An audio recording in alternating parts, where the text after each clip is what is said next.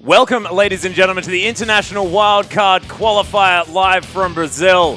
I'm, of course, Max Atlas Anderson, and I'm joined today by the wonderful Barento Raz Muhammad. How you doing this morning, my friend? Doing quite well, thanks for asking. Wonderful morning for us. Oh, most certainly is. Yeah, so now we've got ourselves a great game, great set of games. Yeah, exactly. Of course, day number 4 already underway.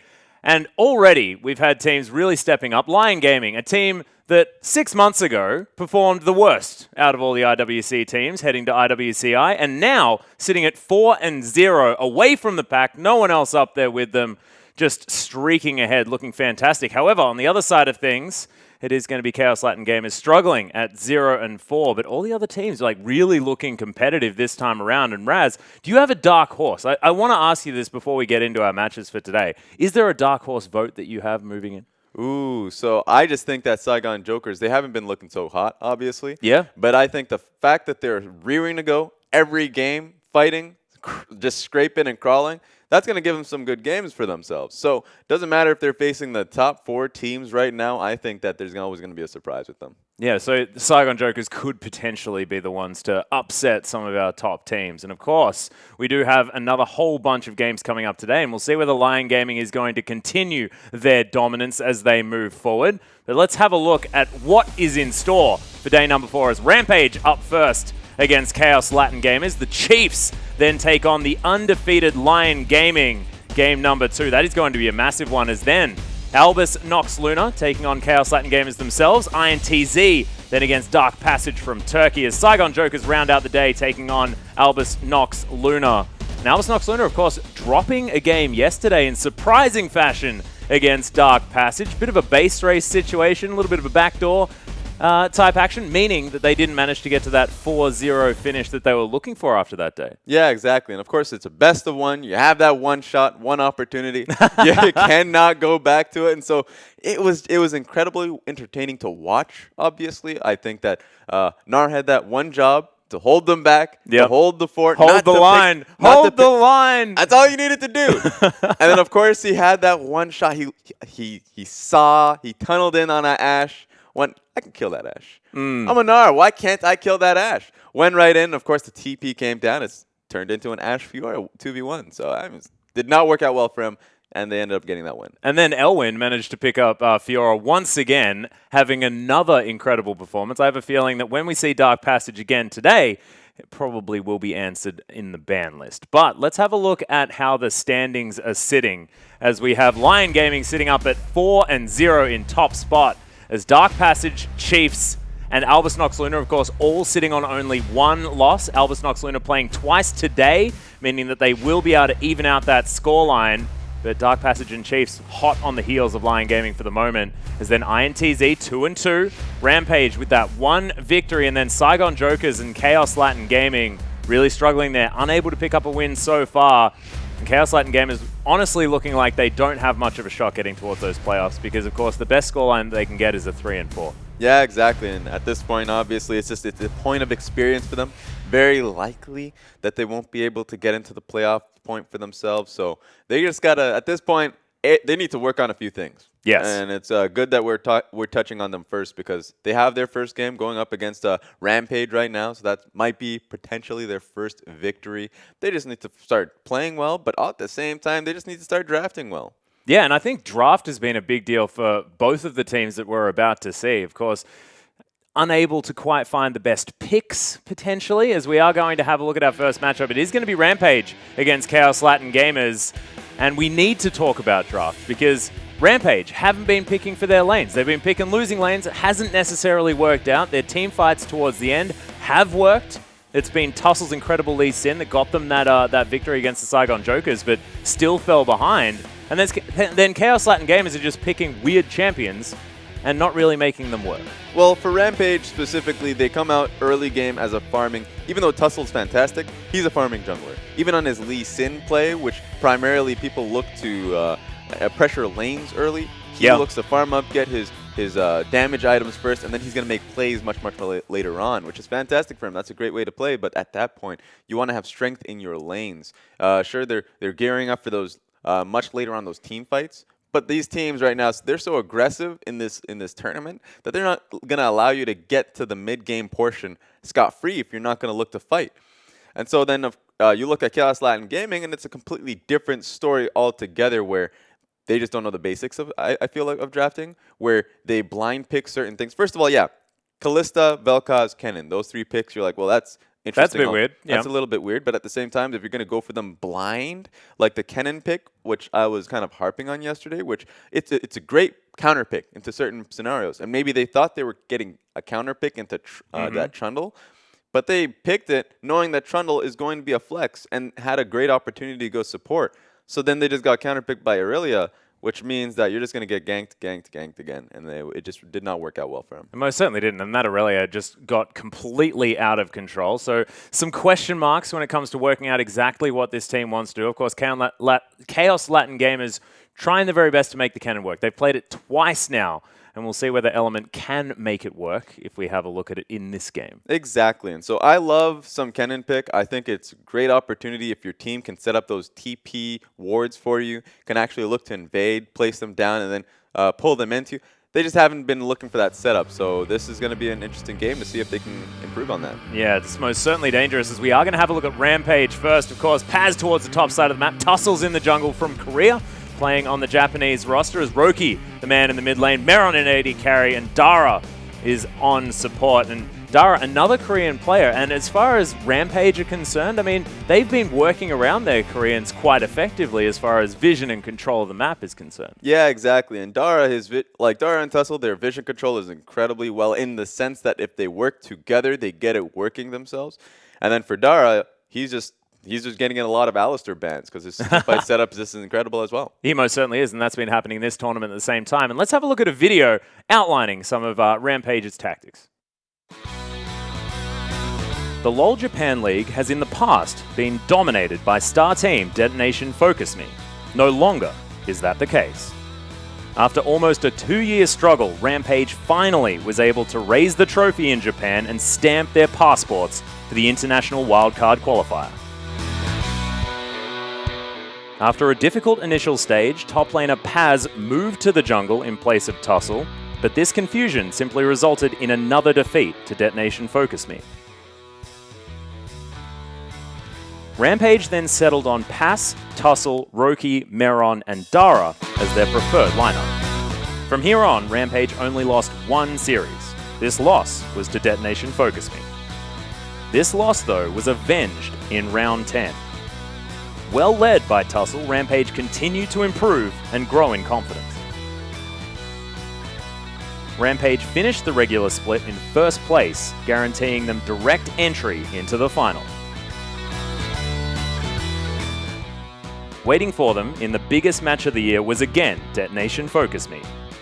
The final went to the full 5 games. Rampage were able to overcome their bitter rivals and make sure they were the ones to represent Japan at IWCQ in Brazil. The mission now is to progress beyond IWCQ and follow their dreams for a global victory. And those dreams are going to be difficult to follow now, of course. Unable to find all of the victories that Rampage want, and now looking to find one here against KLG. This could be the opportunity for them, though, because, of course, unable to find a win so far as KLG, and we'll see whether they can make it work. It's dangerous times, though. Dangerous times for both of these teams who are feeling it on the bottom of this ladder. Yeah, and it was really well done. Worth mentioning. Thank you, Max, for the video. Oh, man, you just broke the illusion. It was supposed to be some other guy. The fourth wall broken. But, yeah, that was really well done because it could have very easily have been Detonation Focus Me on this stage. But quite honestly, Rampage proving that they are the better team moving over and not only do the playmakers of Tussle and Dara are they fantastic, but the role players of Paz, Roki, and Meron they do really well in those team fight settings too. Now, I touched on their draft mostly because I do believe that they focus so much on that team fighting that their laning phase themselves do get sacked a little bit. Yeah, they do a little bit. But let's have a look over the side of Rampage here and have a look down their roster. You can see just so much standard pickups Apart from maybe Paz going back to the Trundle top that we haven't seen as much, and maybe the Hecarim sliding in there for Tussle, but otherwise, I mean, Roki, Malzahar, Vladimir, you got Ashe and Jin for Meron, Dara playing all of the standard supports, top of the meta at the moment. It's looking pretty comfortable here for Rampage. Yeah, exactly. And the Maokai pick getting slipped in there now, it sure has a bit of a difficult laning phase, not so much towards Shen. But talking to Vedius, he had a theory, which is very correct, that you pick Maokai into Taliyah. It's going to be very difficult for Taliyah to get away from him in those team fights, to really kite back, able to do much damage during those fights. Raz, and look now at Chaos Latin Gamers, because this is a very different thing. If we have a look down the picks, you've got double cannons up there for Element. Yeah. You've got the Vel'Koz sitting there in the mid lane. Plugo pulling that one out. Otherwise, exactly the same champion pool as Roki and what he's brought to the table so far for IWCQ. But they're just, the question marks are so large for Chaos Latin Gamers. Of course, only coming second last time in IWCI. We didn't have massive hopes for this team necessarily as far as where they were going to qualify. But they're bound to pick up a win. They managed to find 2 IWCI, and this could be their opportunity to find one against a struggling Rampage. See, I would agree with you if they were playing the part. Saigon Jokers, they have a clear, defined strength. So right now, I'm sure at some point they're going to find those necessary victories. For Chaos Latin Gaming, they have the picks, but they can't really play around them. If you're playing Kalista, Alistar, you do want to play towards that bottom side rather early, rather fast, to not only allow the Kalista pick to really thrive and work, but at the same time to get to that point where the team fighting is going to get going to work out for you. So yeah, the picks aren't working out, and of course the cannon, we talk about it a lot.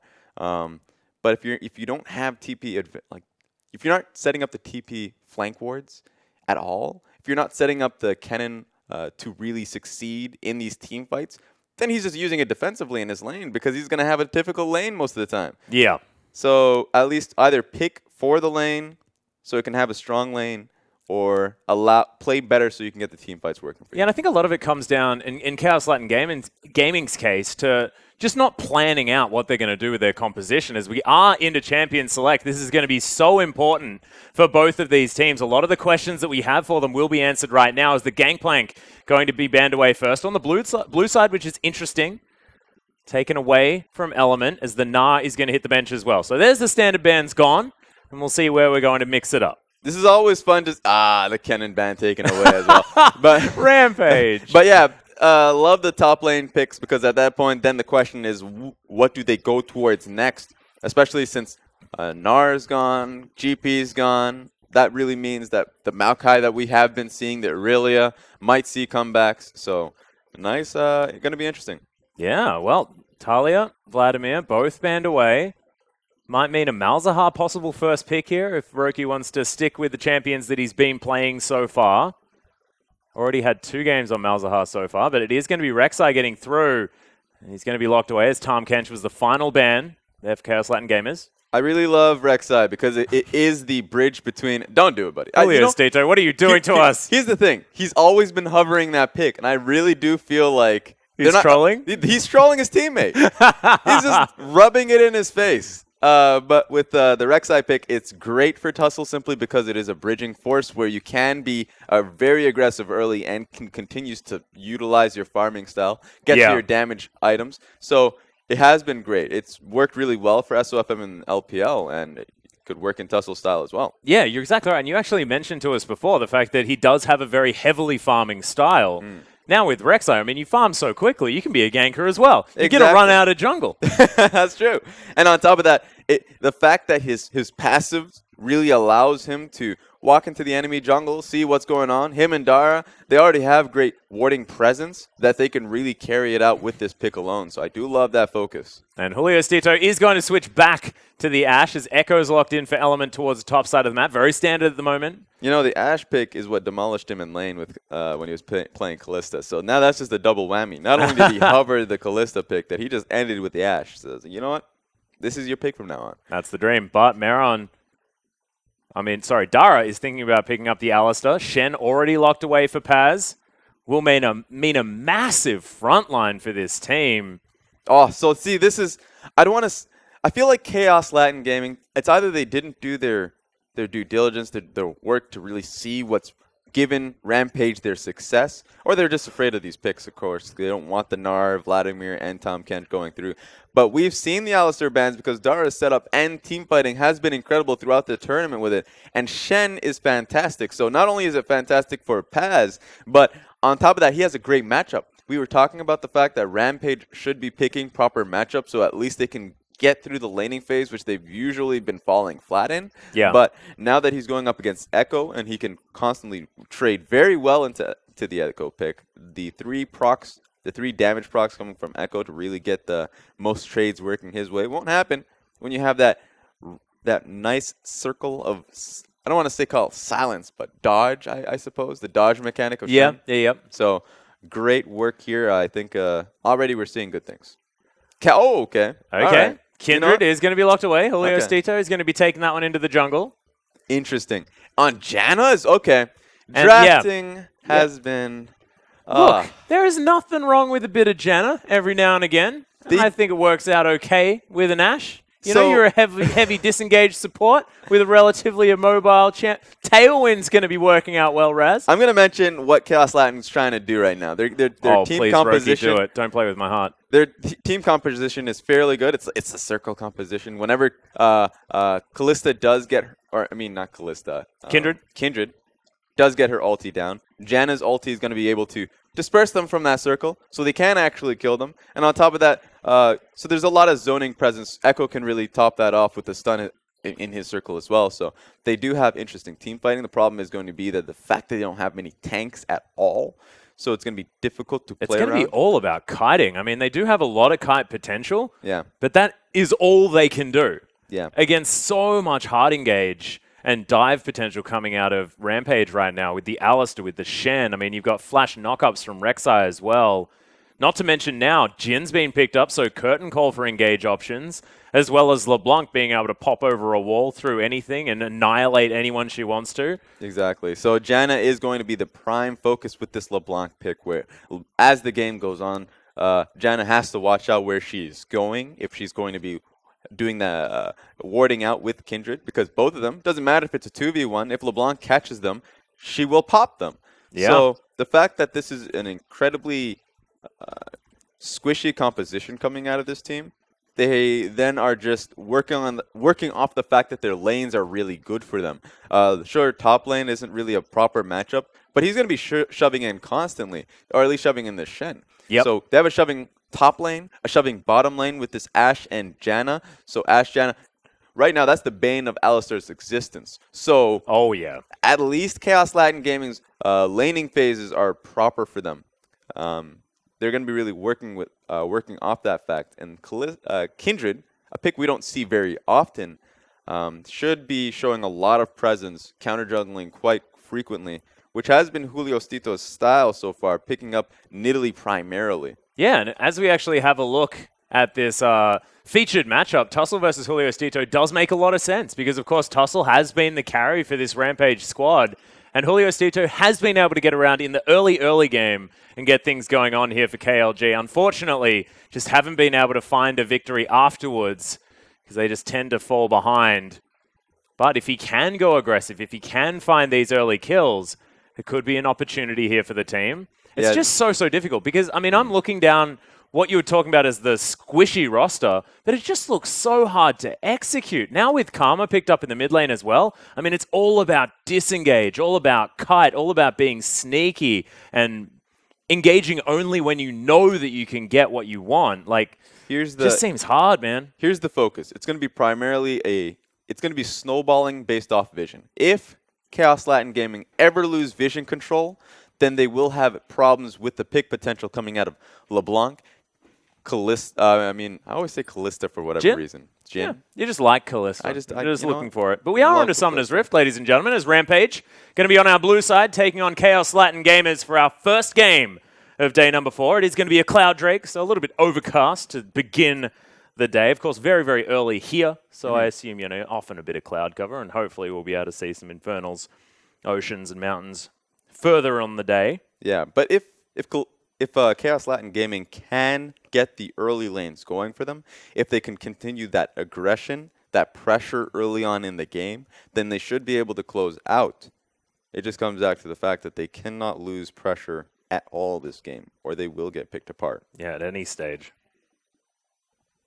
Well, Jin Alistair, of course, combo-wise, a terrifying lane to deal with, but should be able to be dealt with quite effectively by Fox and Bear.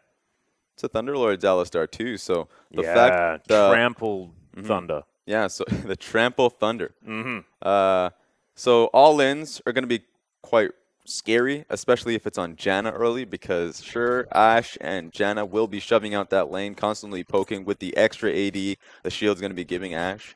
But if they find themselves a little bit caught out like Bear, but of course they're not at level 2. They're just trying to zone them away from the wave. And Dara just does not care at all. Just walks up, hoofs her in the head. That's how you deal with it, Janna. Just smack him. Put your hooves in.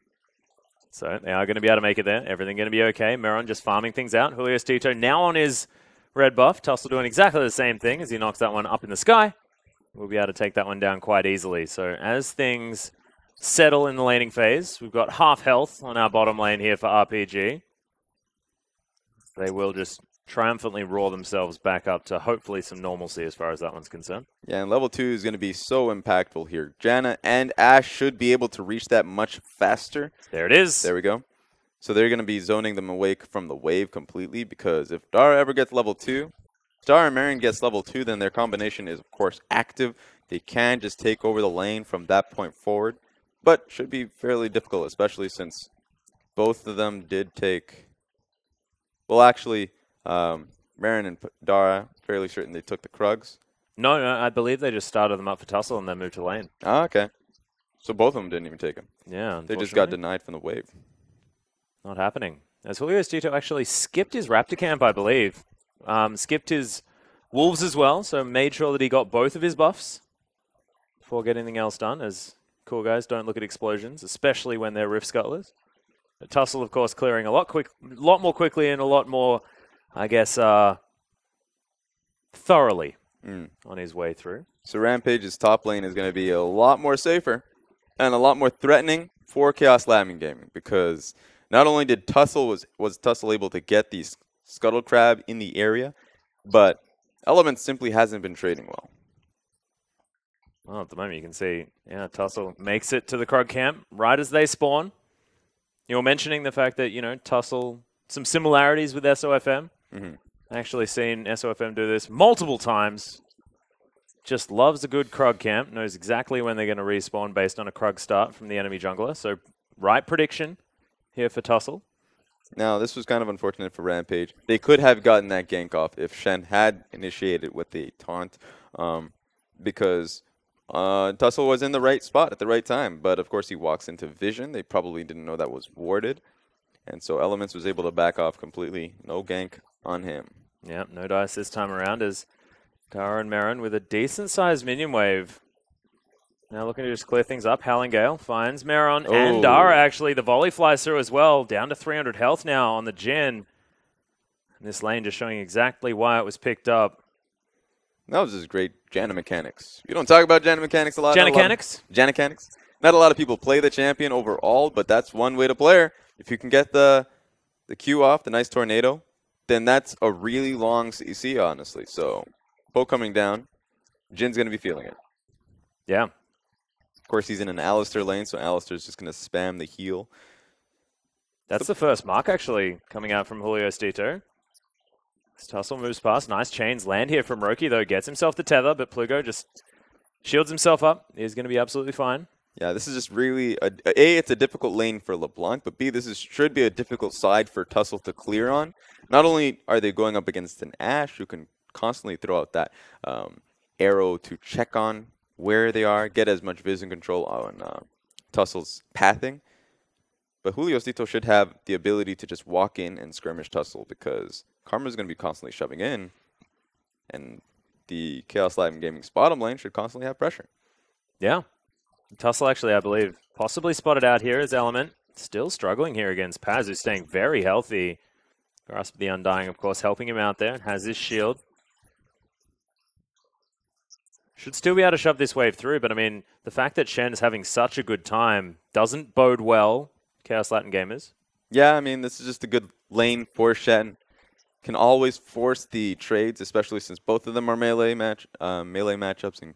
And he definitely does. Elements definitely does require the few auto attacks, the third auto attack proc, to really get the proper trades going. But Shen, of course, will always look to deny that. Well, you can see Roki utilizing that blue buff, just throwing down as many spells as he can onto Plugo.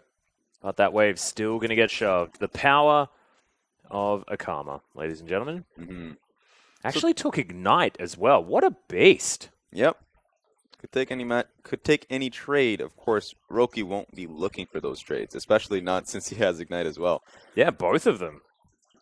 This Element will be able to get the stun here onto Paz. Both of them shielding themselves up. Timewinder doesn't find the second tick. This Paz just is ignoring him. Yeah, it looks like Rampage is going to be looking topside for this gank. Elements does have ulti, though. Yeah, Tussle, can he get the knock-up is the question. There it is. Underneath the turret, though, as in goes Roki, lands the chain. Flash comes out, but still gets the tether. And back Roku goes. You could tell there was a bit of a communication problems on Rampage side because they went in. Tussle decided it was not necessary. Roki came in. Of course, that baited Elements back towards him, so I guess he had to lose Flash for that. That was a Q. That was nice. Fair bit of damage. Element back towards the top side, does have himself his Dark Seal, as well as a cheeky Ruby Crystal, Sapphire Crystal, and Doran's Ring. Roki now down to his passive, actually. This is a bad sign for Chaos Latin Gaming. They should be ahead gold-wise, and at the same time, Kindred should be constantly looking to skirmish and find this tussle on this champion in his jungle, but he's been fairly safe, farming up constantly. Kindred has just been, honestly, just farming up his jungle peacefully, which should not be happening. They should be keeping up the pressure. Yeah, and Tussle actually just helping shove out this lane so that Roki can go back, grab himself some items. He is still ahead in farm by over 10 CS, despite getting a fair bit of harass. Element going aggressive onto Paz, who does have his Spectre's Cowl, so just laughing off the damage, to be honest. Yeah, he's going to be fine. And as the game goes on, right now Rampage is in a perfect position, so now the question is how Chaos Latin Gaming going to be taking the team fights. Janna should be the primary focus, especially since she's such a great disengage tool to really allow her team to kite backwards. Yeah, a bit of an opportunity potentially on the bottom side here for Chaos Latin Gamers before Dara gets his ultimate. The worst Bear, thing of course, about has the monsoon. The worst thing about being a Janna in this situation, though, is of course Marin on this Jhin able to always look to pop her, stun her down. Oh, here we go. Yeah, Tussle looking for it. Doesn't go for it though. Despite his name, Element. Not looking for that tussle. No, it's a bit sad. And then goes the Mimic Distortion. Plugo gonna get chained up. Takes a fair bit of damage. I just realized this is the chain lane. Yeah, chain gang. The chain gang is real. I like it. Of course, LeBlanc's chain is stronger. So many chains. We're talking about 2 chains. Could be a 3 chains. Well, exactly. Yeah, 3-chain lane. Hopefully we see that. Ubios Duto is just looking to sneak in here, though. Yeah, waiting up in that brush. Looking to go back. Paz, of course. We'll see whether he shoves out with this lane. Ubios Duto? No, he's not going to stay. Yeah, that was smart for him to not stick around. That lane was going to be pushing in. At the same time, it's very hard to gank a Shen. He's just going to taunt away. Unless if he looks to aggressively taunt forward, which would just be an awful idea in general. It doesn't even matter if the jungler's there, just don't taunt forward. But yeah, it's also incredibly difficult to tower dive a Shen as well. So that's just bad idea on top of bad idea. He was probably just sitting there just to see if he could get a counter gank going. Because Echo was shoving in. Well, Tussle is going to find Julio Stito right now. Gets knocked up. Just looked like he was ignoring the Rek'Sai for the moment as Bear throws a little Zephyr over the top. Yeah, just wanted to secure the stack. Already has 2 stacks going for him, so he's been fantastic well over this game. So he's trying to honestly play this as passively as he possibly can on the Kindred play. Yeah. Even though he knows he's in a good matchup, he doesn't want to take the risk. He's just trying to get his stacks nice and clean up until the point where he can finish up his jungle item. and maybe probably at that point then start looking for these dragons. Well, at the moment, Tussle gets himself into the enemy jungle. Kindred on the bottom side, so Julio Stito not going to be able to find him. This is going to be stolen away. Nice pink ward there in the brush as well, giving them a lot of topside vision, but Julio Stito now looking at the dragon. Yeah. So, yeah, it feels like right now that what they're trying to do is take down these dragons. Doesn't matter what it is. At some point, Rampage are going to have to start contesting it once it gets to maybe the second or third dragon. I'm always used to getting really excited about dragons when it comes to Kindred, just because you used to build the Devourer. Yeah. That unfortunately just no longer exists. So don't even know why I get excited anymore. Doesn't give you them stacks. Even though it's Madreds now, I suppose that's what it's called. I just still call it Devourer because it's just a fantastic name. It is. It's very threatening in and Although of itself. Bloodraiser is a pretty cool name. Yeah. It's too long, though. Yeah. Madred's Bloodraiser. I mean, it's a nice throwback. Mm-hmm. But at the same time, if you write it down, you're like, I want to stop. I want to quit writing this word. Pretty sure it's a whole can. Like, let's be real. That's what it was. Yeah, possibly. We're going back a little bit too far in time, though, Raz, as Roki just clears out the mid lane. Karma making her way back in. Plugo, of course, still without the flash. Tussle's been playing really well around Roki. Of course, he's had a poor lane, or like just a matchup in general. So he's been running out of mana quite frequently. He's just trying to find a time to back properly. And, of course, now he's being given that blue buff. So at every time, Tussle has been doing well to keep Roki ahead of them in pace, in the lane. Right now, he's ahead of the Karma, which should not be happening. Yeah, just farming up a little bit better and being able to utilize Tussle's help as far as clearing out that wave. Roki here. Is that another Mark of the Kindred? It's a very large sound, something that was a bit confusing, as there's the Void Rush. Gets Tussle back towards his red buff. Bit of a farm alarm. But it's all pretty quiet here at 13 minutes. We know that Rampage don't like to go aggressive here in the early game. I mean, this could be just playing into their hands. Yeah, I feel like the first sense of aggression will be coming up in this dragon area. Because Rampage generally, they don't look for much aggression, especially in this game where they are in a losing position in these lanes. So I feel like they're often in a losing position in their lanes, Raz. It happens a lot. But in this case, it's justifiable. And a lot of times, they just look for aggression in these dragons. Well, Julio Stito going to get knocked up one more time. Remember, has the Lamb's Respite if they need it. Rampage are able to take down the vision. Roki avoids the Mantrid Q. So a little less harass potential out of Plugo here in the mid lane, unless he can get that Mantra back up. He must be calling for his lanes to shove up. This is going to be a nice contest on this dragon. I mean, on this blue buff. Yeah, we'll see whether they actually give it over to Meron as well, who will have a crit shot for it. Looks like Jin will possibly be able to pick that one up. No. Actually just went to Tussle, made sure that he has the cooldown reduction. Oh, that was cheeky. Oh, the Shen ulti, though. Yeah, as Tussle might be in trouble, yeah. Oh, never mind. Just kidding. That was the Janna shield. I am not used to Janna shielding at all. I was going to say, it'd be really, really... like, I would give Paz some serious points for being able to stand united on an opponent. Like, that would be 10 out of 10. It is too early in the morning, my friend. No, forgiven. It was very, very, very cute. I was like, wait a minute. Oh, jeez. Well, now some pressure here on the bottom side as Tussle... He's like a bouncer this game, just heading into lanes. Like, yeah, I know you know that I'm here, but you still have to respect me. He really does. And he just tells them to leave, and they do.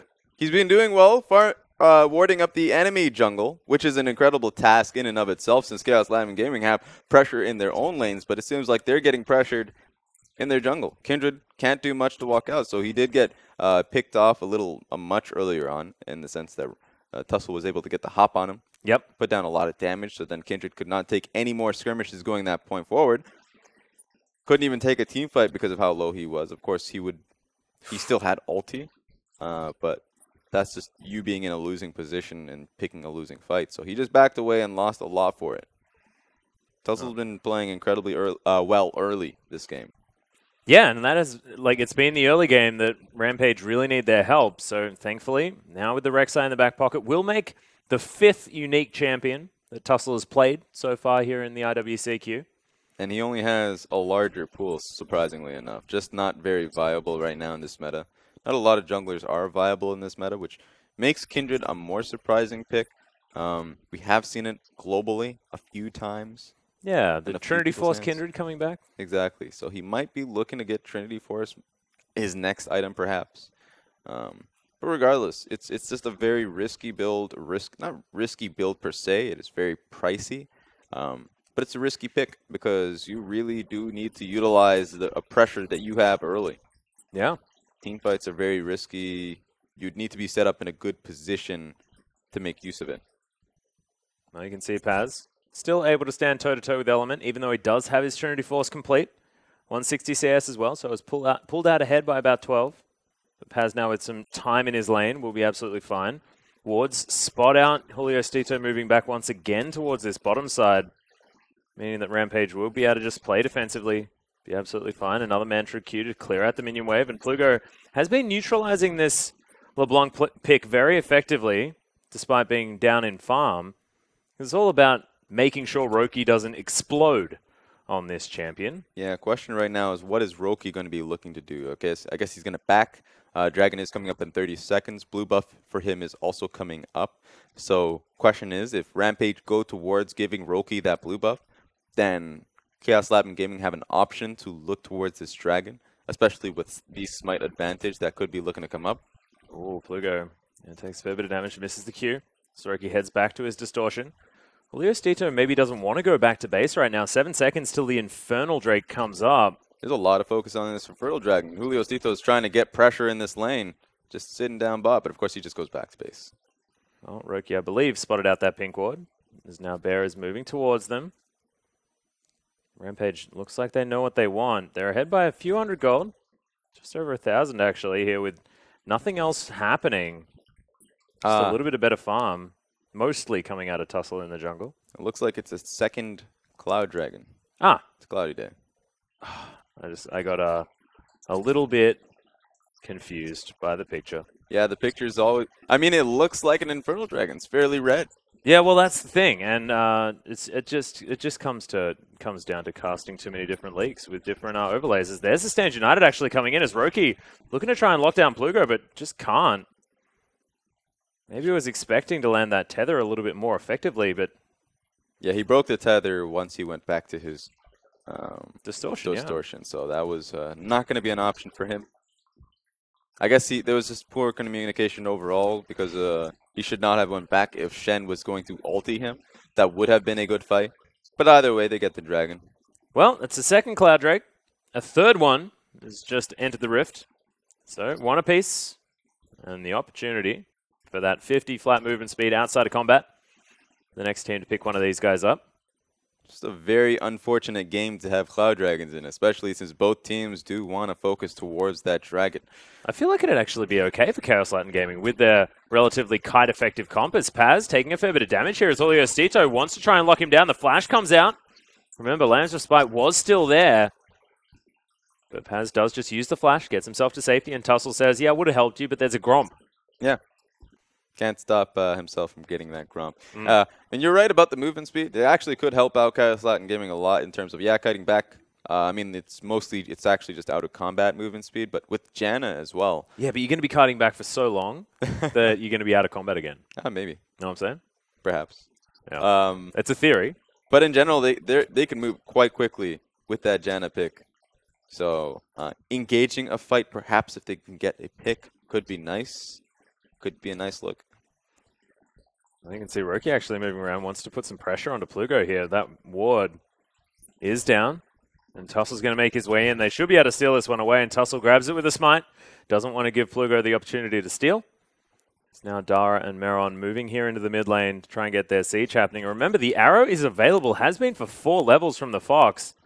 They have pick potential. They have a way of getting this one done.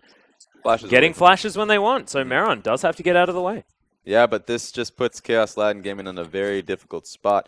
They've decided, or at least Rampage has decided, to look for a 1-3-1. LeBlanc shoving out that bottom lane, which means that someone's going to have to answer to it. It's going to be that Karma. Yeah, Plugo heading down there. Does have a lot of wave clear, so it would make a little bit of sense. Merc treads there as well, as the chains do land, so it will be helpful. 2 chains! Many chains! Don't even know what's happening here. It's like, whose chains are who? We're crossing chains. I'm really confused. I mean, to be honest, when Shen ultied in that mid lane fight. I was trying to figure out is that? Oh, that's, Was oh, that, that's is that Karma's Eye of the chain. Storm? Is that what's happening here? I was like, okay, I guess that was Karma's chain. That's fine. LeBlanc's chain just disappeared. So, Yep. for the audience, we're gonna have to find out. Every time a chain comes out, I want someone to just make the guess, find out who's who. Yeah. It's a nice mini game. Is Julio Stito going to be spotted by that ward, looking to try and steal away this Grom? As Paz will be able to possibly get the taunt here. Does so. Tussel's going to make his way in as well. There's a little bit of a dance as Julio Stito bounces over the wall. And there's the flash from Tussle. Headbutt Pulverize comes in. He will have to land his respite to keep himself alive. But can he escape this? There's no flash, of course. Monsoon from Bear as he's trying to save him. The Ignite's ticking down as Dara flashes. Avoids Element, but he gets exhausted. Another Pulverize. Tussle makes his way in. There are no flashes left. And First Blood goes down as Maron kills Ash. 1v1. What is going on? Well, let's just say this. When you're in a solo queue game and your Kindred decides he's recognized on the mini-map that a stack is in the... Oh, here we go. Okay. Plugo is just going to die as Roki gets stand united upon, and Paz is going to turn up. That is 5 members in the mid lane as the Japanese team just turn it all on at the 20-minute mark. They often need time to work up to their victories, but they have got there now. 2-0, 22 minutes. Yeah, that was just a swift 2 minutes of outplay. Not only did Jin outplay that bottom lane, the Fox, we're definitely going to be seeing how that happened. I hope so. In the meantime, Julio Stito gets caught taking a stack in the enemy jungle. Rampage saw it. Rampage ends up looking to get him, and you're just going to find out how Marin takes this fight. With bullets. See how it is. Oh, he just gets curtain called. 2, 3. And that's Deathfire Touch right there for you. That it is. That is just the moment you're like, okay, yeah, it's 2 HP. I'm just going to walk away from the explosion. I know I've got the kill. I just love how he misses, like, 2 abilities, if we include one of the bullets from the curtain call and the Deadly Flourish, but it didn't matter. Yeah. Get the rest of them. You'll be fine. A lot of damage, especially since he is going for a lot of armor penetration. And that was when he only had the Ghost Blade as well, Raz. So goes back, picks up a full Dust Blade of Drakthar. That is bogus. Now he just needs 1 bullet less to get that kill. He's going to be doing a lot of damage. He most certainly is. Now, once again, I mean, moving back to what you were talking about before, that 1-3-1 mid-wave does need to be collapsed on by the RPG bottom lane. Roki making things happen on the bottom side will be answered by Element. Plugo is going to be answering Paz towards the top side. Yeah, so from this point forward, Chaos Latin Gaming is going to be incredibly reactive. They had that opportunity early on to start to pressure, but at this point, they have to be responding to this 1-3-1. The only opportunity that they have to make plays for themselves will be off the Fox's Ash Arrow. Anything else is honestly just playing towards kiting back and re-engaging on RPG's composition. Well, I mean, they do have a lot of opportunity. If they do land the Enchanted Crystal Arrow, especially cross-map, I mean, that's guaranteed to stun. There's no QSSs from anyone. There's no cleanses out of anywhere. There's no oranges to be eaten, anything like that. Tussle looking to go aggressive, finds Element. Steals away the Wolf Camp, but Julio Stito's here. The Rek'Sai may have bitten off a little bit more than she could chew. As in goes the Fox, throws down the arrow, and stands united a little bit late, as Paz can't turn up in time. Yeah, Tussle was far too forward trying to contest a camp that he had no pressure and ability to do so. Yeah, distorts himself back. And Volley comes in as well. Tunnel's going to be eaten. As now Cloud Drake number 2 looks to be going Chaos Latin Gamers' way. 50 out of combat movement speed for the team that can utilize it quite effectively. If I do say so myself with my interesting analysis and point about, I just always try to justify Cloud Drakes. Yeah, I mean, you have to try. We have fallen through the clouds, though. It's absolutely fine. We've now found ourselves an Infernal Drake coming up next. That's going to be a nice addition. But I do think this time around, Cloud Dragon's going to be fairly good, especially if you have the movement speed from Janna, the movement speed from Karma. Yeah, and I like from it. the 2 Cloud Dragons, you're just going to be moving around fast, very quickly. Well, speaking of quickly, this tower is going to fall down quite fast with the Trinity Force completed already on Element, as well as Julio Stito with his Blood Razor and Phantom Dancer completed. Definitely good news as far as the items for the Kindred. Yeah, no Trinity Force Kindred coming from him. Yeah, it's a bit sad, isn't it? Hopefully, third item, Trinity Force, am I right? Nah, with Phantom Dancer, he's just He's going to be fine with the boost in his DPS, and on top of that, it's going to be taking a lot less damage. So once he does go towards some damage, well, that's damage mitigation, but if he starts to get some more HP to him, then that's going to mean quite a bit. Well, he's got a cheeky dagger sitting there as well as that Hex Trinket that he just completed. So Julio Stito is going to be doing some decent damage here in these fights as Roki was thinking about going aggressive onto Element. Parallel Convergence stops the LeBlanc from getting anything done, and Tussle just going to clear out vision once again. Looks like things have calmed down. 2,000 gold is the lead here for Rampage. That turret score has been evened out. It's going to be a bit difficult, frustrating for Rampage to get fights going for themselves because they do have themselves a nice team fight / pick composition. But, of course, Jen is always going to be looking to disengage, and on top of that, you have that ult denial on Julio Stito. So, if they can get a pick, they would have to have a much, much longer fight to really secure the kills. And it's a good thing that they have Jin ulti to be able to get that done going for them. Well, Stand United is back off cooldown. So Paz can make his way in. Curtain Call has been thrown down towards the top side as Fox has dodged away for the moment. Teleport comes in as Julio Stito falls before the ultimate can be used. The Fox is going to burn to death. Double kill for Roki. After it's all said and done, Plugo makes his way in. Good triple stun there from Element, but it's a triple kill for Roki on the LeBlanc. And Element and Plugo now can't find anything more. Tussle is so tanky. He's at half health, but that's still about as much as the health bar of Element. And they're looking for a Baron. And that's just greedy play from Julio Stito to not utilize his ulti. I'm fairly certain he was not CC'd up until that point. He had that ability to do so, but just got bursted down entirely, and that's what you got to expect if you're going up against LeBlanc. Well, Element's looking to try and come in for a pretty incredible steal if he was able to get it, but he's not. And there's the Parallel Convergence trying to at least keep these two members, Chaos Latin Gaming, alive. Good Mimic Distortion there from Roki, but not able to get any kills. Everyone has respawned. So now with the Baron buff, 5,000 gold the lead. Let's have a look at this one again. Yeah, let's just watch Julio Stito's entire point here. Gets stunned, knocked up, doesn't have an opportunity to really use it. Only a very small moment when he was half HP. But that was really good target selection from Rampage Gaming. And not only just target selection, but just stacking of CC. And I also really love the Curtain Call as well, as there's the arrow dodged out of the way with the distortion and soars past Merrin at the same time. Just a bit of a lap around the rift. Yeah, a sight to be seen.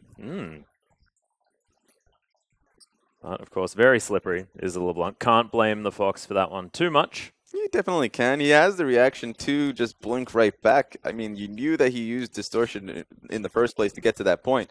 So it's you're kind of disrespecting him if you believe that he doesn't have the reaction to just press W once again. Maybe thought that the Fox wasn't in vision range or something like that. Yeah, that could have been it. Well, there we go, Stito. Does find the LeBlanc. Lots of damage. If that chain had landed, that would have been a lot. Proccing the Sigil, of course. Yeah, so he has a lot of magic, a lot of ability to just shred magic resist with the Abyssal Scepter and the Void Staff complete. Of course, not only with the magic penetration boots on top of that. Okay, Julio Stito is eventually going to fall down. Well, there we go. This is so difficult for our observers right now. You just can't predict the future where the next pick is going to happen. Yeah, and everyone just dies so quickly as the Curtain Call comes in once again. The Bear is slowed down. Allengale comes in, but the Curtain Call is cancelled early. They're looking to get it. Yeah, and this inhibitor turret is falling down so fast. The teleport comes in as Plugo's caught out. Good monsoon for the disengage, but Roki comes in exhausted, so no damage to come through. The tower's going to fall down, and Rampage, they've barely used anything. They can continue the engage if they want to. Fox, no arrow to speak of. Element goes in, but doesn't find the Parallel Convergence. Yeah, and they lose their inhib and can't do anything. Fairly ambitious for Element. They have no ability to take it. He was probably just doing camp, wasn't he? No, he was. Caught shopping. He just knew they was there. That was just him making a guess that he was probably doing a camp and just catches them off guard. May have been just looking for some raptors. Yeah, it could be. Just hungry for some popcorn chicken. That makes some sense. I love the fact that one of the nicknames is Popcorn Chicken. It's like the most hilarious thing to me. That's my personal favorite. This Fox is going to get shielded. Of course, a lot of ability to prop up this Ashe. Throw on the Eye of the Storm, throw on the Inspire.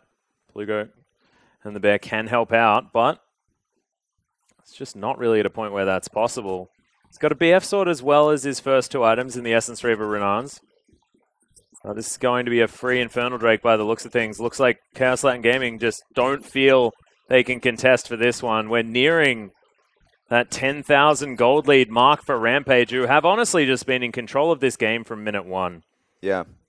Well, not exactly minute 1, but definitely probably minute 2. Yeah, well, I guess it just sort of it feels like things have been going their way. You know, they've just been able to do whatever they want. Exactly. There was that brief stint where their lanes were so strong, where they were getting shoves in every single portion of these lanes. Problem was, of course, they just didn't use Juliosito's Kindred to really aggress into the enemy jungle, really start to make his name known. So, Arrow. Nah, okay, Rogue uses the Mimic, gets himself out. I mean, you just got to expect that. He's just desperate at this point. Yeah. But yeah, they had the opportunity to really disrupt Tussel's farming, but they didn't. So he just farmed up. Got a lot of pressure. Look at what happened. He's able to walk into 3 people and doesn't care. Exactly. He's really tanky at this portion in the game. Even has a GA. So he is not going to be the target that they even want to look for to start the fight. On an Element. Hanging out here in the mid lane. We'll see whether Paz and Roki actually want to go aggressive right now as they do find him. Element able to get himself out. Fantastic taunt. Closes the gap, and he does get snared up, but Roki unable to have the follow-up. Yeah, Elements is fairly tanky. They're not even going to be looking for these kills, honestly. I mean, Chaos Latin game is fairly difficult to kill with the composition that they do have, but it's also very difficult for Chaos Latin Gaming to even take these to hold these towers. Curtain Call has come in as Juliosito slowed down, but he's able to bounce his way out. Curtain Call doesn't find the majority of the bullets. Yeah, it's very hard for KMV to even hold these towers. I mean, they can secure their own lives, but that's not going to win you the game. No, now, especially with Element needed towards the bottom side to deal with these super creeps. Now wants to start shoving this one out. He's got Teleport, remember. Also, 3 items, so quite strong. Fairly tanky. Trinity Force as well as the Randu and Spirit Visage. And a decent CS lead. But Paz is a full tank Shen. Now hopefully building towards a Titanic Hydra. Oh, that would be fun to see. That would be the dream. Probably can do that too, especially since of course, nothing's really going to threaten him other than should have been Juliosito, but he does not have much damage to his name. Gonna get out traded. What? Come on, man. He just throws so many at him and has eventually been punished as Bear throws down the Monsoon. Juliosito has to try and get himself out. Good taunt, and Lamb's Respite does come in to save the jungler of KMB. He falls after jumping off his Respite, though.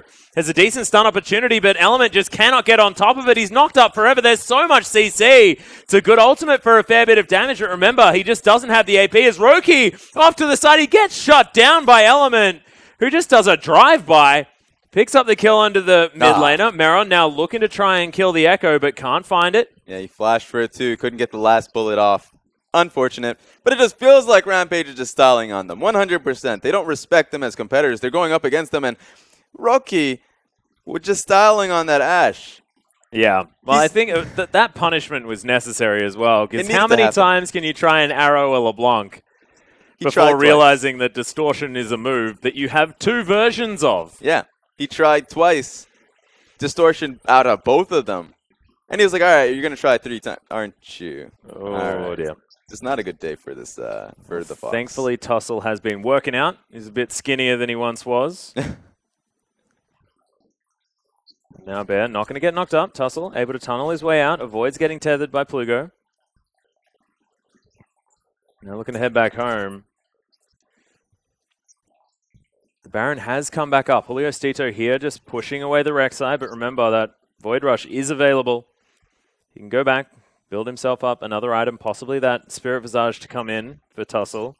A lot of tank busting on Juliosito's side, so they're able to, chunk down Rek'Sai, push him out, maybe possibly get visioned, but of course he has ulti. Yeah. Runs right back with full HP. Yeah, it's a little bit unfortunate, as Bear does find him, doesn't get the knock up. Juliosito heading over the side, but of course Tussle knows exactly what's going on. Spots this ward in the Baron pit as well. Dara's going to be able to clear that one out.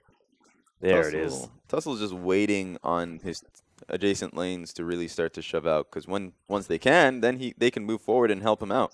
But right now, he's just on a solo mission. Yeah, just trying to stop Julio Cito from doing anything.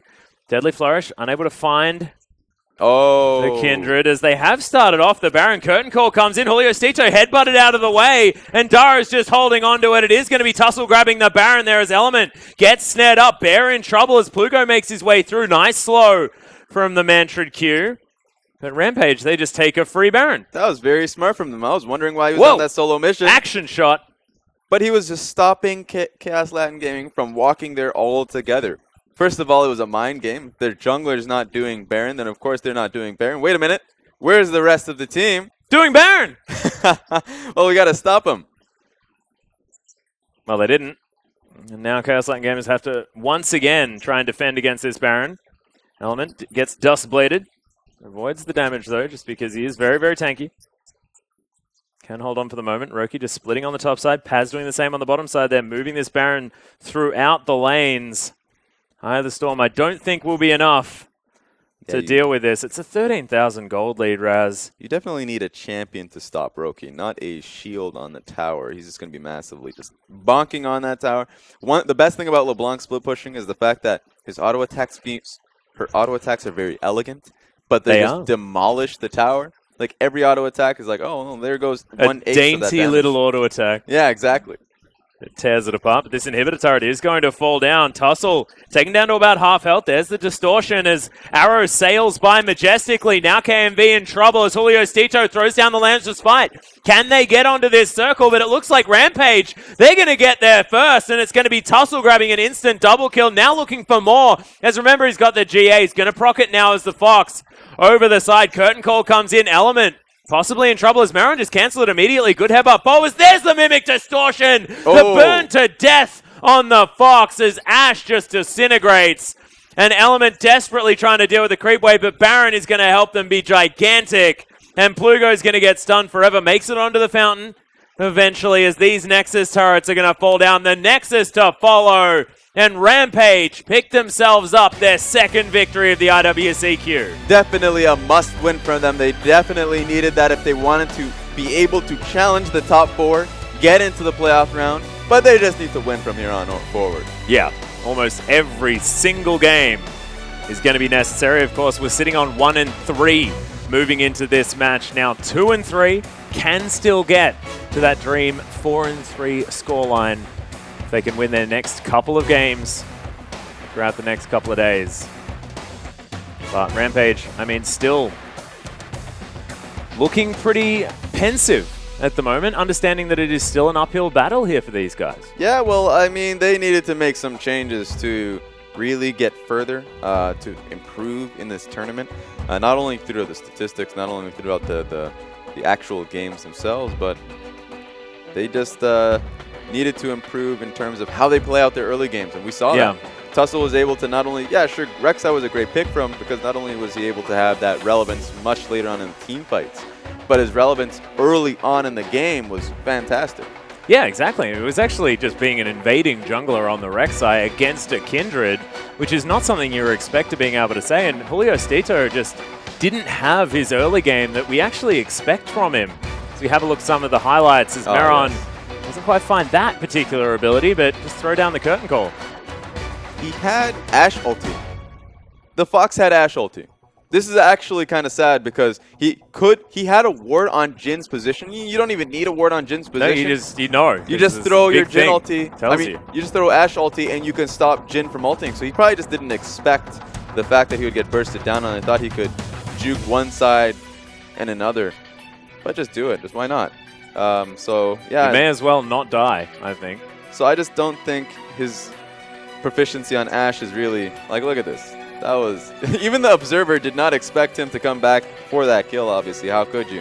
Yeah. But, yeah, he got outplayed on the Ashe pick today. It was not his day. It was certainly not, but Rampage did look good. It hit 20 minutes, and they were able to just turn it on. They picked up a tower. They picked up some kills. They were diving turrets. They knew what they could get after, honestly, it felt like it was a bit of a bait and switch maneuver because Seemed to me like we were just going to have a stalemate throughout the early game, moving into the mid, moving into the late, but it was Rampage that were able to find their engages, find what they needed, and dealt with Kaos Latin Gaming relatively easily by the end of this one. As we can have a look, this is the instant tussle double kill.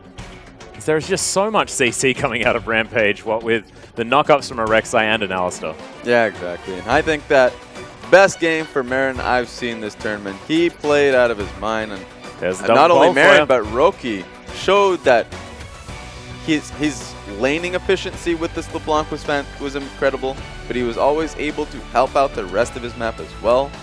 And he just showed mechanics. Like legitimately, he just outplayed Ashe at every venture. So, yeah, great game for him. It was very, very impressive. And what I actually want to talk about a little bit more is the fact that Rampage looked on the same page the entire game. They actually have throughout this tournament. It's just they haven't been able to find quite the amount of proactive plays, especially early on, that we've been wanting from the team. So they have been falling behind. But they have just been so coordinated. So many of their plays this game just felt like everyone was on the same page. They knew what they needed to do. We just need to see more of it, Raz. Yeah, exactly. And so one of the biggest points for them was that they needed to play the early game a lot better. And I think Tussle needed to have a lot more pressure or presence early, and he really did, definitely. So now the lanes do really showcase a lot more. Yeah. Now, Roki can show that he's not only proficient in his lane, but much, much later on, where, yeah, he's got a great pick for himself, but even if he's in a poor matchup, his jungler can just really help him push out the lane and back. Yeah, exactly right. But, ladies and gentlemen, that is going to be it for that game. We are going to take a short break, but when we get back, it's going to be the undefeated Lyon Gaming taking on the Chiefs. Don't go anywhere.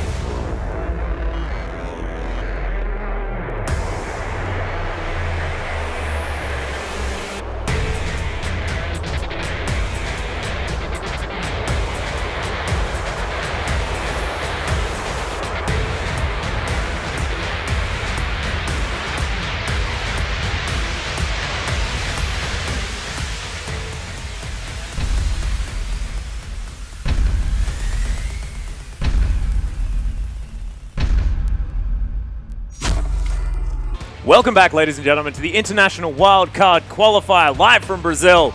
I'm, of course, Atlas, and I'm joined by Raz, and we just had Rampage picking up their second victory, making themselves 2-3 now in the IWCQ. Their playoff hopes theoretically still alive. Yeah, exactly, and it should be very good for them simply because they showed a lot of improvement. They showed improvement in their early game, and sure, they were going up against the Kaos Latin Gaming that hasn't been showing up this tournament, but the fact that they showed that they were going up against an early game team in bad lanes and in theoretically all matchups, sure, Shen has good trading up against Echo, but Echo's just going to constantly shove in, so Tussle had no reason or ability to farm, but he did.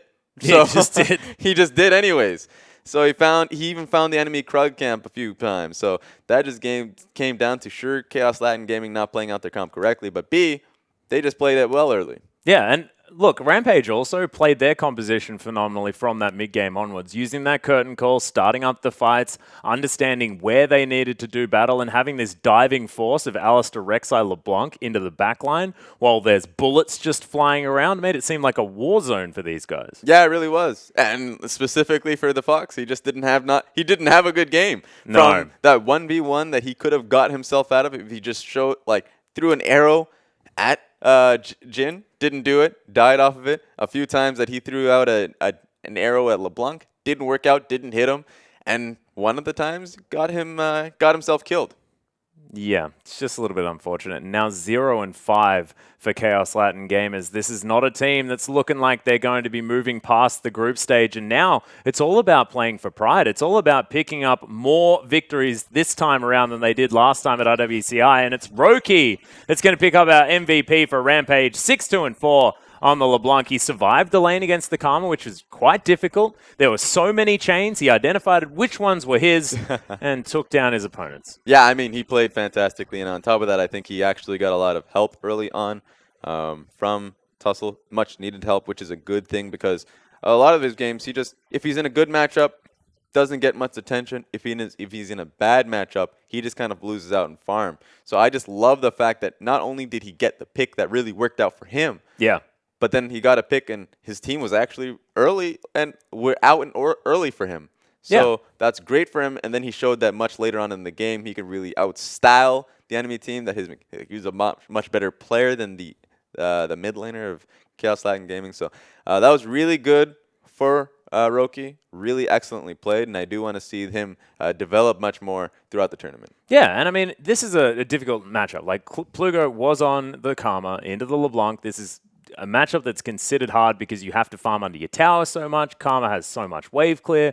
Utilize that mantra, just smack away those backline creeps. And of course, if she distorts on top of you, you just press W. And the best thing about that was that LeBlanc was ahead in terms of CS in the matchup. 1v1. Like, what happened? Like, not only is it because Tussle was able to always help him push out and back at the perfect time, but at the same time, he was just outplaying Karma. And so that was great for Roki. He showed that, sure, he got counterpicked, but he can deal with that counterpick, back whenever necessary, and then come back much later on. And, of course, he had that 1-3-1 going for him, so he was constantly putting down pressure in the bottom lane. So he had nice CS from that point forward, of course, because he's just going to get solo experience and solo farm. Yeah. So it was an easy game for him. It most certainly was. And it was a little bit more difficult of a game for the bottom lane. I mean, Meron was struggling towards the very beginning of the game. I mean, I did like the Ashe Janna. Unfortunately, the Fox and Bear couldn't quite find it moving into the mid-game because they had such a dominant early laning phase. The fact that Alistair and Jin came out of that lane alive and well was...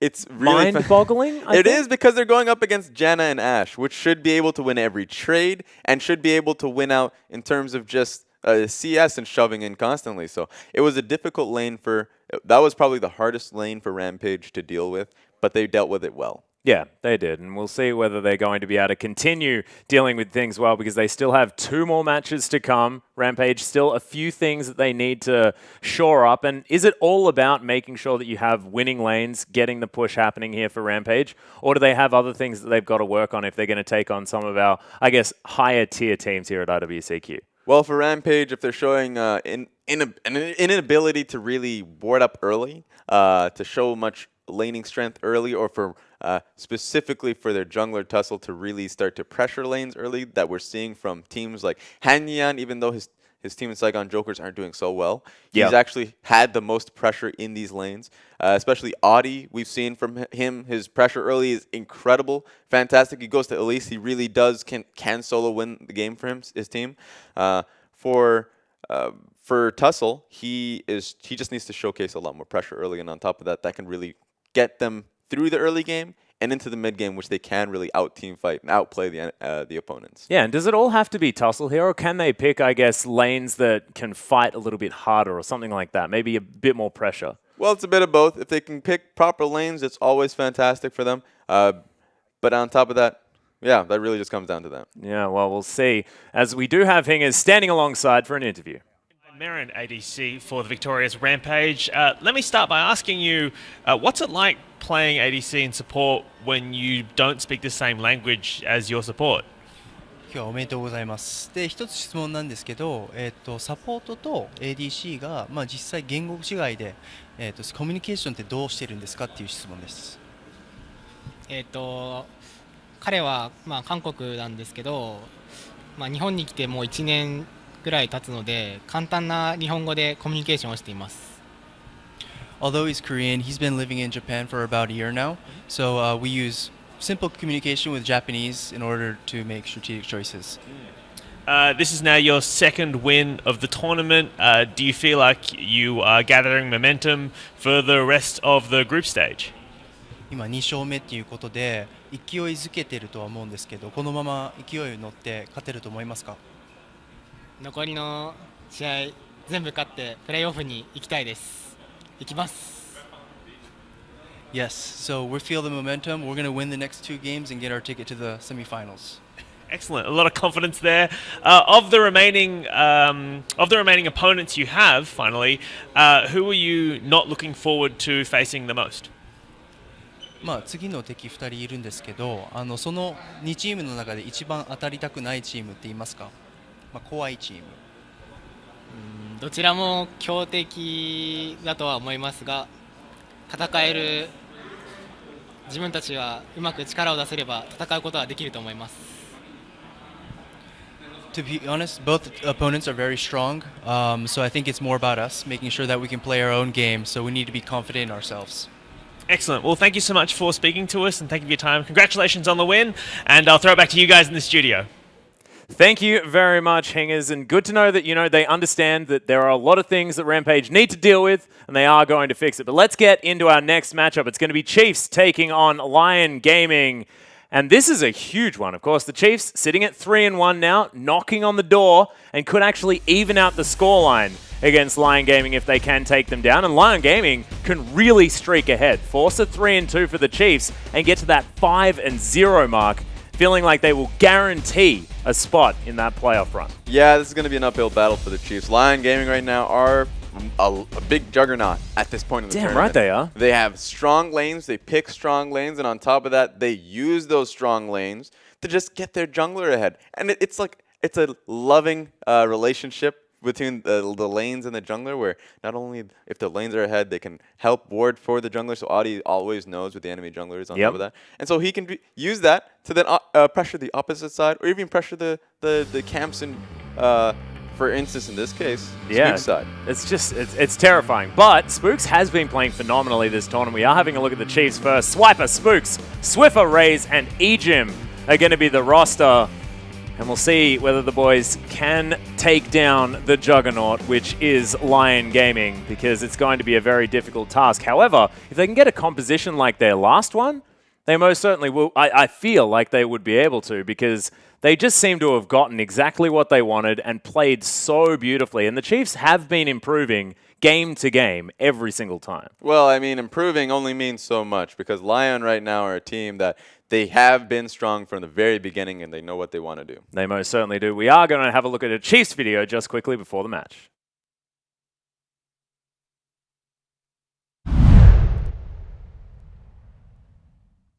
We go overseas and people always underestimate us. But this time, we're here to win, and we're going to win.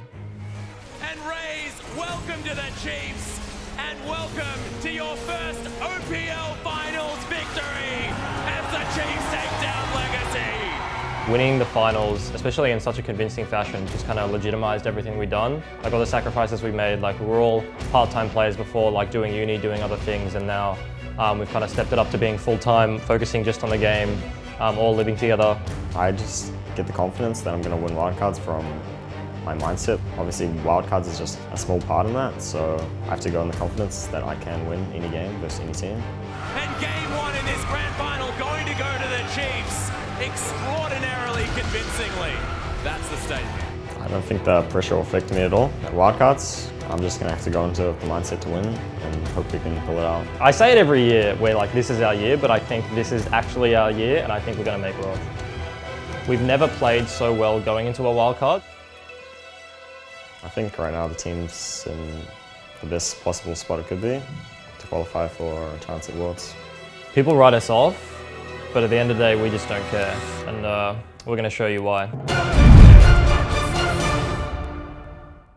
Damn, them some fighting words from Egypt. And I'm pretty sure Raze is a robot.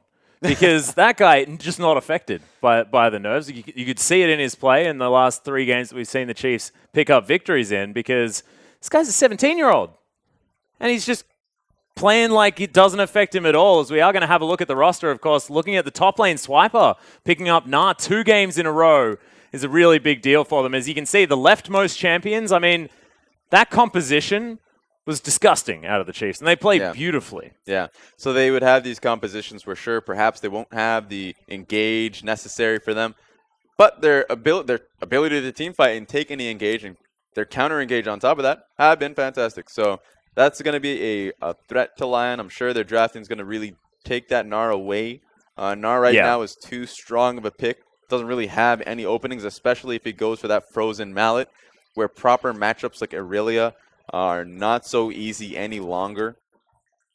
But of course, Giral is no pusher over either. It's exactly right. Player. This guy's ridiculous. And of course, with the fact that Swiper is a little bit more of that tank player, may not necessarily fit against Giral's style, which is, I'm going to kill you at any opportunity that I have, no matter what. And picks up champions like the Gangplank, like the Aurelia, and does exactly that. And I don't think White Lotus is going to get Lucian. You won't. Because he's so damn good at that champion. 15.7 KDA.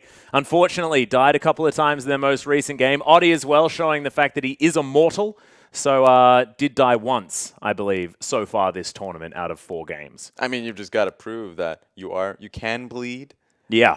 Challenge is now on the Chiefs to be able to. It's like the end of 300, you know? Xerxes, finally, that spear went past his cheek. But everyone forgets the end of the movie where all the 300 Spartans ended up dying. Yeah, they did. Doesn't matter how much pride you have if you end up losing the fight altogether. That's exactly right. As we are having a look at the Lion Gaming roster, it's of course Giral, Oddie, Saya, White Lotus, and Arce. Arce has been playing out of his mind this tournament, might I add. We've seen this guy so many times in wildcard events, but I have not seen him play to this level. He's always been good, but never quite this good. Yeah, I mean, sometimes it's hard to really see how good he plays. He's going to be playing either on Braum or Trundle, so it's going to be like... He got a highlight play on Braum, Raz. Like, how do people... I don't know how you do that. I mean, I'm not sure how he got that play on... Was it his... It was the flash unbreakable. Yeah. Yeah. Yeah, ridiculous. It's hard for a support player to get love these days. Especially if you're on Trundle, it's like, all right, so that team fight, he just threw down a bunch of pillars. It doesn't matter if it's perfectly placed, but they're just pillars at the end of the day. Yeah, it's true. It's only pressing one button. However, still very, very impressive. And we'll see whether Arce is going to be able to go off this game as well, because him and Ejim, of course, very flexible champion pools, but Arce able to probably go to these, I guess, more disengage-orientated sports a little bit more easily than Ejim did. Of course, didn't find success on the Karma in game number 1 against Albus Nox Luna, even though there were some extenuating circumstances in the 3-minute mark of that particular game. I mean, if you play like that 3 minutes into the game, you deserve to lose. I don't understand what was going on in their mind.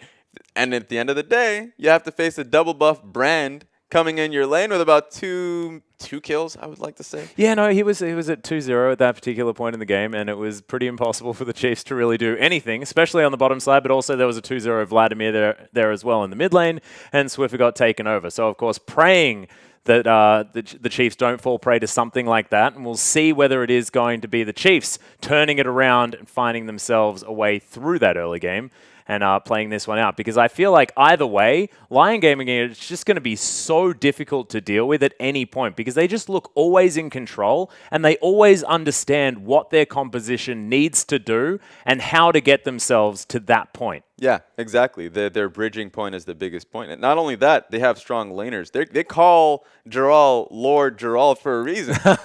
Back in Mexico, he's just a fantastic laner, fantastic team fighter. Doesn't matter what champion he's on, especially if he's on that Gnar pick. He can't. His ultis are out of this world. So for Lyon, they just need to keep their current game up, keep that pressure up. Doesn't matter if teams look at their games and they showcase a certain pattern. Their pattern is a winning one. Yeah. So they just have to keep playing the way they have been, and that they'll get the same result today. Yeah, and they've found a lot of success on a whole lot of different picks at the same time. This is the scary part, is the fact that their pockets are so deep at the same time. You can't just ban away that secret formula or anything like that. There's no 3 champions that make up success for this team because, like we said, they understand how to win, but they understand how to win a whole lot of different ways on the map as well because they can bridge themselves to a whole lot of different win conditions. Yeah, exactly. So a big point of that, a good example from what you just said is really Seiya.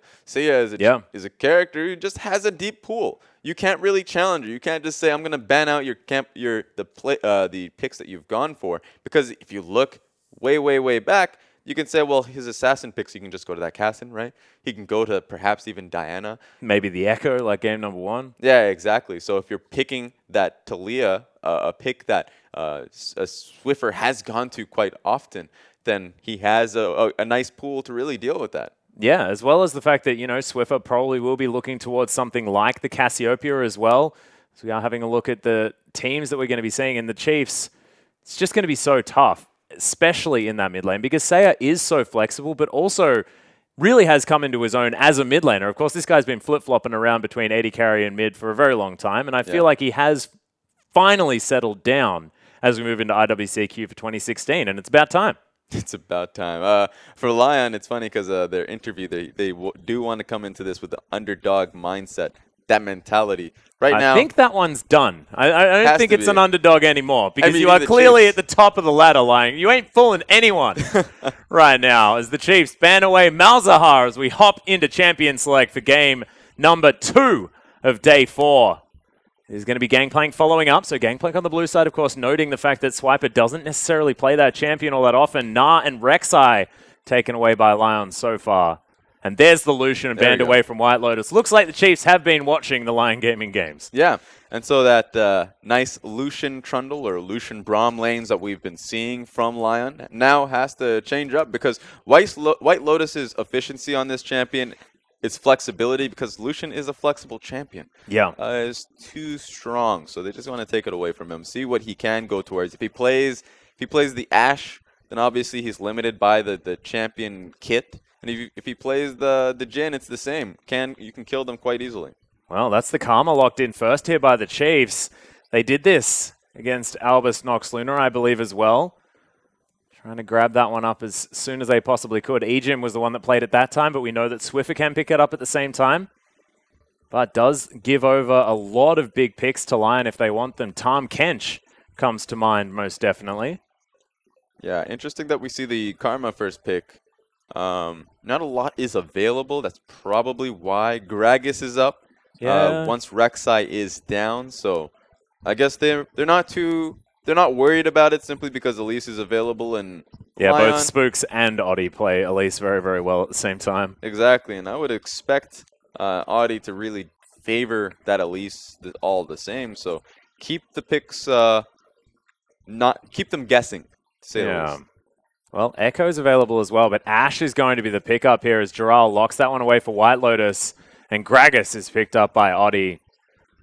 Yeah, so I kind of expected that. Ashe, they do want to keep their lanes strong. Ashe can continue to shove regardless of the lanes, so well done on that regard. But of course, White Lotus is an incredible player. He showed that with Lucian, so taking that away from him does limit his options, his mobility, so you can target him. Assassin picks. I like the hover from LeBlanc. Yeah, I like it as well. Last time we saw Swiffer on the world stage with that LeBlanc, did do some pretty terrifying things. I remember him insta-killing a full tank Gragas, which I had never seen before. But it happened, and Vladimir is going to be locked in, a champion that we may have overlooked, as Shen's picked up as well, so definitely a support Karma as the Chiefs lock away their solo lanes. Yeah, it's fairly easy to overlook Vladimir as of late. A lot of champions do look to shove him in. That's one of his strongest points usually, especially in the last meta where he could just consistently shove out the lane, have that wave clear, have the trade potential, and on top of that, he can stay in that lane for a very long time just based off of his sustain. No mana pool, obviously, so great pickup, especially since they have the Karma, so there's no real threat to Lyon really picking a lane that can really tussle against it. I guess Cassio's open. Yeah, Cassiopeia is definitely an opportunity here. Has been banned away against Swiffer interestingly enough. But now, Sayar can head towards it if he wants to. We know him as being a very proficient poison user, back from his 80 carry days. I just keep talking about him as a Twitch player, which is just unnecessary now as a mid lane. But Janna is going to be picked up. Arce liked what Chaos Latin Gaming put down in game number 1. And he's going to be picked up, the Ashe Janna. So already Lyon has a composition that is rich with engage, but rich with disengage. The fact that they can choose their fights from this point forward, and it's very hard to fight against them. You have to focus down the Casio, but you can't because there's a Janna there. Yeah. And so Janna in the last composition that we saw from their Latin partners in Chaos Latin Gaming, I didn't like it. Sure, it had great team fighting, but it didn't have much tank. It didn't have really any tanks in that composition. Now we are seeing much difference from that. The Gragas pickup is going to do really well for him. But they're going up against what seems to be a shield composition from Chiefs. They have the Karma, they have the Shen.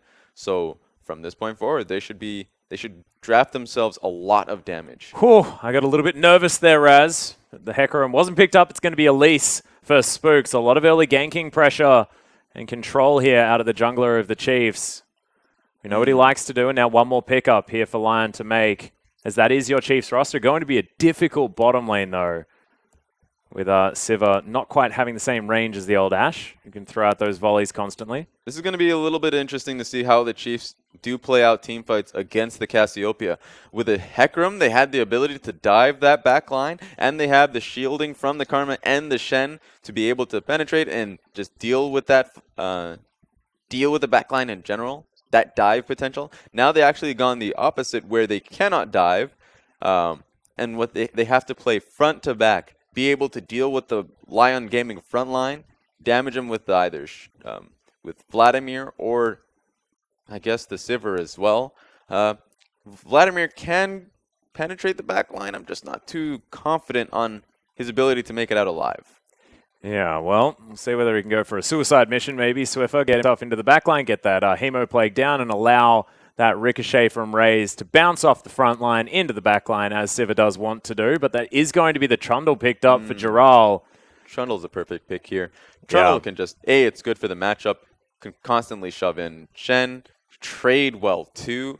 But on top of that, he can actually have a lot of pressure in TPing in these fights. Now, for Trundle players, you often want them to continue to split push. He's going to be building a lot of damage primarily, so you oftentimes don't want him to TP. But in this case, he has a lot of disengage and ability to re-engage and force the fights.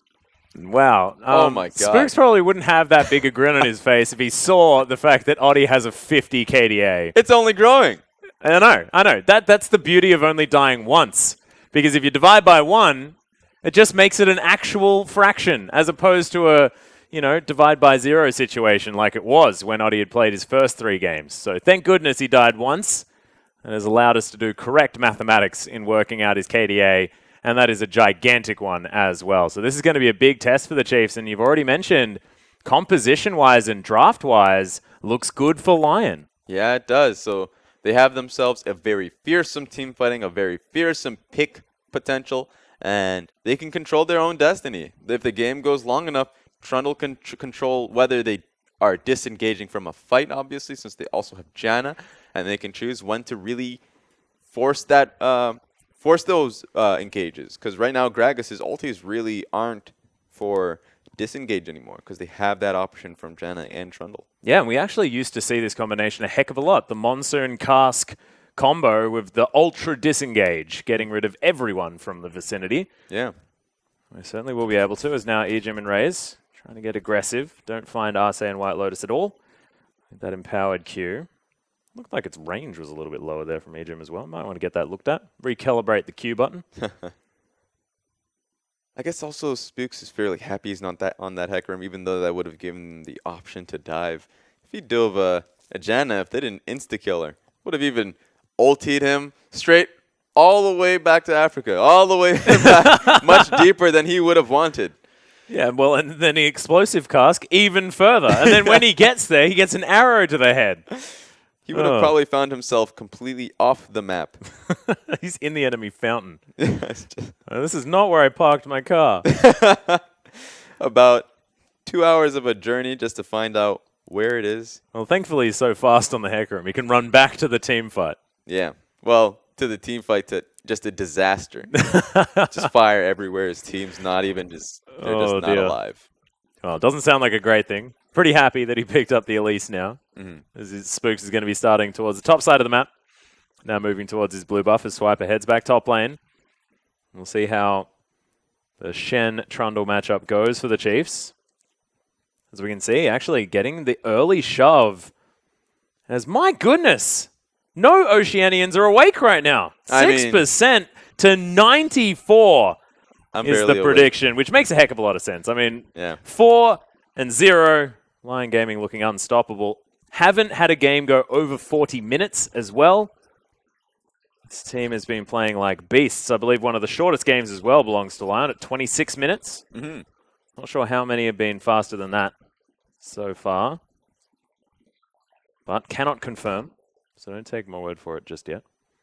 So with the early shove that the Chiefs have given themselves, they're able to find out that, hey, Adi's actually in his own blue side jungle, which is a very good thing. Of course, doesn't matter if whether or not they can contest that blue buff. It just does matter that they know where Adi's going to be pathing. So that means that Swiper and Swiffer are going to be much happier knowing that if they do look to shove out, that they're fairly aware where of Adi's location.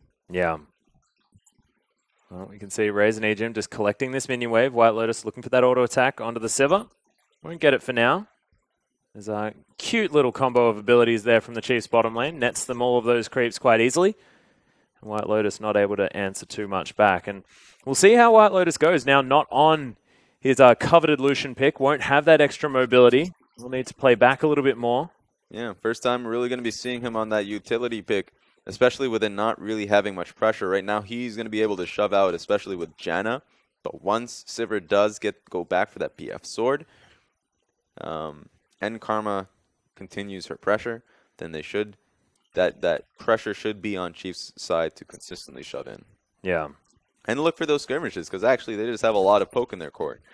Usually we have Ashe secures a poke advantage, but if you're a Sivir Karma, it's not to be the case. Well, swiping out. Experience lead. As Adi looking for this counter gank. They probably know that Spooks is around the area, but he is going to move back into his jungle. Not sure whether Swiper actually saw him enter the brush there. Definitely did not. If Elise is in the area, Chiefs should win the 2v2 simply because Spooks is much healthier, does have the red buff to his name. Now, Adi actually did regen quite a bit, but that's because he's at base. Yeah, so that wasn't an epic potion that he picked up. That is called a fountain, Raz. I thought he was just drinking from his cask in that bush. Definitely not. He just never stopped. Press W and he just didn't stop drinking. That's dangerous. As Spook's actually looking for a potential dive here onto Gerald. Throws down the Jukin land, but not going to be able to quite find it just yet. Swiper not going to start anything, and Spooks realizes, yep, not quite tanky enough to try and help this one. That was a bit creative. Okay, if they wanted to do this, then Swiper should have aggressively looked to it. Trade into Gerald as the wave was moving forward, but he didn't. So Gerald is full HP on that tower. So that's really a suicide look to dive in on him.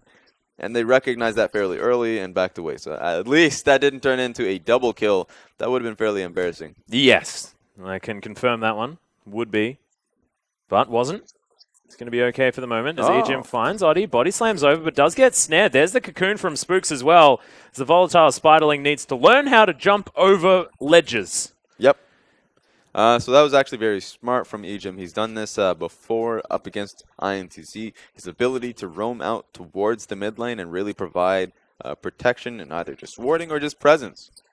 It's noted. Yeah, I like it as well as far as that catch-up mechanic for experience is concerned as well. Does help out quite greatly. As Saya does now have that petrifying gaze. Swiffer may not want to just walk right into the front of this Cassiopeia too much more. Mm-hmm. So this is something new. This is actually a first time that Adi has been really tracked in his jungling. A lot of the times his lanes do cover him, but a lot of the times the opponents actually don't make the effort to find out. So now that he is known, he really can't get the early pressure that we have been seeing from him in every game.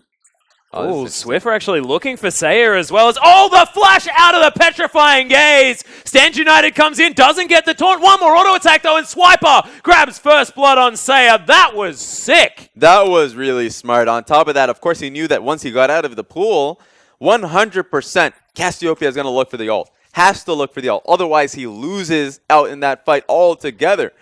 So that was really properly well played from him. And on top of that, great awareness from Swiper to be able to just recognize and back him up with that ulti. Well, White Lotus doesn't quite have the ultimate just yet, as there's the exhaust down. One more auto will do it as he flashes out of the way of Raze, but he doesn't flash after him. That is so strange, because Raze normally flashes at any opportunity that he has. Didn't do it this time as Ejim now looking to stun up Arce, but the Storm is down. These auto trades working out for the Janna like you would not believe. So it's smart that he didn't, of course, flash in. He definitely needed to keep much closer to him. Just take the advantage that you get. You know that Ashe does have heal, so good move for the Chiefs in the bottom lane.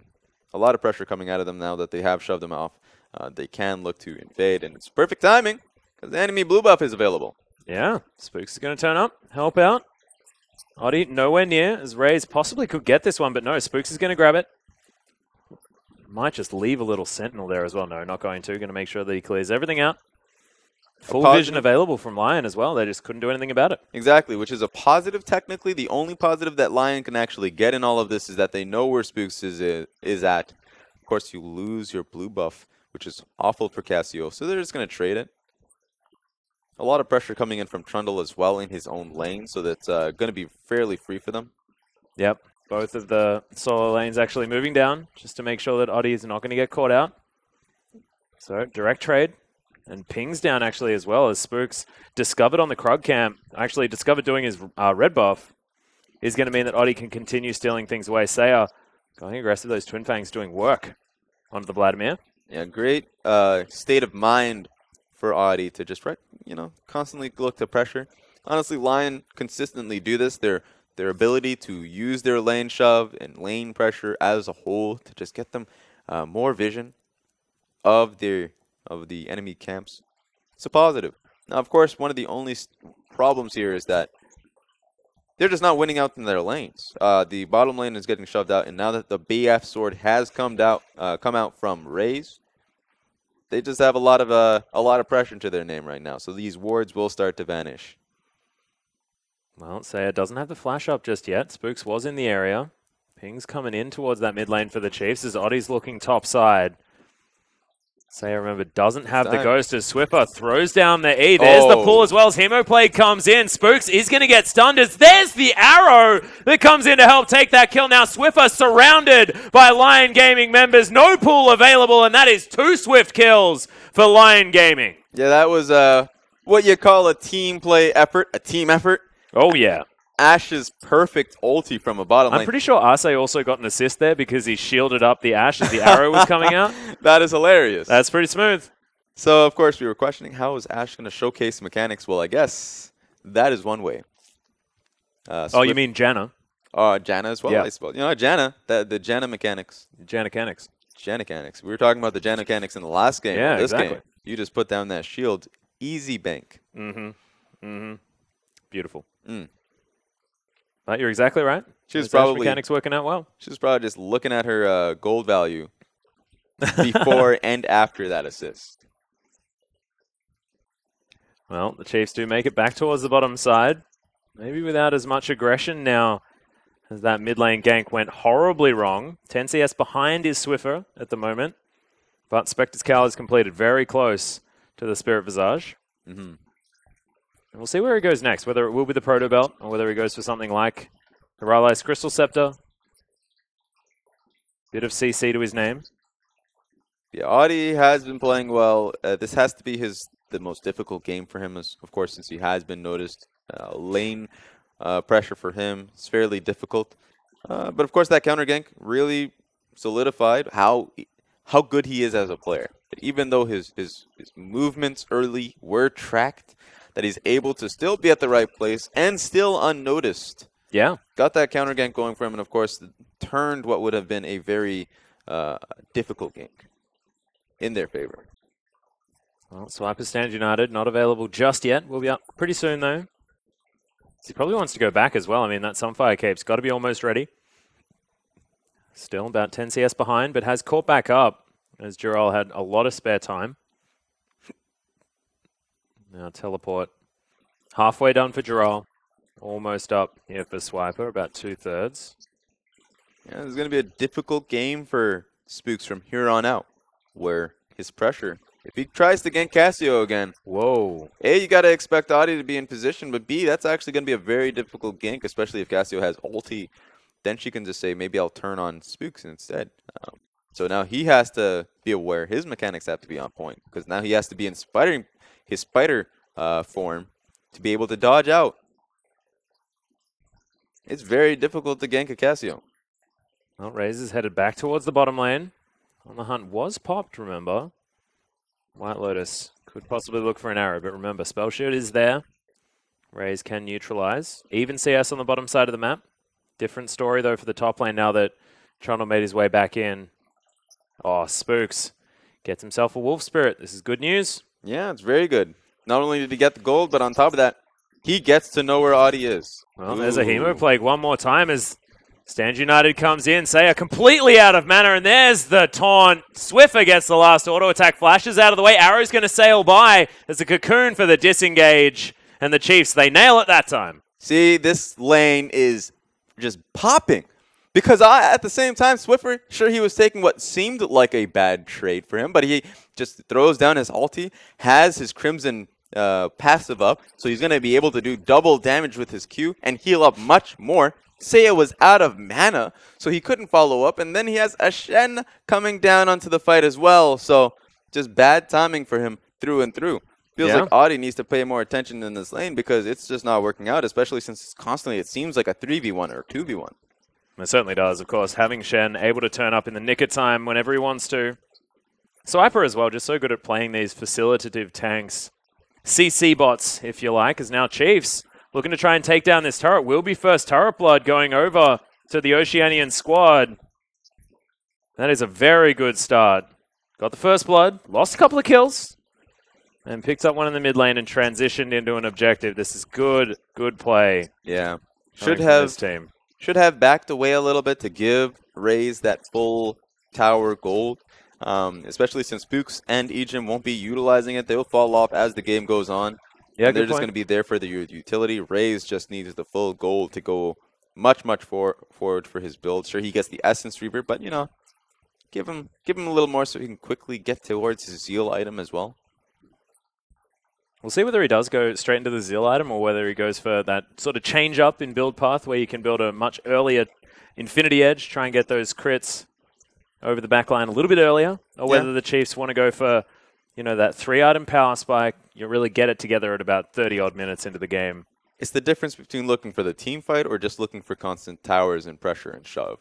Sivir right now can just decide to head topside, and she did. So it looks like right now the attack speed should be a lot more beneficial. Yeah, I like it. So Dagger done, probably going to build towards Berserker's Greaves, then into something like a Phantom Dancer, as Jiraiya's going to get stunned. Oh, Ejim utilizing the empowered Q to go past the Trundle and slow him on his way out. This is right now Lyon, you know, being caught with their pants down. Jiraiya is in the wrong side of the map seemingly because Chiefs are going to look to siege this tower. Possibly could be an opportunity for Swiper on the bot lane. Yeah, so Swiper's going to always be able to shove out. Ash is on that journey, that marathon run from the bottom side. So for anyone who's looking to catch the extension of the Olympics, we've just seen it. White Lotus finally getting to the finish line. Yeah. First place. Of course, both teams watching him complete that particular journey. The Chiefs will know exactly where that AD carry is. Ejim sitting on top of a pink ward here. Shields himself up. He's going to be fine. White Lotus getting that Eye of the Storm removed by the Mantrid Q. I mean, Lyon could have kept Ashen to the bottom side. It was a possibility if they wanted to give Trundle that solo, the experience and the CS. But of course, they have a Janna, and Janna can get dived. So it's a good decision to decide to keep this 2v2 and keep their tower alive. Yeah. Spooks hanging out towards the bottom side. Oddie now looking to try and get some sort of pressure here up top. Remember, full summoner spells for everyone in this bottom lane that's now towards the top side. Raze and Ejim are just going to vacate the area. That tower could possibly be in trouble as Swiffer possibly commanding his team to head here towards the mid lane, try and get some pressure down there. I'll say it takes a fair bit of damage from the boomerang as Raze moves back towards this tower. Spooks and Ejim also doing the same. So right now, Spooks has a lot of options available to him. He can either go topside, play towards catching out that Janna and extending your bot lane advantage, or you can go bot side, where Trundle is incredibly far out. Doesn't have many wards to protect him. Has that one pink, but even if he's caught out with that pink, he still has to travel all the way back to his tower at the end of the day. So Dural right now, even though he's taunting him a bit. Yeah, don't know whether you really want to be taunting him there, Swiper. I'm pretty sure he's bigger than you. Definitely. And he can call his friends, his cousins. He can say, hey. Yeah. This guy is... Not only is he the kid at school who's quite large and you don't want to fight, but he's also got all of the cousins and friends. It's Raze, really, really nice spell shield, going to save him there, but does have to go back to base as White Lotus. Lots of damage from this Ashe. Hey, Jim. You know, I'd like to say that League of Legends is an extension of that school, where I know from back in my experience, you'd say, hey, you know what, you want to fight? Like, yeah. Like, well, quite honestly, I want you to think it's a 1v1, but when you get to that battlefield, there's about to be 10 people raining down on you, so you got to watch out. And then that tactic will be known, so this is going to be a 10-on-10 fight. You just got to be like, you know what? That's a new game mode. 10 on 10? 10 on 10. Is that what we're looking for? And that's four-person bottom lane? And that's what you call a team fight, my friends. That's a quick explanation for you. That sounds very difficult to commentate. To me, Spooks and Ejim spotting out topside jungle here of Lyon Gaming, clearing out some pink wards, but they lose the top outer turret. As White Lotus just had too much pressure. He's behind in farm still. Pressuring out Raze meant that they could just keep pushing this wave up. Take that one down as Dural possibly getting looked at underneath this turret as Raze was tanking it up. Spooks has to repel as once again this dive not quite working out. Ejim falling down incredibly low. He's just so tanky. Almost has his Ravenous Hydra done. You're in a bad position right now. Well, yeah, Flash Body Slam's going to come in as Spooks trying to get himself out of the way. Shen's not even going to make it through. A Stand United was not enough of a shield, and Spooks can't just be taking down wards like that, don't think, buddy? Yeah, you know what? I feel like Lyon should have allowed that Shen ulti to come through and get the Shen on top of that, because that was just a bad Shen ulti. Like, Spooks is just caught out off guard. What they should be doing, they should not be diving the Trundle. Don't do that. Yeah. Especially since he has Flash, he can outplay. And if you're Elise, Sivir, and Karma, what you should just be doing is be trying to take down that tower. You have a lot of speed, and on top of that, the ability, since they are all ranged, to just chip it down. That Trundle should not be able to stop them from taking that tower. But one thing he can stop them from doing is killing him. Yeah. That's playing into his hands, I believe, is the term. Yeah, so that was just a poor decision. Swiffer just going to get run down here. Yeah, just auto attacks as there's the Q Ulti. as White Lotus looking for the arrow. Flashes, gets the auto as well. See? That was stunning. White Lotus, he knew like that the moment Swiffer is going to pool under that tower, he can just ulti him the moment he comes right back up.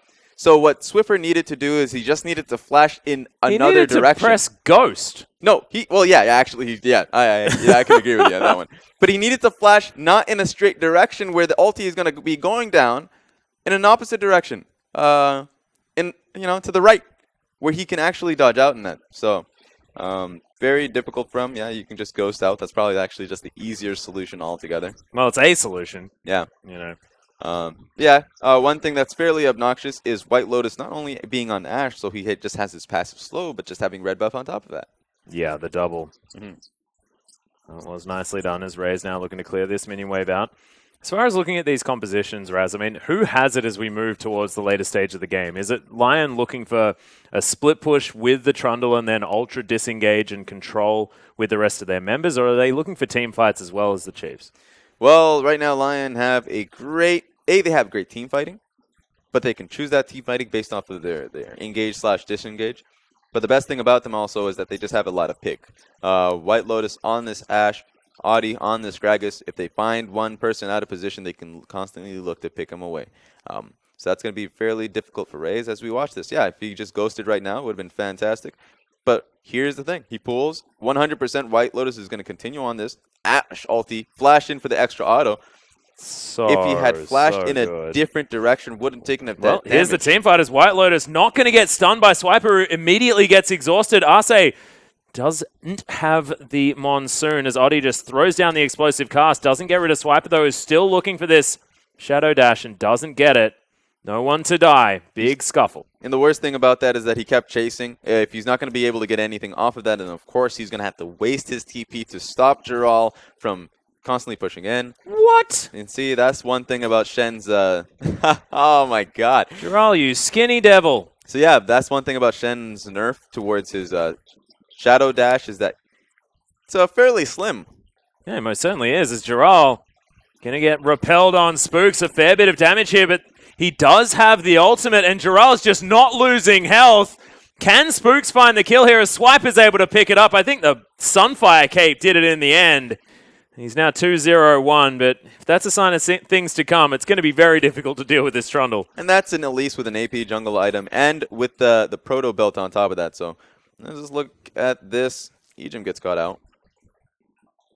He should be able to die, but he gets exhausted. So, of course, White Lotus is going to remain alive. Good Monsoon there from Arce as well. Swiper doesn't quite get the Shadow Dash. It's a bit greedy. If he had used that on the Janna, Janna 100% would have died. But they wanted to get the Ashe. It's a bigger bank. It's a bigger investment. Take out the massive 80 carry in White Lotus. Oh, there's on the hunt popped as well as Raze. Fair bit of damage. White Lotus trying to get one back as the heals are traded. Oh, there's the flash from Ejim. Picks it up with the combo. No one was expecting the Karma aggression on the bottom side. This has been a nice gift in terms of just a mechanical play throughout the entire game. Yeah. We're just seeing mechanics all over the place. So really fun so far. But White Lotus, a little bit too confident. But you know what? That could have turned either way. Bit of a disrespect towards Raze and Ejim. Raze had to back away entirely. Of course, he still has flash to his name, but if White Lotus had moved a little bit too forward, he probably would have had used it, out-damaging, outpacing Sivir currently. Yeah. But once Sivir does get towards that IE, Phantom Dancer perhaps, can look to maybe take those fights continuously because Ashe will fall off in terms of damage to against Sivir. Can't handle the crits. I feel like both like Sivir and Ashe have different plans. I mean, I feel like Ashe is a lot more single target, whereas Sivir just wants to be moving your team faster and really getting into more of a team fight situation. Oh, I mean, right now, Ashe is not going to be single target by choice. As team fights start happening, Swiffer is just going to be diving into the back line, and Ashe needs to kill him while not taking half her HP. If Swiffer comes out of these team fights with Ashe very low, oh, there's the boomerang. Flash comes out as Swiffer gets himself in, but avoids the ultimate of Oddie. Everyone piles in. The Gragas is in trouble. No auto attack's going to come out here as Hemoplague's able to lock it up, and the Chiefs collapse faster. Yeah, really well done collapse with the jungler down as well. 24 minutes into the game, they can start playing this Baron game. It's going to be a little bit risky. They don't have the tanks other than Shen, so if they take it, they need to be able to take the fights going forward. They're just not going to make that choice altogether. They don't want to deal with it. Well, it's too much of a risk. Not going to be able to clear that ward out. That miasma stops him from getting anything done. Raze shoves this wave towards the top lane as Ejim's got caught out. Is just going to get exploded. And I mean, even though the camera didn't catch it, that was off of White Lotus's ulti. His ulti is night and day if you're comparing it to the last series that we saw the Fox's ultis. He's been hitting them cross-map. And not even just cross-map, out of vision. He's been very smart, and I was questioning how White Lotus would be playing when he's off the Lucian, because it's fairly hard to showcase mechanics on Ashe, but doesn't matter how hard it is, he's showing it. It's about hitting them skill shots, and he's certainly able to take down outer turrets in the mid lane as well. So that one falls down. The full outer ring now done. Even gold completely here, slightly in favor of Lyon Gaming, but it is so close. It's been a bit of a back and forth game currently, which should work well for the Chiefs. their idea, their tactic of playing front to back with their composition, of being able to kill Gragas, it's going to be a lot harder to kill Dural. Yeah. But if they can reach the back line faster than, let's say, White Lotus can deal with the Vladimir, deal with the Shen, then Chiefs should win out in these team fights. But it just comes down to execution at the end of the day. I think it does as well, and I feel like they have different plans in mind. Both teams set up quite effectively as this Baron has been started. The Chiefs looking to try and take it down as Oddie was towards the bottom side of the map. Oh. Can Lyon actually get something done here as the Baron's falling down low? On the Hunt has been popped as Raze gets into the back of the pit. They want to just take down the Baron. They are going to as Swiffer falls down. It's now a 4 versus 5. Fantastic cocoon onto White Lotus as Spooks gets himself out. Swiper, oh my goodness, gets the Shadow Dash as now Raze is in trouble. Only Spooks and Ejim survive as the Empowered Recalls get Spooks back home. And have they sacrificed too much for the big purple worm? That was such an incredible look to take it, because literally the moment they started that Baron, Dural put down his trinket, knew they were doing it, so Chiefs had one choice to make. Either they back away completely because they know they're outskilled in terms of team fighting, especially at this point of the game. They can't take the team fights, but they went for it. They went to burning down that Baron. They got it. They needed to back away. And so right now, Spooks and Ejim are the only one with that Baron. Could be a good plus for them. Depends how they use it. Well, now Spooks and Ejim actually looking to try and get some pressure onto this Mountain Drake. White Lotus has moved away from that inhibitor turret on the top side of the map. I have a feeling he possibly could have got it as Ejim goes for a steal. Isn't able to find it there. It was a bit of a bait. Pushing up the mid lane. It was a bait. If they looked to contest that Dragon, it would have been knocked lights out for Chiefs. Their Baron, or at least their remaining one, would have just been gone and done. So they sacrificed it, and now the real question will be how they use the Baron going forward. Of course, they don't have it on their prime. Let's just look at the team fight anyways.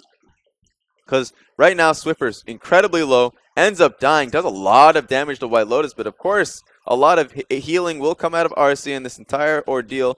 So right now, it's just escape, escape, escape. Elise is already gone.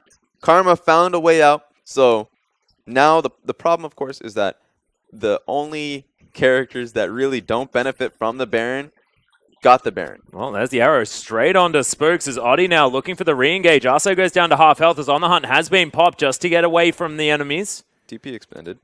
Definitely cancelled. But as I said, the only champions that definitely do not benefit from getting Baron did end up getting Baron. If it was on Shen, if it was on Vladimir, it would have been perfect. They can really pressure their side lanes. But the fact that it isn't on them means that it's going to be a little bit wasted. So I think definitely Lyon won out. They were able to get a few kills, able to get Dragon off of it. And if they can hold on to this mid lane tower... There's the flash body slam. Raze delivered under the tower. Stand United comes in, survives for the moment, tries to kite it out. As he does a fair bit of damage back. Swiffer now gets his way in. Good pull. Avoids a lot of that damage. Hemo plagues down, but doesn't get any kills. Ejim's in here. They're missing so much damage, though. And the Chiefs can't really affect this Lion Gaming squad, who are so incredibly tanky. Yeah, they kept Raze up for a very long time. Expended Shen ulti. Expended that Locket of the Iron Solari shield. A lot of shielding came down to keep him alive for as long as possible. Maybe they can get the fight, but not enough damage being put down. And at the end of the day, Lyon keep that turret nice and tight, awake. Yeah. So it's a big positive for Lyon. They definitely won quite a bit because the Baron buff coming out of the Chiefs, not really getting much for them. No, it was difficult when they did only have 2 members remaining with that buff. It was in fact the tower taken against the Tide towards the top side of the map. Now 4 turrets to 2 in favor of Lion Gaming. Still need to break open this mid lane. Swiper hanging out towards the bottom side, wants to get a push happening in that lane. So they sped up the process of their, or at least their spike in terms of looking to team fight, because Chiefs did go for that IE before finishing up the Phantom Dancer. Yeah. So even though they can't really shove as quickly as they could have if they went the opposite build, but they can definitely look to team fight as soon as possible. The last team fight didn't work out for them because they weren't really choosing it. Audi got the really good cask off. Yeah, delivered Raze underneath the turret. Not a whole lot he could have done there as he didn't have that spell shield anymore. Of course, that fight was without White Lotus as well. So Lyon really playing it out to the best of their ability. Red buff taken by Raze as Swiffer now waiting towards the top side. We'll see whether he can actually take down White Lotus. Yeah, he definitely can't move forward. He noticed, based off of nice wards, vision placement, that Gragas and I suppose Janna as well were in the wicks waiting for him to shove out. So he just waited in the bush. If he had pushed a little too far forward, he would have found himself dead. So White Lotus was well protected. Well, Sayo, you can see, throwing out these Twin Fangs. Building towards that big sort of 6 items. No boots for Cassiopeia. Already has 3 of them. Nomicon up first. Abyssal Scepter and the Raleigh is done. And now looking for that Seraphs, as that tier will certainly be stacked by now. Yeah, so right now it's fun to see. Both Raze and White Lotus have farmed themselves up a spectacle. 330 CS on both sides, 32 minutes into the game. So it's really difficult to pick a fight against Lyon. Cassiopeia right now has too much damage going for her. And on top of that, right now Ashe is a monster with how much damage she's able to deal out. Even has some armor penetration to her, which I think it's... which version of that? What's it called? Oh, still gets stunned down. But which version of that item is it? Is it the Mortal Reminder? Mortal Reminder. That's what it's called. There we go. But yeah, Mortal Reminder, an incredible item up against the Vladimir. Yeah. So right now, it's going to be even harder for Vladimir, for Swiffer to really impact that backline. If he does look to just jump right in there, throw down his ulti, deal as much damage as possible, he's just going to get shredded. Well, Egypt now looking to slow them down as Cocoon did land onto Oddie, but unable to follow up. Feeling like a little bit of a stalemate here. Teleport available from Giral, but Sayo taking the blue buff. And find it a little bit more difficult. That's good for the Chiefs. It's good for the Chiefs that they're in the stalemate because they just want to farm up. Right now, Raze is just trying to get to his item spike where he can be that monster 5-item, 6-item Sivir. So they can really take these team fights. Up until then, Lyon right now are sitting sky high. Yeah, well, you can see Raze did just go back to base. Got himself the Executioner's Calling as well as that Phantom Dancer. No more healing back from the Twin Fangs from Sayo. It's definitely good news as it's all about the Trundle, denying him all of that regen. It's going to be working wonders if he can make his way towards the Sivir. The difference between the split pushing is Trundle does not have a tower to really look to take, so he's just shoving out that lane so Shen can deal with it. And right now, Lyon have complete and utter control of this Baron. Well, Arrow lands on Egypt here as they are looking for the engage. Oddie's going to be the one taking most of the damage, though, as Giral gets over the top. But good flashes. There's a Hemoplague. Swiffer has closed the gap. Monsoon comes down, and the Hemoplague goes off. No kills to come in. Giral big on the front line, and there's the block of the Iron Solari as well, keeping Lyon Gaming alive. Their health bars are just regenning, but the Chiefs also not looking too bad as the Baron is going to get started off. Lyon are just ripping it apart. The big purple worm falls down as now the Chiefs trying to do the same thing. Swiffer gets himself out with the dash cannon and Swiper makes his way towards the backline. Big exhaust onto the Shen as they take down the big tank. Now Raze is trying to cut it out, but it's a double kill for White Lotus. They've taken a fair bit of damage, but not enough. The Chiefs lose 2 for the Baron. And 2 kills. Yeah, disaster for the Chiefs. That's not what they wanted, to say the least. So the fact that they could not win out in that team fight, the first team fight that happened where Ejim was stunned down but was up against the wall, so there was really no follow-up from Lyon to take that fight. Ejim is going to die here. Yep, Arce just flashes on top of him. It's going to be the Trundle grabbing the kill. Only going to be a third one as the tower falls down on the top side of the map. Inner falls in the mid lane. Inhibitor turret to fall in the mid afterwards. And it looks like Lyon Gaming might be just looking for the victory here. Yep. Miasma goes down. Look at these creeps get destroyed as there is such a massive wave. Dash cannon flies through. Spooks has to repel as Swiffer gets body slammed. Look at the auto attacks onto White Lotus as another Hemoplague comes in, but Swiffer can't find it. Second Nexus turret falls, and that is going to be the ace for Lyon Gaming and the sweep of the Chiefs. What incredible play out of this team. I mean, they're favorites for a reason. That was really well. Strong team fighting, strong decision making, strong vision control as a whole. Lyon had the better decision while Shen was split pushing in the bottom lane. Trundle was still didn't have really an objective, a turret to take, but their objective was Baron. So the moment they had that massive wave shoving up in that top lane, Chiefs had to be able to push it back. and they lost full vision and control of Baron. Sure that their first team fight in that Baron River area was not the most disastrous, but they just went right back on that Baron, took it and took the fight. Yeah, and I mean, this game was so incredibly close. For about 20 minutes, it was neck and neck. Gold Lead just switching between the two teams. First, the Chiefs grabbed the first blood in the mid lane. Then there's that phenomenal double kill coming in reaction to another Chiefs play. And then it all swings around once again. I mean, it was very, very close. We are going to have a look at some of these highlights, but Lyon just, after about 30 minutes in, or 25 minutes in, just looked like they couldn't do anything wrong. Yeah, and this was this replay right here was the first mistake from the Chiefs. They went for the Baron, which should generally be a good decision, but of course they can't take the fight, and they lost it out. They couldn't really come out of this Baron take in a positive light, simply because the only ones that had Baron were the champions that specifically are going to be in that mid lane, so they were able to repel, or at least the Lyon Gaming were able to repel that mid push. And in this team fight, of course, it just comes back to Lyon being able to control the team fight overall. They have a better disengage, a better backline take. Yeah. And so Chiefs had no ability to penetrate that backline. Their only option was the Vladimir, who was swiftly countered. So really good look from Lyon. Yeah. And a good look from Chiefs as well. I think both teams coming out of this game look like favorites going into playoffs, or at least just going into playoffs in general, simply because Lyon Gaming have come up through the entire tournament looking like the best team, 100%. Oh, most certainly. They're now sitting on 5-0. The Chiefs on 3-2. Yeah. Now moving into the next few games. Still a couple more to go. We'll still have an opportunity to get towards that playoff bracket, but Lyon Gaming looking untouchable on the top of the table after those highlights. And yeah, whew, exactly. It's just going to be very, very frightening. Only 2 more matches if this Lyon Gaming team, and whoever their victims are, I do not envy them, because it's just looking like an onslaught. Yeah, and any team that really goes up against Lyon, it feels like that is, I don't want to say a throwaway game, because that team's looking too monstrous right now. If you can take the win, that's a great win for you.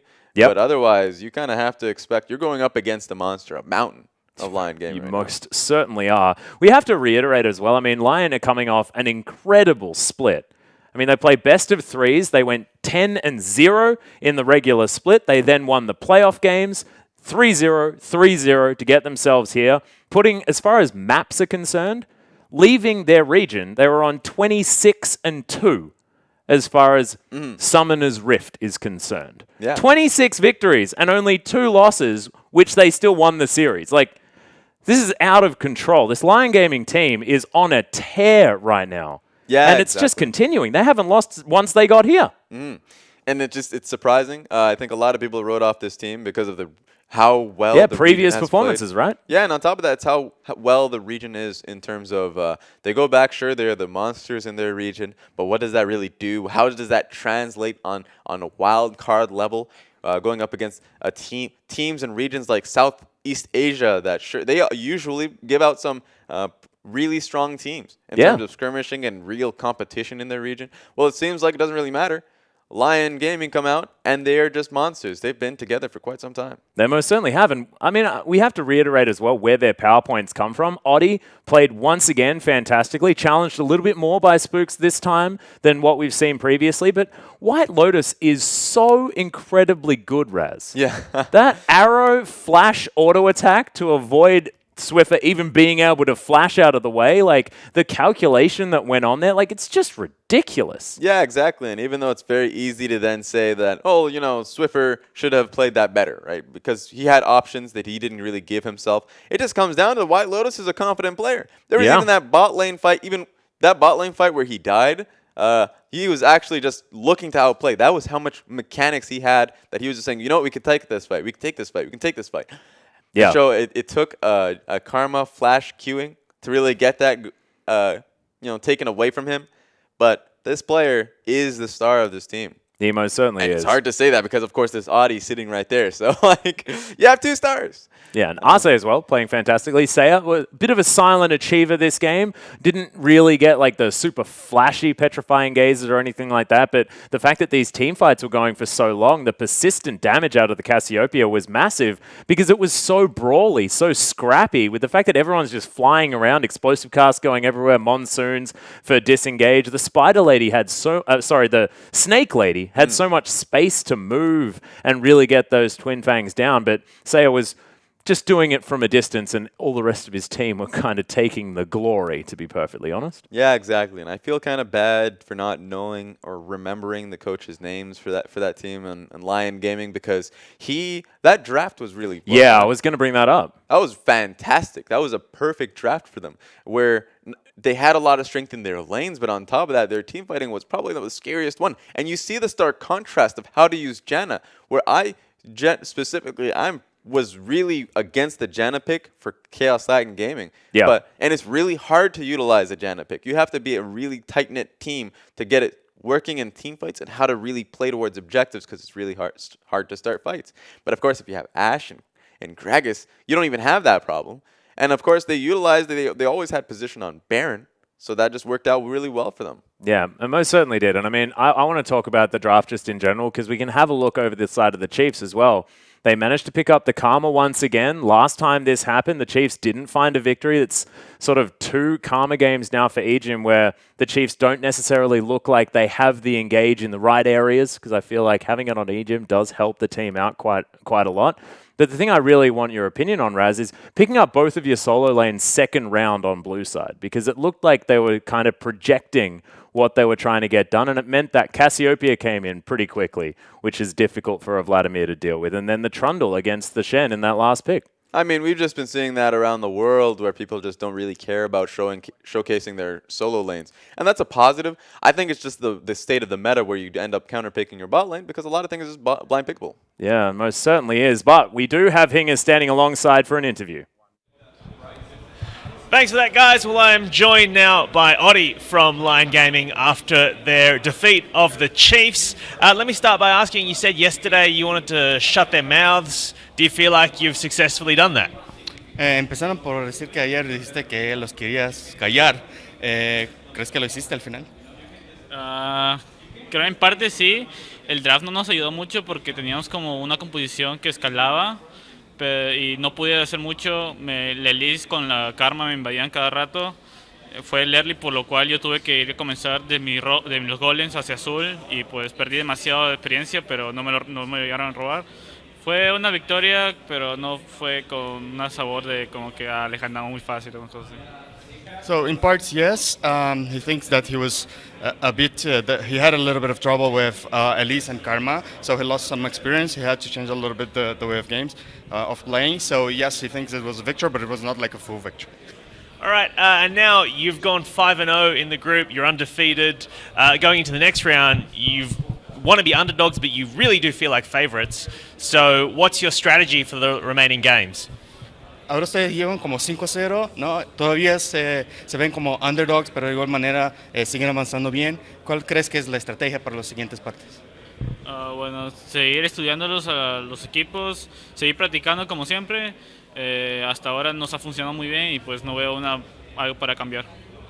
They want to keep on training, they want to keep on doing the same strategy. They don't see studying the enemies or the next teams, so they don't see any reason why to change that. Excellent. Well, thank you so much for your time, and that's all from us. We'll be back in a second with Chiefs. Thank you very much, Hingers, and really good to see hear Odi's thoughts on the matchup. Still feeling like underdogs. Not entirely sure how that is even possible, as they've already managed to qualify themselves into that playoff bracket. I mean, it's already there. That's just some mental gymnastics there. Yeah. I mean, it looks great as a underdog, simply because you don't have that mass amount of pressure on you. You just keep looking to fight, but at the same time, they know that they are champions right now. They know that they're doing incredibly well and that they are the masters right now in terms of their group opponents. Yeah, well, exactly right. And it's just been so impressive watching them from IWCI now to IWCQ and the growth that they've been through. But another team that's been growing is the Chiefs, and we are going to hear from one of their team members now as well. Take it away, Hingers. Thanks for that, guys. I'm now joined by top laner for the Chiefs, Swiper, after that defeat. Let me talk you through. Let me ask you at the start, how do you guys feel like you played in that game? I think we picked a very proactive comp, and they, I guess, were very disengagey. So like it was sort of on our terms to like make the correct decisions and plays, and we didn't get to use the Shen too well early game and like snowball into mid game, and then I think the game was still like in our favor. We could have won, but we didn't make the decisive calls that we should have. I mean, there was one Baron, that first Baron fight where you guys took it, but then a couple of you died in the pit. I mean, do you feel like that was a worthwhile trade, or in retrospect, should you have disengaged pretty quicker? I think that most of the time that sort of play works off for us. Like we cleared the vision very well, and like it was very sneaky, I think. But like they predicted us very well, and when we already committed, I think the correct decision was to keep on like trying to finish the Baron, which we did. I think we could have maybe saved a few more members, but I still think that was a good call from us. Yeah. All right, well, for the rest of the tournament, you're one win away from trying to make it into the semis. What's your kind of thoughts and feelings for the rest of the tournament? What's your strategy? I think we just can't let that game, I guess, get to our head because we still have a very good shot at making playoffs. I think that we should be able to take the win against Japan, and yeah, like as long as we stay cool-minded and stick to our plan, we should make playoffs. Excellent. Well, a slightly more reserved assessment there from the Chiefs compared with yesterday. That's all from us now. Throw it back to you guys in the studio.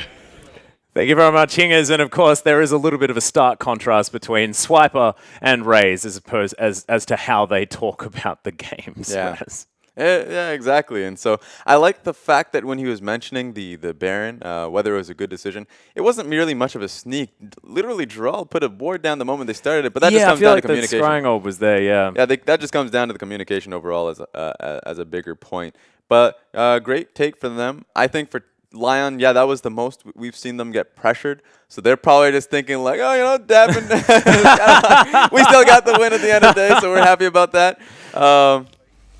Speaking of which, it is going to be White Lotus picking up the MVP as well. 7-1-4 on the Ashe. We had questions. He'd played Lucian 3 games in a row, looked entirely unstoppable.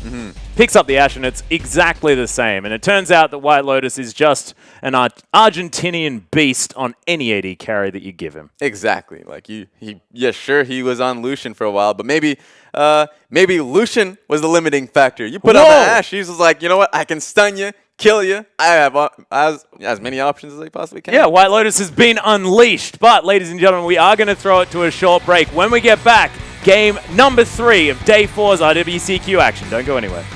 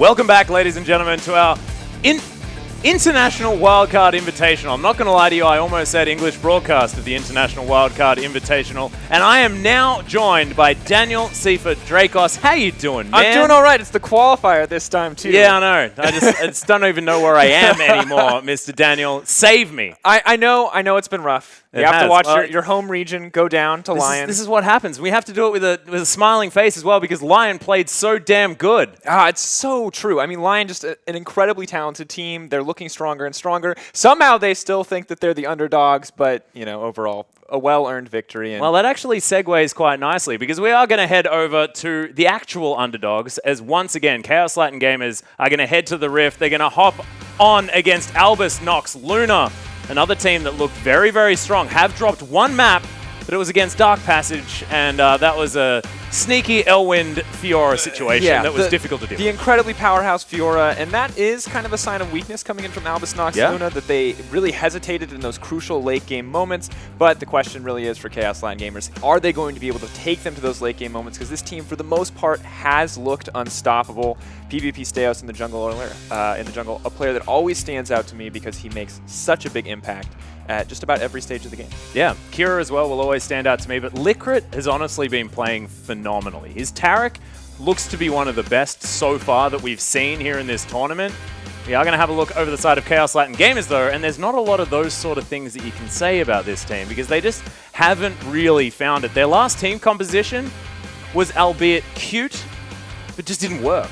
Yeah, I think the biggest issue for me is that they're clearly drafting, they're trying new picks, they're trying unique picks, and usually when you're doing that, it's because you're more comfortable on a champion or you're going to utilize it in a unique way, but that's not really what we saw from them. The Janna Kindred just did not really do much for the team overall. Didn't feel like the team knew how to play around it, and it felt like they were drafting for individual comfort and not for playing around the team, which was just, I would say, a little bit suspect, but of course, now that they're sort of out of the running here, there's a lot less pressure on them, and it's more about regional pride, just going to try to find a way to earn that win. So I think maybe this is the opportunity for them to just pick what they want to play and just feel comfortable executing. Yeah, and they actually have an opportunity to pick up 2 victories here. Of course, looking back to IWCI, they were able to pick up 2 wins, and what you want to do is just do better than you did last time when you're in a tournament that you've been fighting so hard to get to. Because remember, they had to be the best in their region to get here. All of the pride coming from that region is now behind them, and they need to find some sort of victory.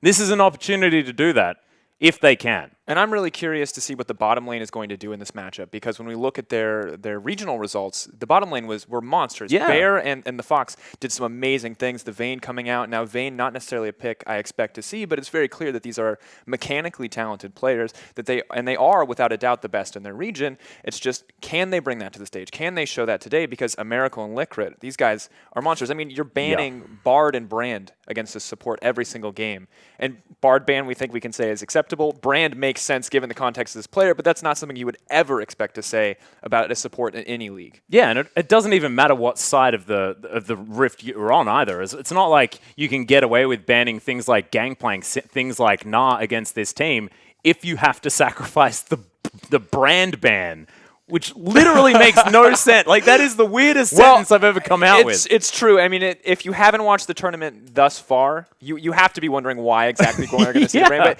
this guy's a monster. It is gross. It does a ton of damage. We've all played against it in solo queue, and for the most part, you're never going to see that transition to stage.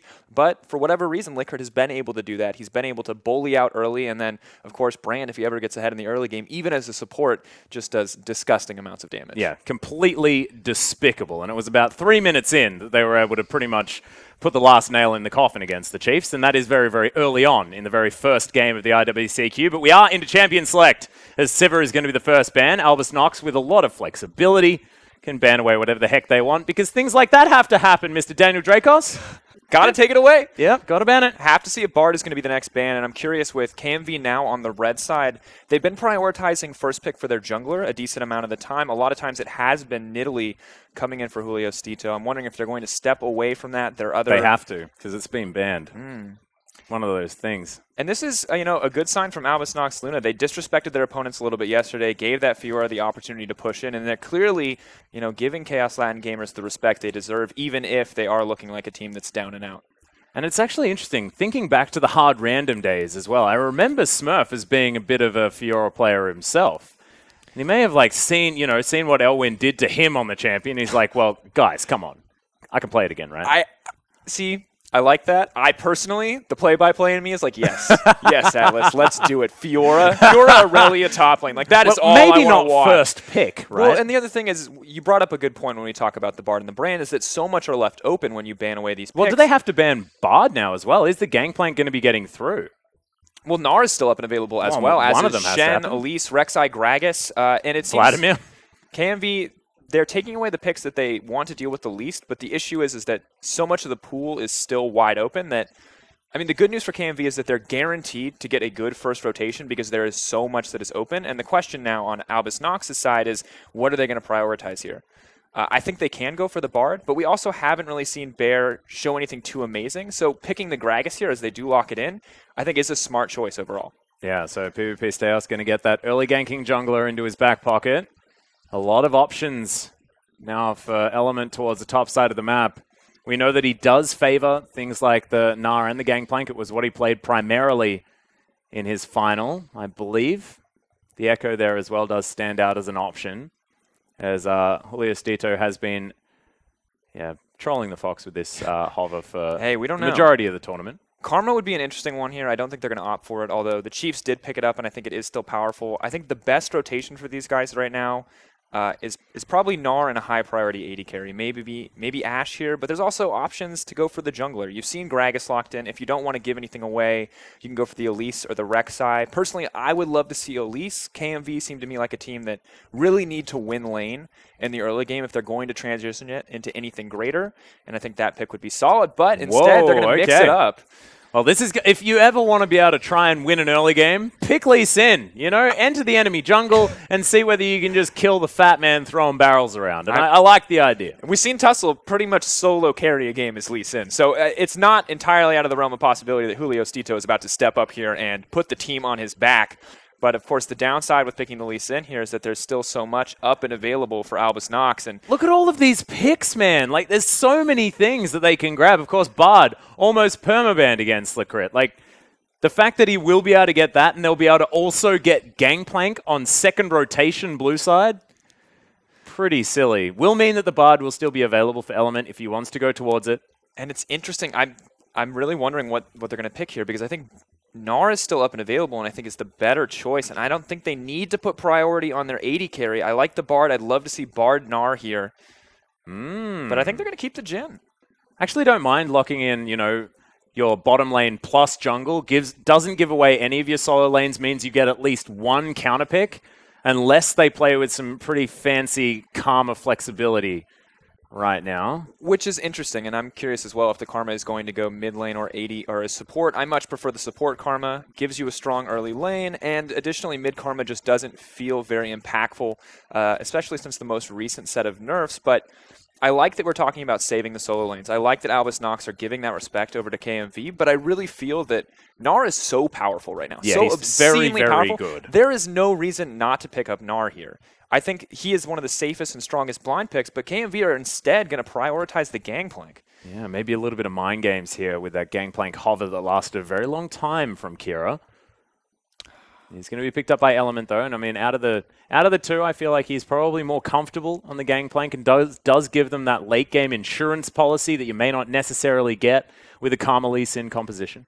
And really just, I would argue questionable priority from KMV, but maybe they have a very set strategy in mind because Ezreal Karma can be a strong early game lane, but the second Ezreal has to go back and buy a tier, it's losing already, and additionally the Gangplank, this is a free Gnar pick if they want it. This is a free anything pick into the Gangplank technically. Echo has been considered the option into Gangplank a lot of the time, although Gangplanks do still tend to win those matchups sometimes. I'm thinking back to a specific LCK match that happened recently. Hey, sometimes you can outplay, sometimes you can steal a Baron on 2 HP. Mm-hmm. The world is your oyster when you're GP. You've got so much available, but Albus Nox are going to finish out their composition with the Echo as well as the Malzahar. I don't mind the Echo here. I still prefer the Gnar, but Albus Nox, I think this is also pretty much anything is a good pick in the hands of Smurf. And if you ever get a lead with Echo in the early game, the champion is just ridiculously oppressive. Yeah. Not to mention the fact that they just have so much pick potential with this composition, plus flexibility in their team fight, what with the Tempered Fate as well as PvP Staos having so much ability to just knock around everyone, cause chaos as soon as anyone's singled out. Then Nethergrasp on top. You've got Curtain Core coming from the backline, and you've got Echo with infinite chase. And really, just a beautiful meta composition, right? I really like this setup, especially with the Bard Tempered Fate against the GP, because it's one of the few things that he can't just orange out of. So it makes really easy setups to take out GP if he does become a threat. And additionally, the Karma and Ezreal are very mobile, but like you said, all of these tools to start the fight off are going to make it very easy to lock down these otherwise very mobile picks. But KMV, continuing to mix it up here in pick and ban. Yeah, so it was Vel'Koz before, and now it's Ziggs in the mid lane for Plugo. Of course, he was playing Karma the last time we saw KMV earlier today, but decides to step away from it. It's going to be the Ezreal Karma lane. And Ziggs, interesting option. Of course, does have a lot of range and a lot of wave clear against the Malzahar. I can understand why you'd make the decision.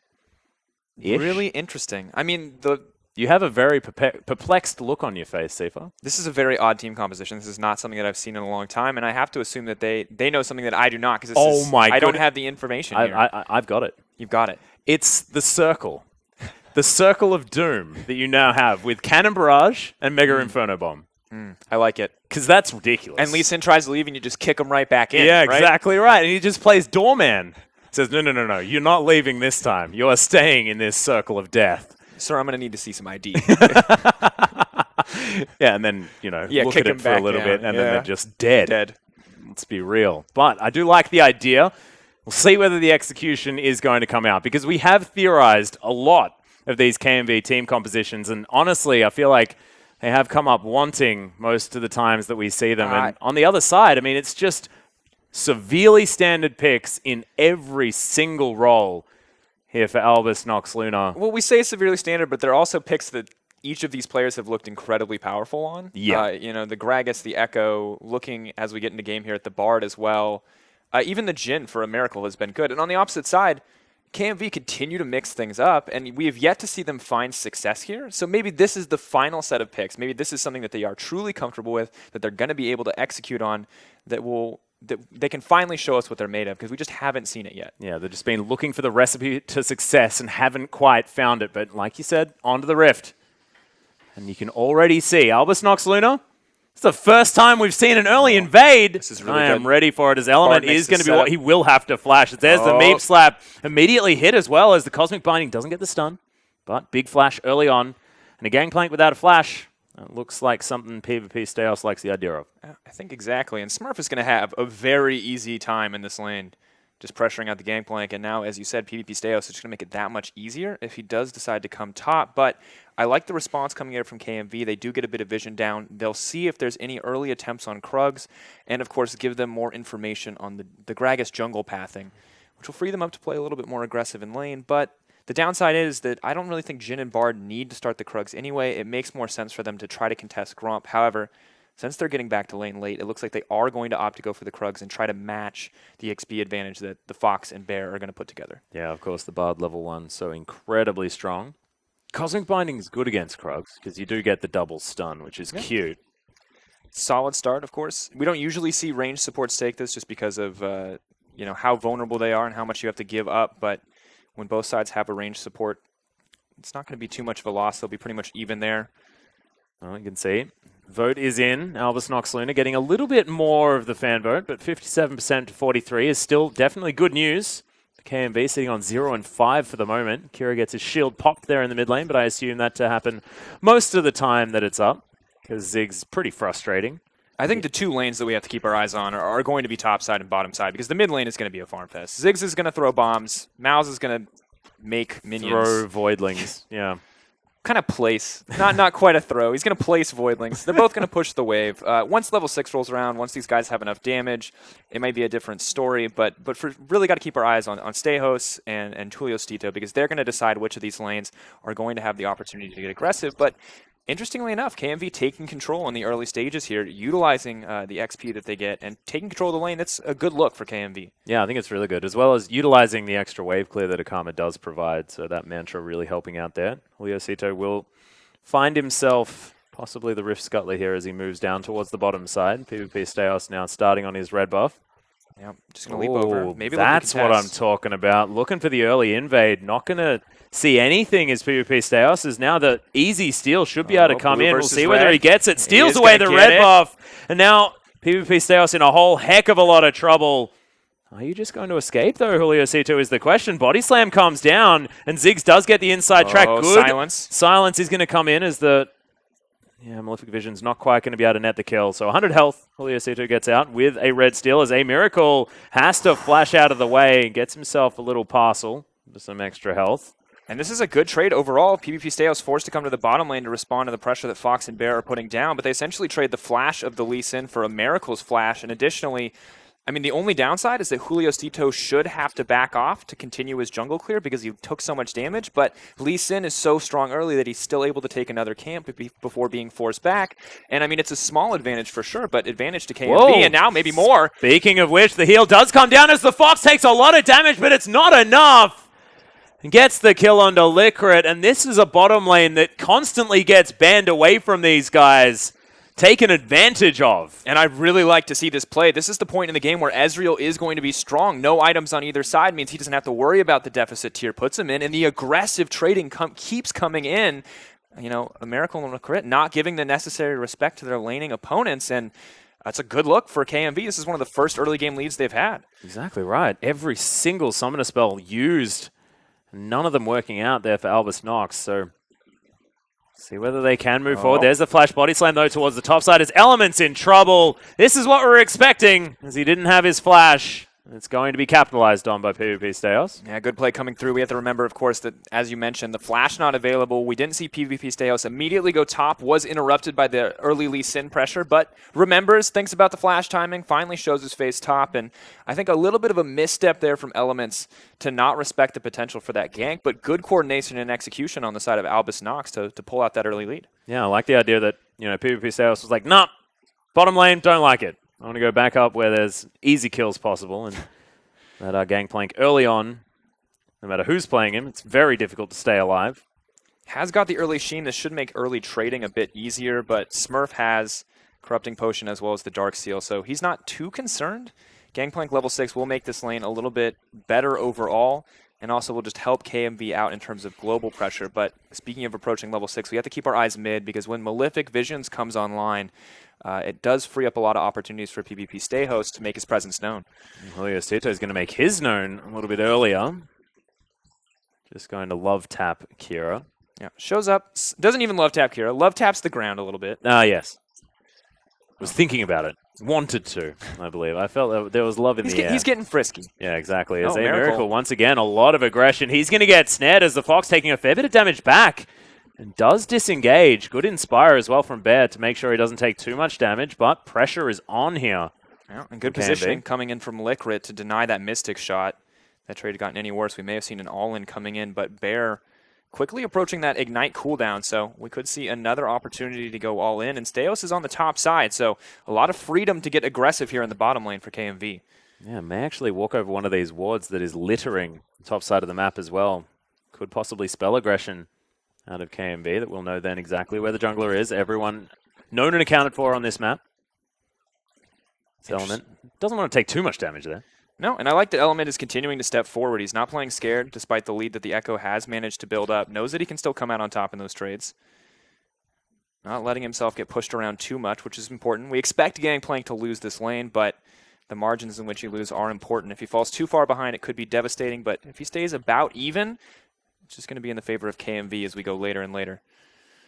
Cheeky little Sonic Wave is going to land there onto PvP Steos, at least providing some vision. Kira continues to farm things out, but he's falling behind Plugo. He's going back to base. We'll see what he's going to be able to pick up, whether he has the Morellonomicon done just yet. Where's Tito? Now on top of a ward.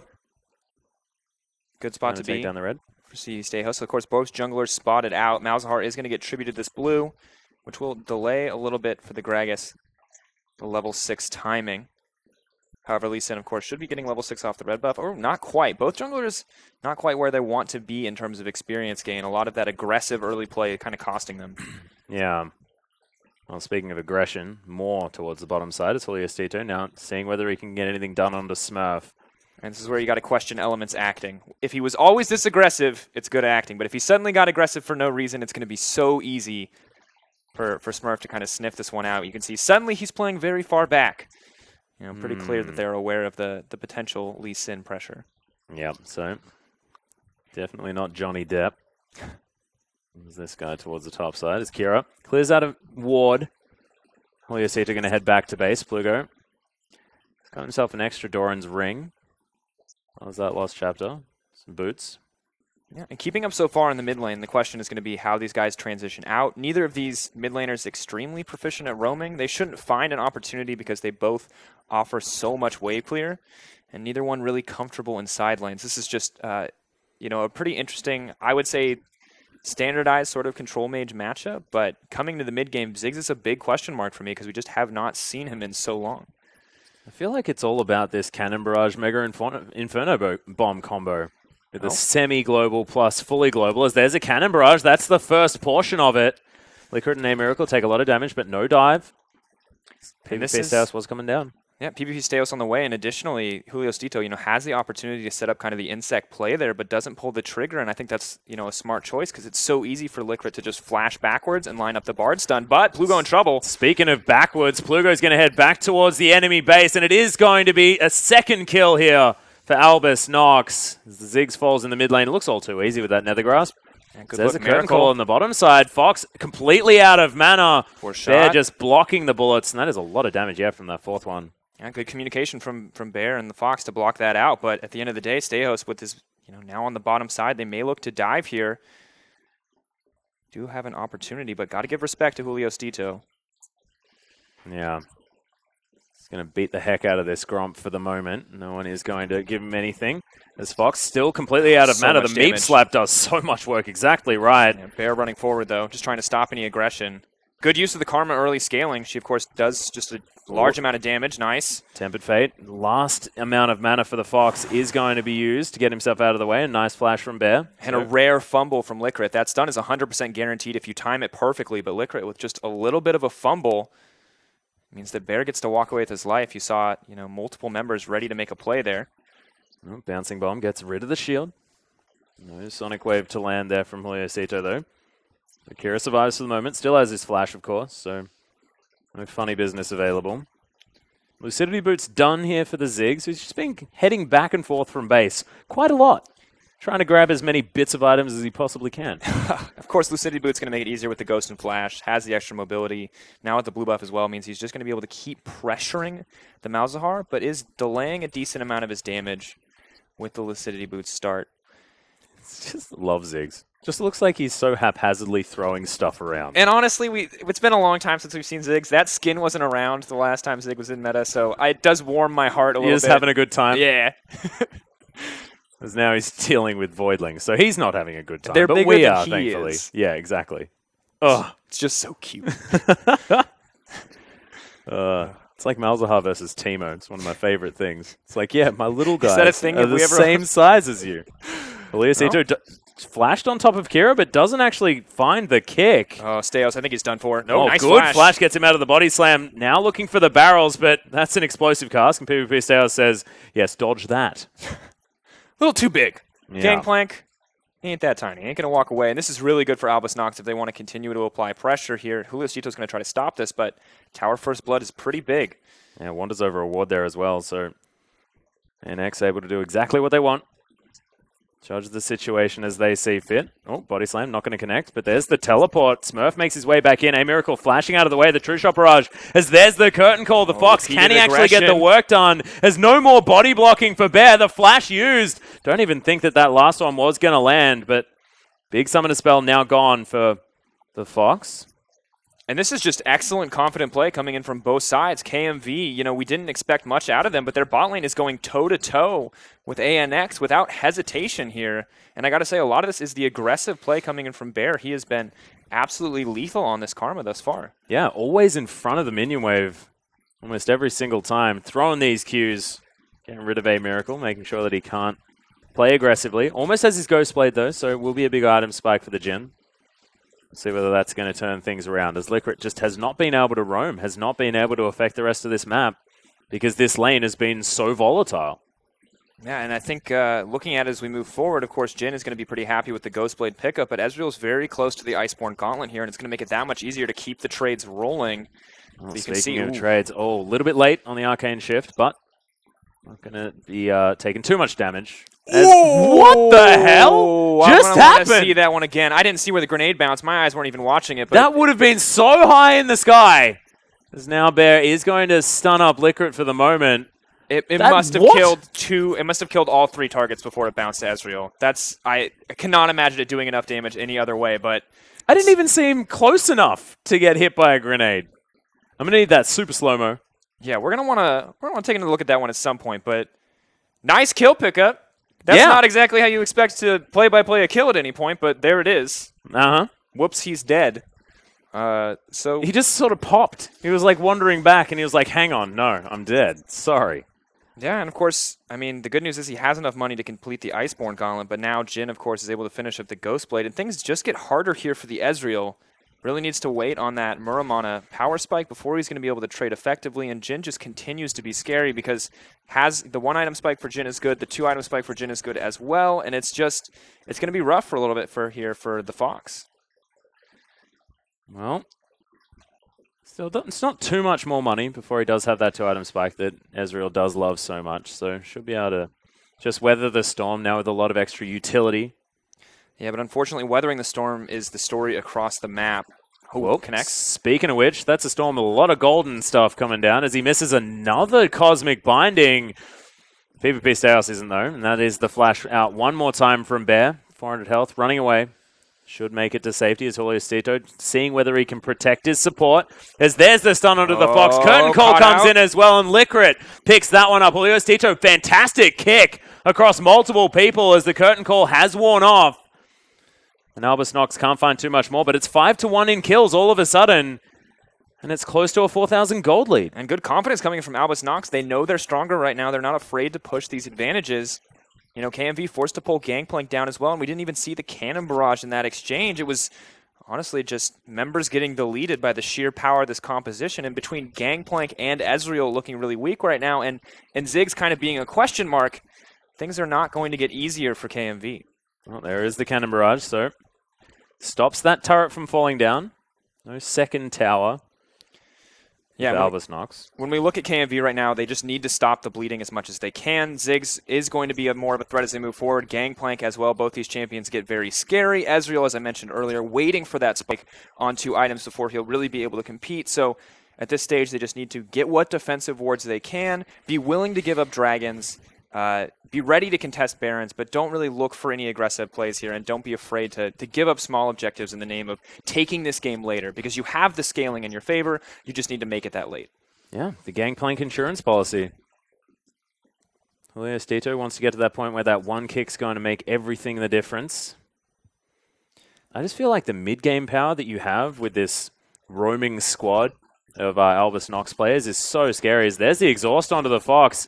Does get over the side. Avoids getting stunned up by the deadly flourish as Bear now looking for a snare onto FLICKR. He's going to find it there as well as Julio Stito stops the aggression. He's going to have enough time. He's going to have enough time. Oh my god. Smurf takes down Plugo meanwhile, and there's the kick to the head as Julio Stito is able to get the work done, and A Miracle falls down as well.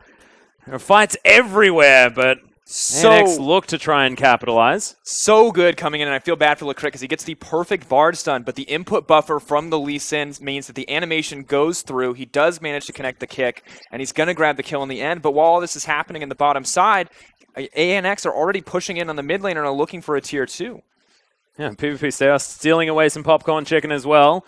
So this tower does fall down. We'll see whether they can transition into anything else. Looks like backs are going to come down. So, in the end, honestly, I mean, it's not much of a gold differential picked up here for KMV. In the end, that trade was definitely very much in their favor. They're still at a deficit, but we'll get to see what happened in the mid lane.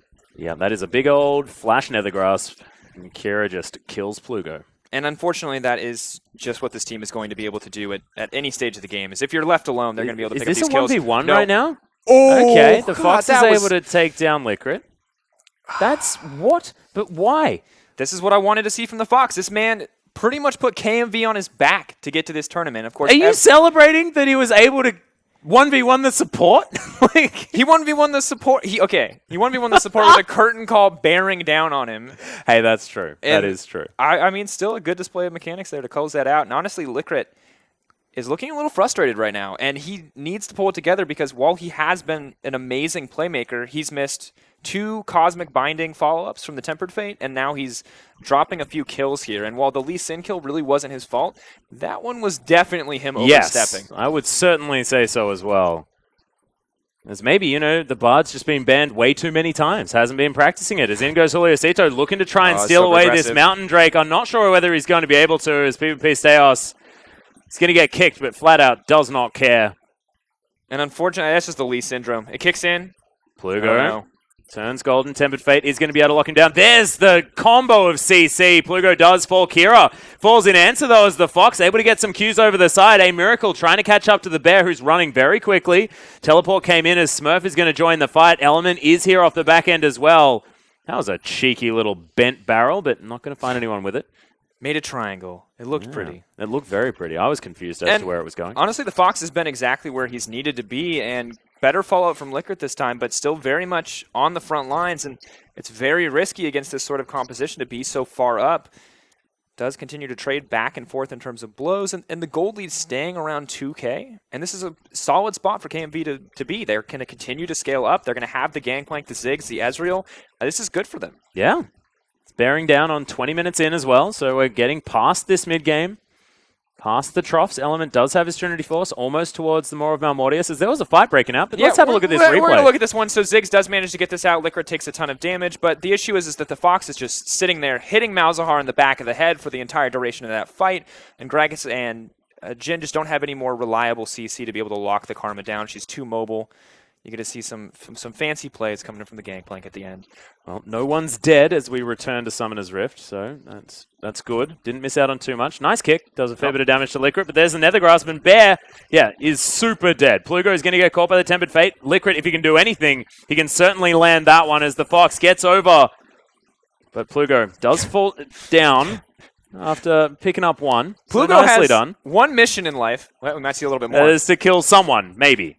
As Smurf gets over the side, takes half the health off the Fox and regrets his decision, halting himself back out. Plugo really loves killing FLICKR. I think if there's one thing that we've learned here, every time he realizes he's going to die, and he just FLICKR goes for loves the kill. ulting Plugo. As Juliusito is going to get body slammed. Smurf picks up the kill. That combo was fantastic out of Steos, who gets himself out as well. KMV now underneath their turret, but are they even going to be safe there is the question. They have a decent amount of wave clear with the Ezreal. Ziggs will be on the way back soon. Will not have the ultimate, unfortunately, so they got to respect the potential here for a dive. Gangplank more than enough, though. Yeah, those barrels really able to clear things out.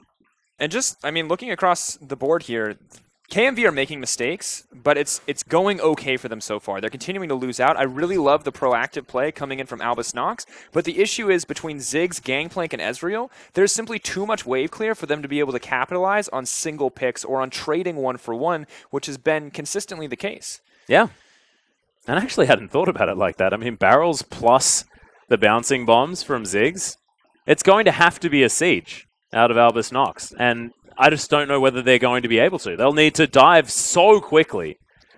I mean, they have really good tools in the Gragas to try to force people out, but they can also opt to kind of split their pressure, because the biggest issue is that with all this wave clear, really the lack of viability for Ziggs to be put in a side lane, they should be able to set up a decent 1-3-1 or alternatively look to force objectives where I think they can have the edge in team fights. But KMV not looking scared whatsoever, are just moving to the mid lane. Uh-oh. Another flash Nethergrass comes in as the Fox, actually knocked out of it by the Tempered Fate, is going to still get shot down. That was a bit cute, though, as the Bear now trying to run away. Oh, the minefield is going to force the flash. PvP Sales gets the slow onto Plugo. Smurf is dominating as he takes down Bear. The Cosmic Binding from FLICKR. He's got his eye in now, Sifa. Locks that one down. Element now exhausted, silenced, everything. Hit by a sink. And just really amazing And that was play coming in. 4v5. And it's just, they used all of their abilities together. Their CC was chained magnificently. They took Ezreal out without the safety that the Iceborne Gauntlet provided. They didn't have any good way to kite. And now, yes, KMV are trying to get some blows back. But you can see Albus Noxuna are unafraid. Yeah, an element is going to fall down. That's going to be the Malefic Visions picking that one up after the turret was destroyed by Kira as well. 4-1-4 now on the Malzahar. 15-7 in kills. All of a sudden, I feel like this has all happened in the last 5 minutes. And this is all it takes. They get one winning team fight. They have so much raw power right now. And Fox is finally backing up, but Kira just going to walk in and ult him one more time. Yeah, the slow is going to come down. The deadly flourish is there. Kira was in turret range, which was a problem, as the Fox is going to stand behind Bear, but that's just going to spell his death, and FLICKR grabs the kill with a Meep Slap. Meep Slap, nice sidestep from the Fox, not to get locked up there and taken down, but... Human shield? That's not okay. That's that is not ethical. And this is the thing that is absolutely terrifying, is now that the gold lead is this massive, the only thing that KMV have going for them at this point is wave clear. And wave clear is wonderful, but they're never going to be able to contest a Baron realistically, short of ANX really grouping up or mispositioning. But I just can't see that happening, and it's going to be very easy for ANX to contest a Baron if they want to.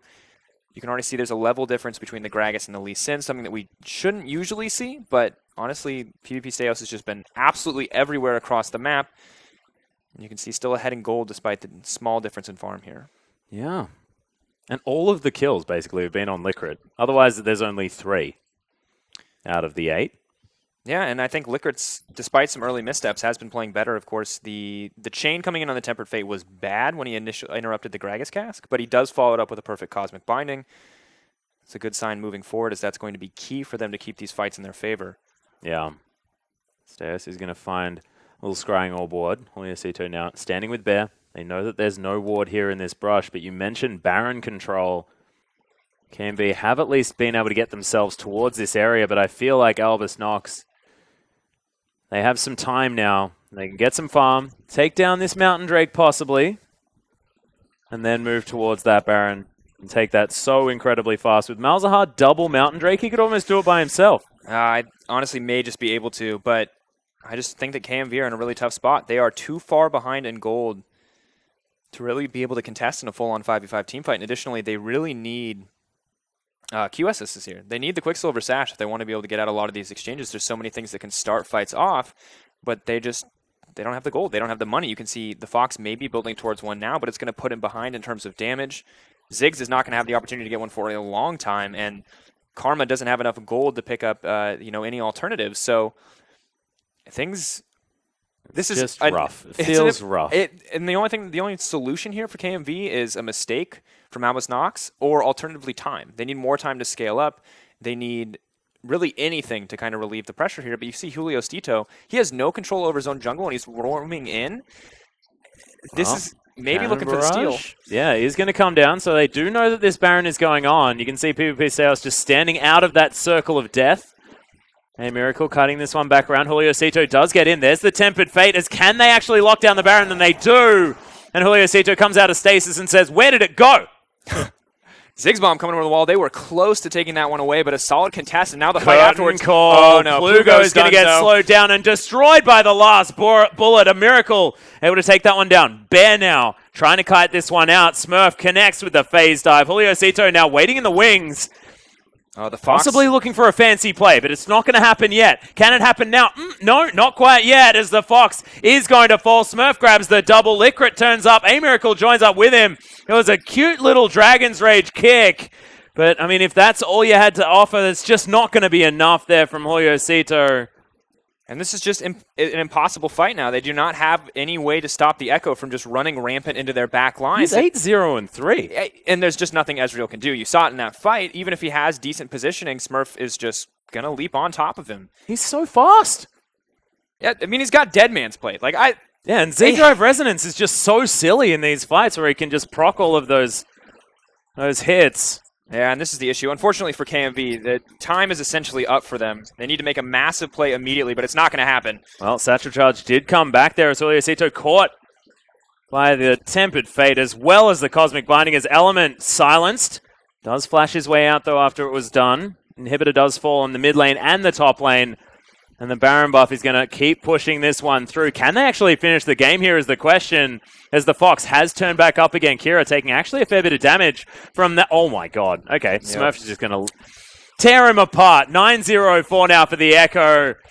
Cannon Barrage is in, but there are still minions. One more Nexus turret remains. Kira flashes. Not sure why. Probably just for fun. The celebratory flash.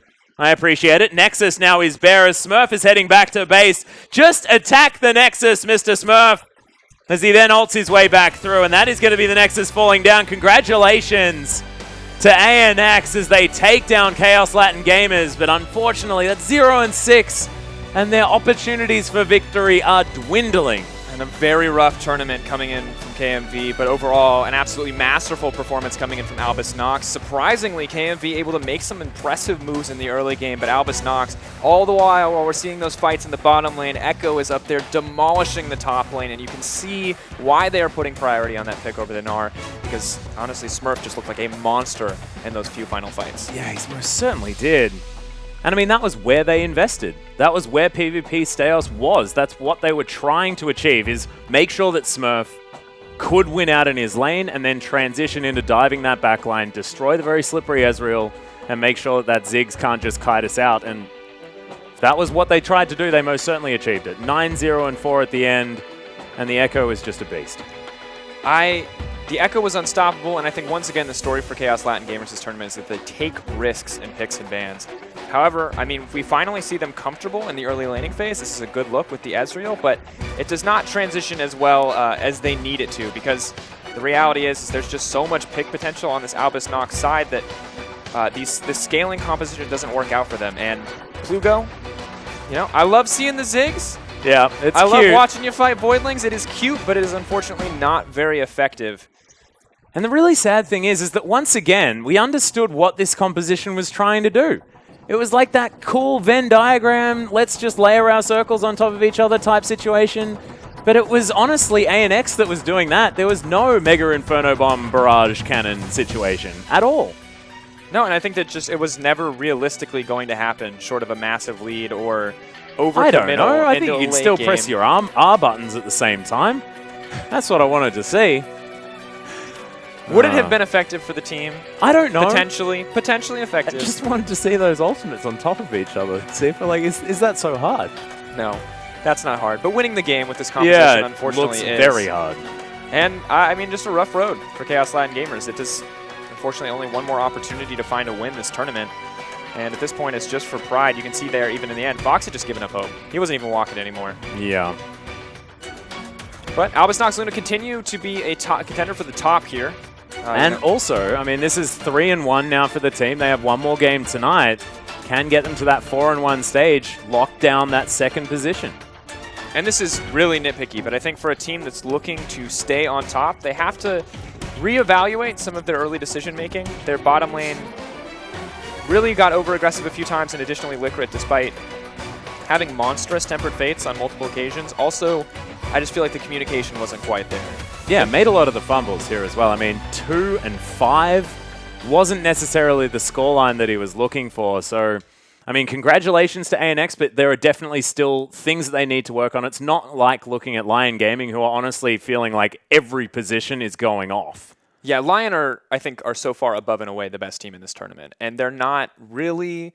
I think they're going to be contested as we move forward by Albus Nox. I think that Albus Nox is another top team, but what we've seen from Albus Nox is some over-aggressive moves, some over-aggressive decisions, and it's going to be interesting to see if they're able to kind of change their thinking on some of these things, improve some of those hiccups, or if honestly, those small mistakes could cost them so much against a team like Lyon. Yeah, that's exactly right. But ladies and gentlemen, we are going to throw it to a short break. When we get back, game number 4 here for the IWCQ. Don't go anywhere.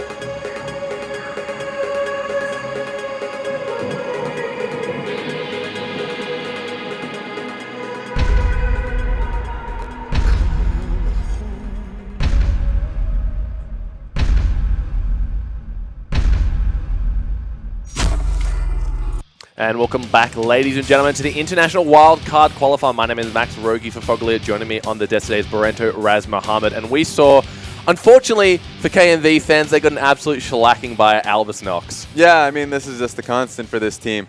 Right now, they had 2 games. Of course, the Albus Nox game and the Rampage game. So in both games, they had some very unfortunate compositions. And this one, they had the same result, where this time they picked Ziggs with Lee Sin. Now, Lee Sin is fantastic in the sense that you can play off of one lane, you can really pressure it, and or just either bridge yourself into the late game. I guess that's what they were trying to do. They had the Ziggs, they had a passive bot lane with Ezreal as well. Really, Lee Sin didn't really have a lane to play with or work with in creating a lead. Sure. And there was no real lead to come about, perhaps in the bottom lane, but it was a back and forth there as well. Well, that's kind of the thing. It's no surprise that these guys haven't been doing so well. Not no surprise, but no secret that they haven't been doing so well throughout this qualifying tournament. So I guess they're just trying to chuck in a bunch of puzzle pieces and see what fits. Yeah, I mean, that's true. I feel like, here's the thing. If you're going to have those counter if you're going to have those secret picks, you got to at least counter pick them well. And look, there you go on your screen. Smurf, the MVP 904 with a ton of CS to his name. Throughout the end of the game, you and I were watching that over in the green room. He was just running down an Ezreal, making it look easy. Ezreal, one of the most mobile champions, very hard to catch, and Smurf was just making it look easy. I mean, he really was. It looked like he had about 7 Cloud Dragons to his name with how fast he was going. He was procking down 3. He had those 3 procs on Echo almost at every situation, just zooming right into the back line. Even in 2v1 situations, 1v4 situations, honestly, just while his team was just kind of calling back to him. It was like, we're coming. Just keep yourself alive. He was just like smacking them down. Really, no one was able to pressure him out. Well, I feel like in that game that Albus Nox scored, hey, keep some of them alive for us so we can get some kills too, because I don't think Smurf was ever in danger of dying throughout the end of that game. Yeah, I mean, they wanted KDA. That's really what it came down to, and he was just not giving it to his team. So bad team play from him, really. Just you gotta really just give some to the rest of your team. Look, but Albus Nox are looking very, very strong. We can say that without a doubt. Something that did surprise me a little bit was everyone's been banning this Bard away from Lecrit, but he didn't look too crash hot on it. Towards the end of the game, he did start ramping up, hitting a few of those Cosmic Bindings after the Tempered Fate had gone down, but the early game looked a little bit shaky. It kind of reminded me of Froggen. It was a massive point in his era where they banned out Anivia every single time they went up against his team. And he even said it in an interview, but it's like, I haven't played Anivia in so long. That's like, I'm probably pretty bad at this champion. I mean, he's still good now, but if you get a champion banned away from you for so long, there's a bit of a rust period. So early game kind of looked bad. Poor timings from him, but later on in the game, once his team was able to just barrel in with his lead, he was hitting a lot of stuns, and on top of that, his ulti was pretty key. Yeah, so going forward, I guess we're going to have to see if teams still respect that Bard as a potential ban. We know why the brand gets taken away, because it's a lot easier to execute in lane, and Bard does require a little bit more precision on that character. So, like I said, we'll be interested to see if teams still prioritize that Bard as a very high priority ban. Yeah, hilarious. It's really funny that because of the specific context, we're really saying, you know what, that brand ban, perfect. Bard, get that Bard out of here. It's like, the context is hilarious for that one. But exactly, we saw his brand really just take over game, really. It just came down to the fact that not only was the laning phase fairly powerful, but if you tag onto the Jhin on top of the pick, where you just throw down your Pillar of Flame, and then really a stun feels inevitable because the burn damage from Brand, and on top of that, the Deathfire touch that goes on, you're just taking damage forever. So that stun proc will remain a constant. So I like the pick and how it really coincides with the Jhin pick.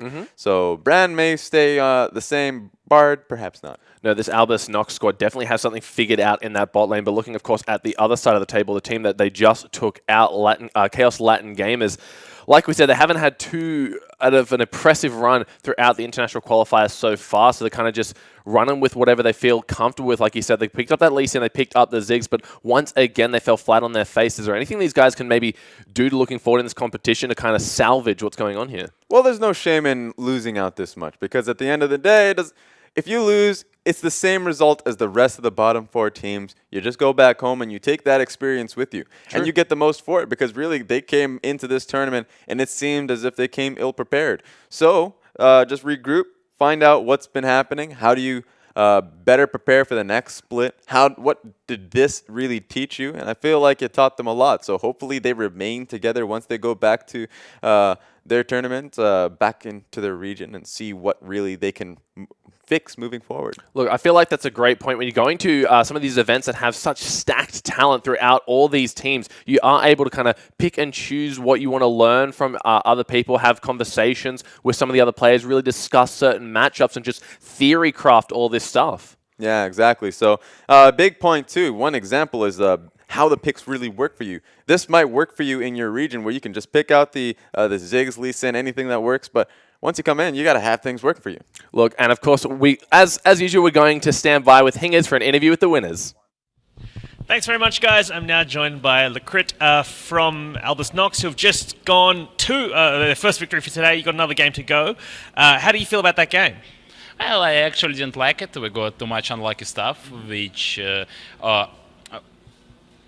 was bad for me mentally because I started to play worse than I expected myself to. But, well, we still won, so I don't really care. Looking forward, you're playing Saigon Jokers later on today. Are you confident going into that game? Well, as I said before, we're always confident because we have to play this game, so we expect ourselves to win. So we just will play our game, and if we will be better, we'll win. Right. Yesterday, you picked up a loss against Dark Passage. What was your preparation like going into today to recover from that? Well, the best thing to recover from the loss is to get a win, obviously. Well, that's what we did, and that's what we're going to do versus Saigon Jokers. Excellent stuff. With your remaining opponents for the rest of the tournament, is there anyone in particular you're not looking to face, or are you feeling pretty confident with everyone? Well, I'm looking to face, Dumbledog, but he's at home, so I got no real chance to do it. Excellent stuff. Well, thank you so much for speaking to us. Congrats again on the win, and I'll throw it back to you guys in the studio.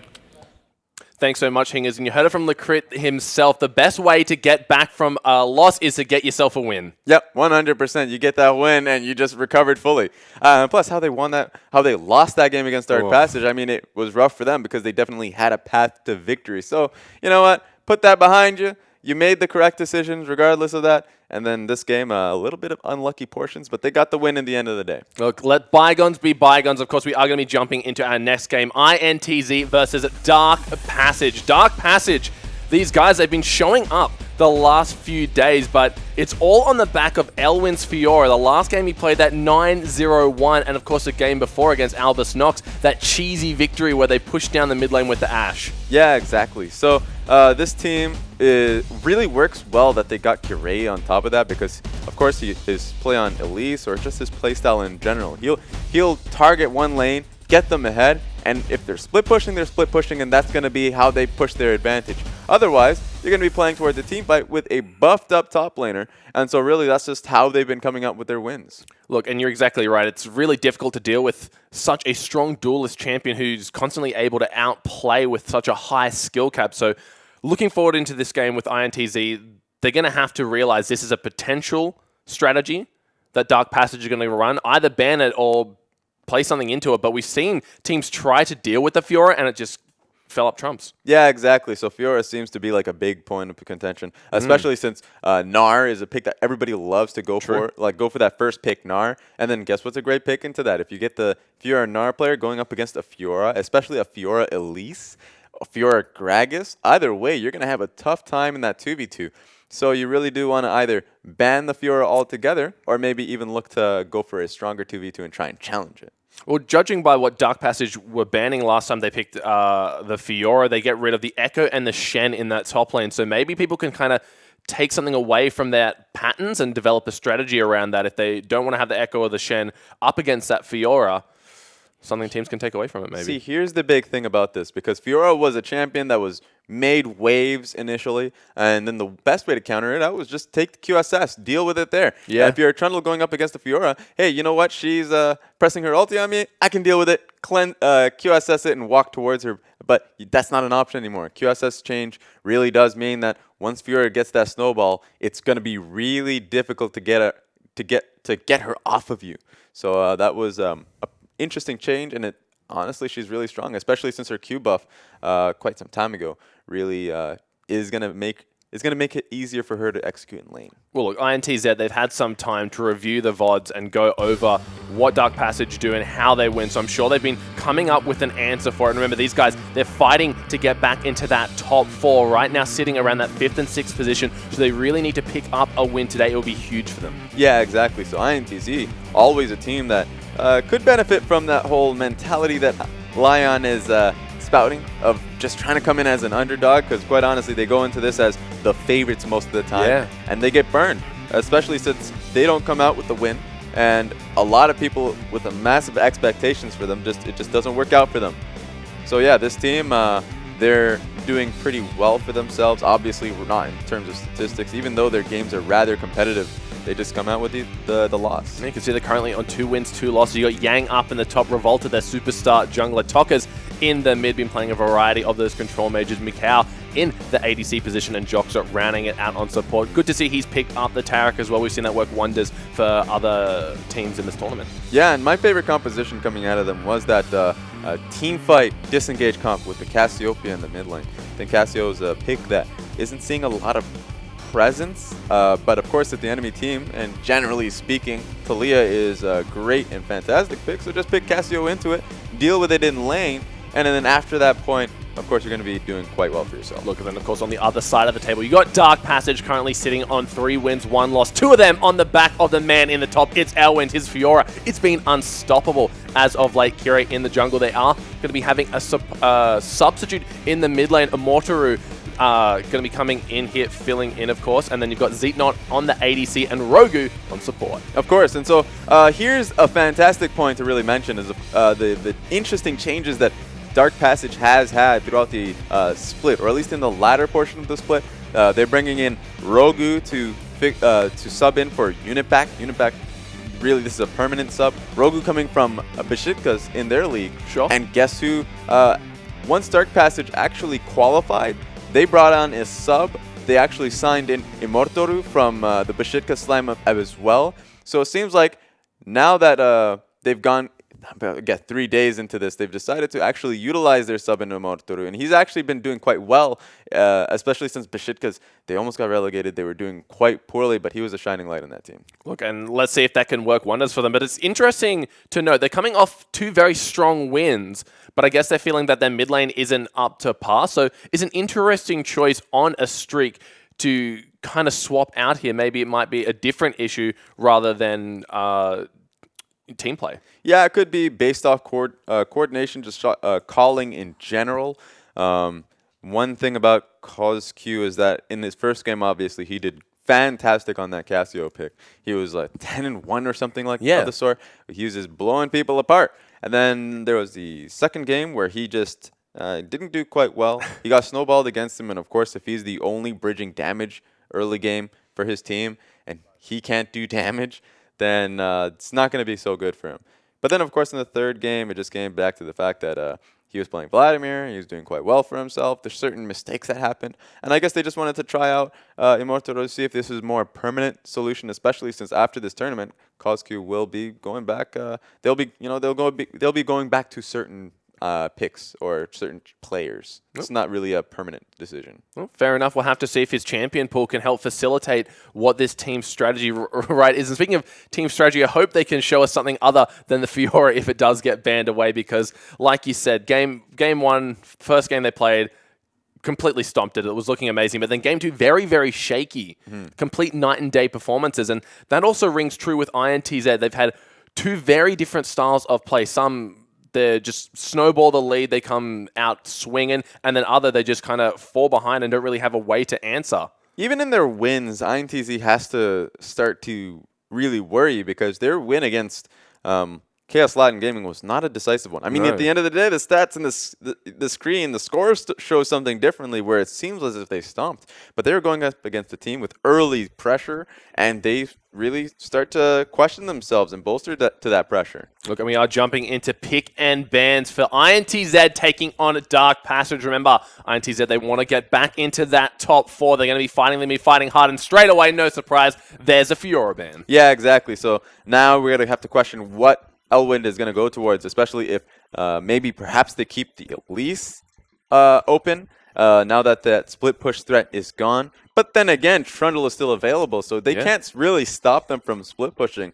They can just probably stop the snowball in general. And so we'll see Vladimir following up with the Kench. So we have seen Kench kind of be quite successful throughout this comp. It's always worked well against the Ashe. You're able to just pick up whoever gets hit by that enchanted crystal arrow, get them to safety. But Vladimir, has seen him left up more times than not, I feel. Yeah, exactly. Oh, actually not, because 56% banned. So statistics say he's banned more times than he's left through. Well, regardless, we'd expect a little bit more in terms of, we see a 72% on that ban for the Gangplank. So now, of course, the dark horse is going to be Immortal. Or at least INTZ is going into this game not exactly knowing what his playstyle is, what he has been playing. So if you look back to his Turkish league, he's generally speaking, he's been playing quite a bit of control mages. So that might just be his focus. We are unsure, of course, because I'm just not too sure what he's played on this patch. Well, that's exactly right. Kind of like you said, the Dark Horse will be interesting to see what he goes with and how it facilitates Dark Passage. Maybe in kind of predicting that this Fiora would get banned away from them, they think, hey, we got to come up with a new strategy. Let's get this mid laner who plays this certain champion pool and win through that. So that could be another win condition, maybe. Yeah, exactly. And of course, since they don't have caps, that was their primary mid laner. Perhaps this is just another substitute solution.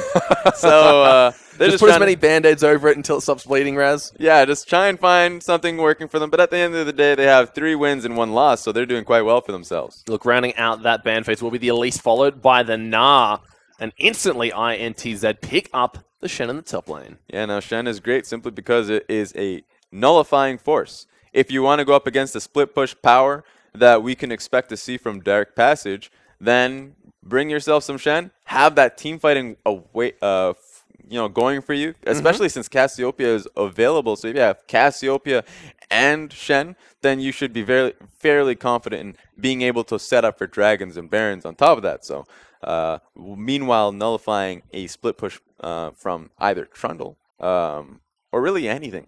Well, it's a smart pickup considering how Dark Passage have won their last 2 games is through split push prowess. So they did hover that Trundle, but it looks like they will be going for more of a standard pick here, getting themselves that Cassiopeia in the mid as well as the Gragas jungle. Very smart. Now, I definitely would not advise anyone to go up against Shen Cassiopeia. That is too much protection, too much a nullifying force in the top side of the map. And so they just take away the Cassio, have that Gragas on top of that, so that's already a great combination from them.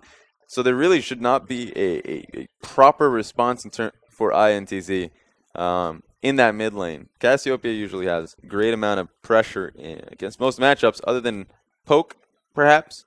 So Varus is perhaps an option, but then they would be going too heavily towards AD. Fair enough. Keep in mind that the Talia is still open as well, being a very popular pick throughout this tournament, but Rek'Sai as well. But they don't need to grab themselves a jungler just yet, but we have seen the Nidalee cropping up here and there, as well as, I think, one Graves appearance. Have to see what they go with then. Go with the safe pick of the Rek'Sai, actually picking up the Karma as well. So today it feels like we've seen Karma nearly every game. Yeah, I mean, it's fairly strong in how you utilize it in teamfights, but at the same time, lane pressure. So one big thing about this one so far is that they have decided to, they picked a proper or better jungle matchup in the 1v1. Rek'Sai can pressure Gragas. Of course, if Gragas can get the hop on Rek'Sai, then he can get enough of a burst damage to then just walk away in general. But if the INTZ can get their lanes shoving in both mid and AD bot lane, then they should be rather happy about that, or at least INTZ should, their jungler Revolta. So the question is, what are they going to pick into Cassio? That's a good... Could be Talia. Talia, you don't even have to take, even though it's bad for Talia in terms of just being able to pressure the lane, you should be able to shove out and just walk away. That's exactly right. And we've seen how well Cassiopeias do when they get that smallest bit of a lead, just being able to constantly threaten that kill pressure. But it looks like they will be going for the Trundle and the Sivir here. Yeah, so this is great for Dark Passage. They still go towards that split push pressure. It doesn't matter that Fiora is gone. Doesn't matter that Elise is gone. So now Shen has to watch out. He should be still safe under towers, so there's no option, or at least opportunity, for him to get dove, especially since Cassiopeia will be dealing with her own lane, so no 3v1 dive should be happening, unless, of course, if there's some random occurrence that really gives the team that big of an advantage. But right now, a lot of safe picks. They could even work towards team fighting. Trundle has a lot of a strong ability to just decide to walk towards his team, TP in, and work through a lot of movement speed, a lot of damage coming in from Sivir as well. INTZ, 10 seconds left on the clock, hovering that Ashe and the Bard. If they do choose to lock in a support here, it will mean that Karma is going to be up in the mid lane. And with 1 second left on the clock, it looks like it might be that. So Karma in the mid, we see Bard and Ashe rounding out the bot lane for this INTZ squad. So. Okay, perfect. So, as I said, poke is really solid into Cassiopeia, which is why I was wondering about Varus. But, of course, the poke from Karma, and on top of that, the AP damage will be really sufficient. So now they have run the risk of not having much damage on their team at all.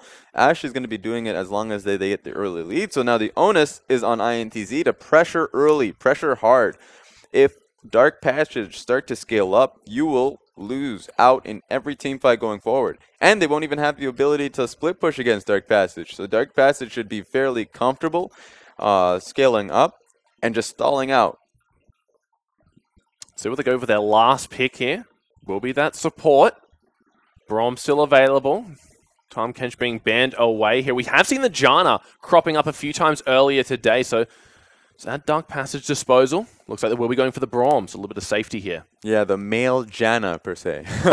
Able to disengage, not as cleanly, but then, of course, has the ability to tank out. So this is really solid from Dark Passage. Of course, INTZ with the Ashe and Bard, the double combination in terms of pick and gauge.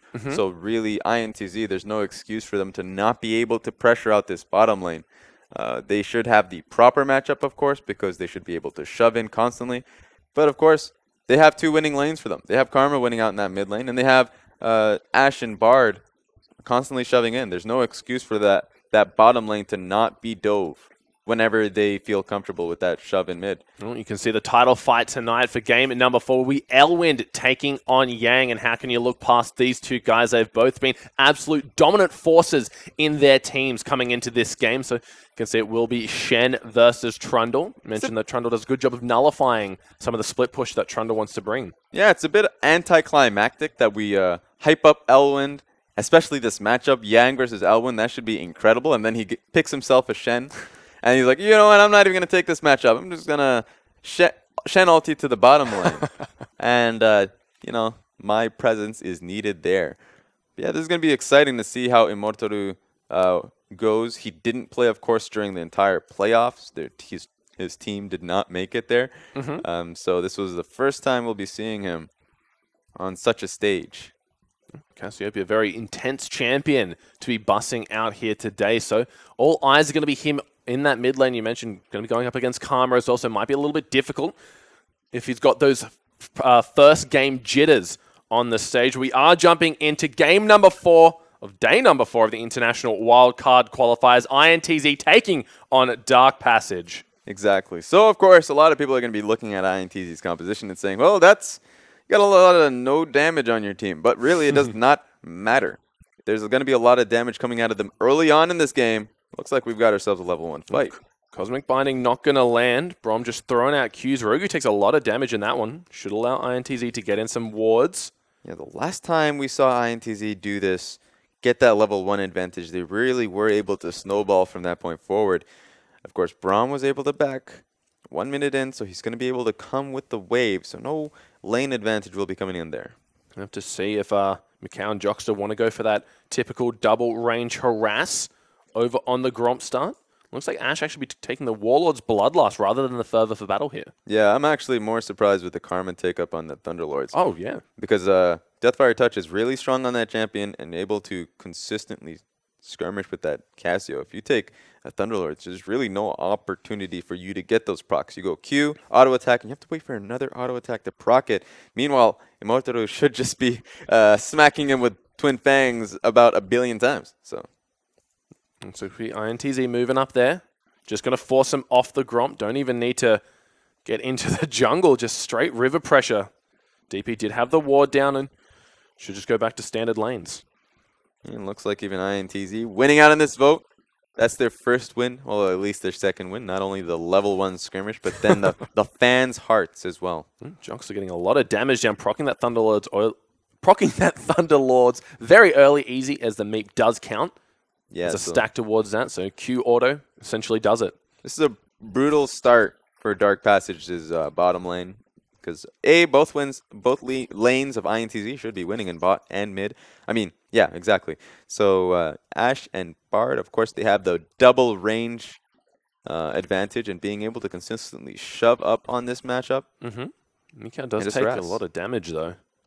Thanks to Q and both portions of that boomerang blade. So hitting that level 2 first, as Joxer did go get some deep wards to just ensure that the Gragas, because as you said, they want to make sure that the DP bot lane doesn't fall too far behind because they need to scale up into that late game. Yeah, but that was smart from both teams in the sense that Dark Passage knew that Bard was walking out of the lane to get a ward on that blue buff. But that was just great vision in general. So now Dark Passage have to, they have to respect this. They know that the wards came down on this blue buff. Kiri wants to fight for this one. Tokka's made his way over, so is Joxer. Rogu only level 1 right now, so level advantage in favor of INTZ, and they also have the members, but Kiri does get the smite off in time, gets himself to safety. Well played. Yeah, that blue buff was far too low for INTZ. They should not have really damaged it. It was to be fair, it's not really their choice. They have a lot of AoE, or at least Rek'Sai does, AoE damage that really brought that blue buff down too low. But so that was really good from Kiri. It was really risky that he was choosing to take that fight or just kind of like hope that blue buff would be low enough, because both lanes were collapsing in Karma and that bottom lane. Jox is taking a bit of poke. He gets stunned up by the concussive blows, has to throw down the exhaust onto Zeetna, but we saw Revolta. He was able to steal away the Grom. A little bit of a consolation prize here, but might want to help out this bot lane, because if they fall behind, might not look too good. Yeah, exactly. So that's a winning lane for them. The fact that they're losing out so early. Joxer is so low in mana means that they're going to have to concede quite a bit in this lane, get themselves shoved in. So Rek'Sai is going to be looking to focus this, hopefully turn the tides. You can see over in the left side of the map, Kiri looking to brawl, but here comes Revolta for a gank in the bot lane. Hits with the Prey Seeker flash, gets the double knock-up. Xenot might be in trouble. There's Mikau flashing on in, but does get exhausted. A beautiful spell shield. Not going to be enough, though, as a beautiful first blood for Mikau. Really solid. The flash knock-up did quite a lot, of course. Zeitnot did have flash to his name, flashed late. He should have flashed immediately. No reason to hold up on it, other than the fact that he wanted to at least get knocked up first before flashing. Sure. He doesn't want to flash and then get knocked up, and then he just gets slowed repeatedly. So that's very difficult to really ask for Zeitnot to be able to survive on that one. But yeah, that's a great advantage for INTZ to pick out. Well, that prompts Kiri to go over and steal away the blue buff in the side of INTZ's jungle. So silver linings where he can get them here. Just going to be doing away the Scuttle Crab. And so far, INTZ playing to their win conditions very well, it seems.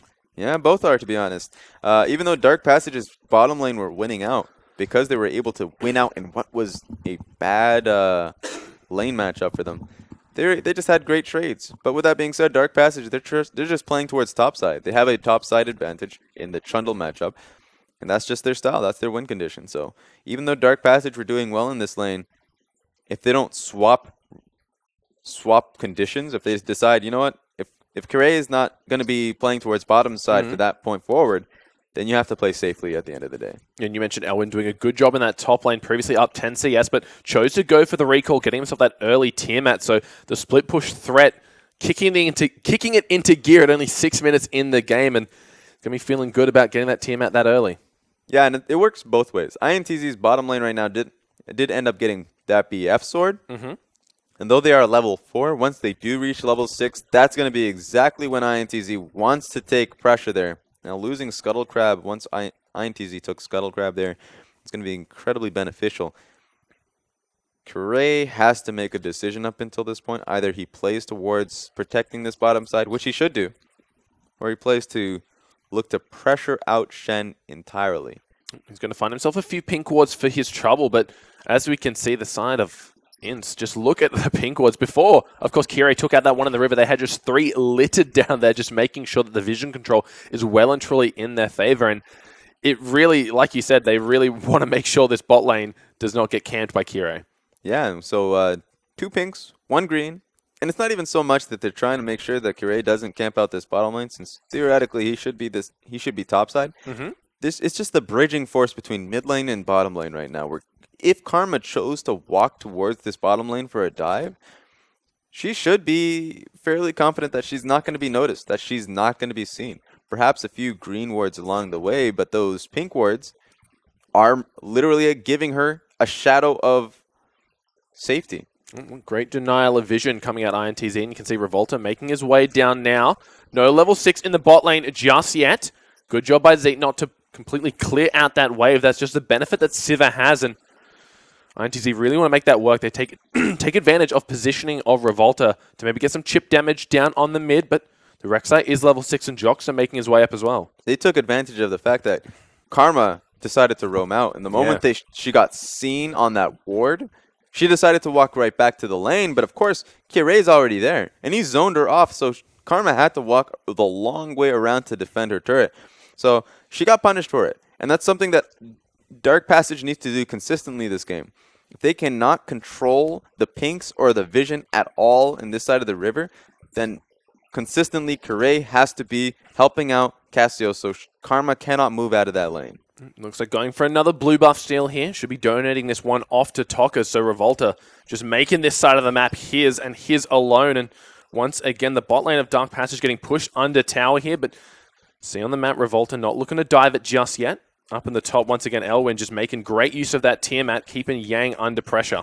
So yeah, the bot lane comparisons here are, of course, a BF sword to Ashe versus a double long sword on Sivir. So not only is she going to get shoved in consistently, but she has to be incredibly afraid, because Karma right now is consistently playing towards the river. She's just sitting there. She's not even a mid laner. She's a river mainer. she's literally sat in this mid lane river for so long.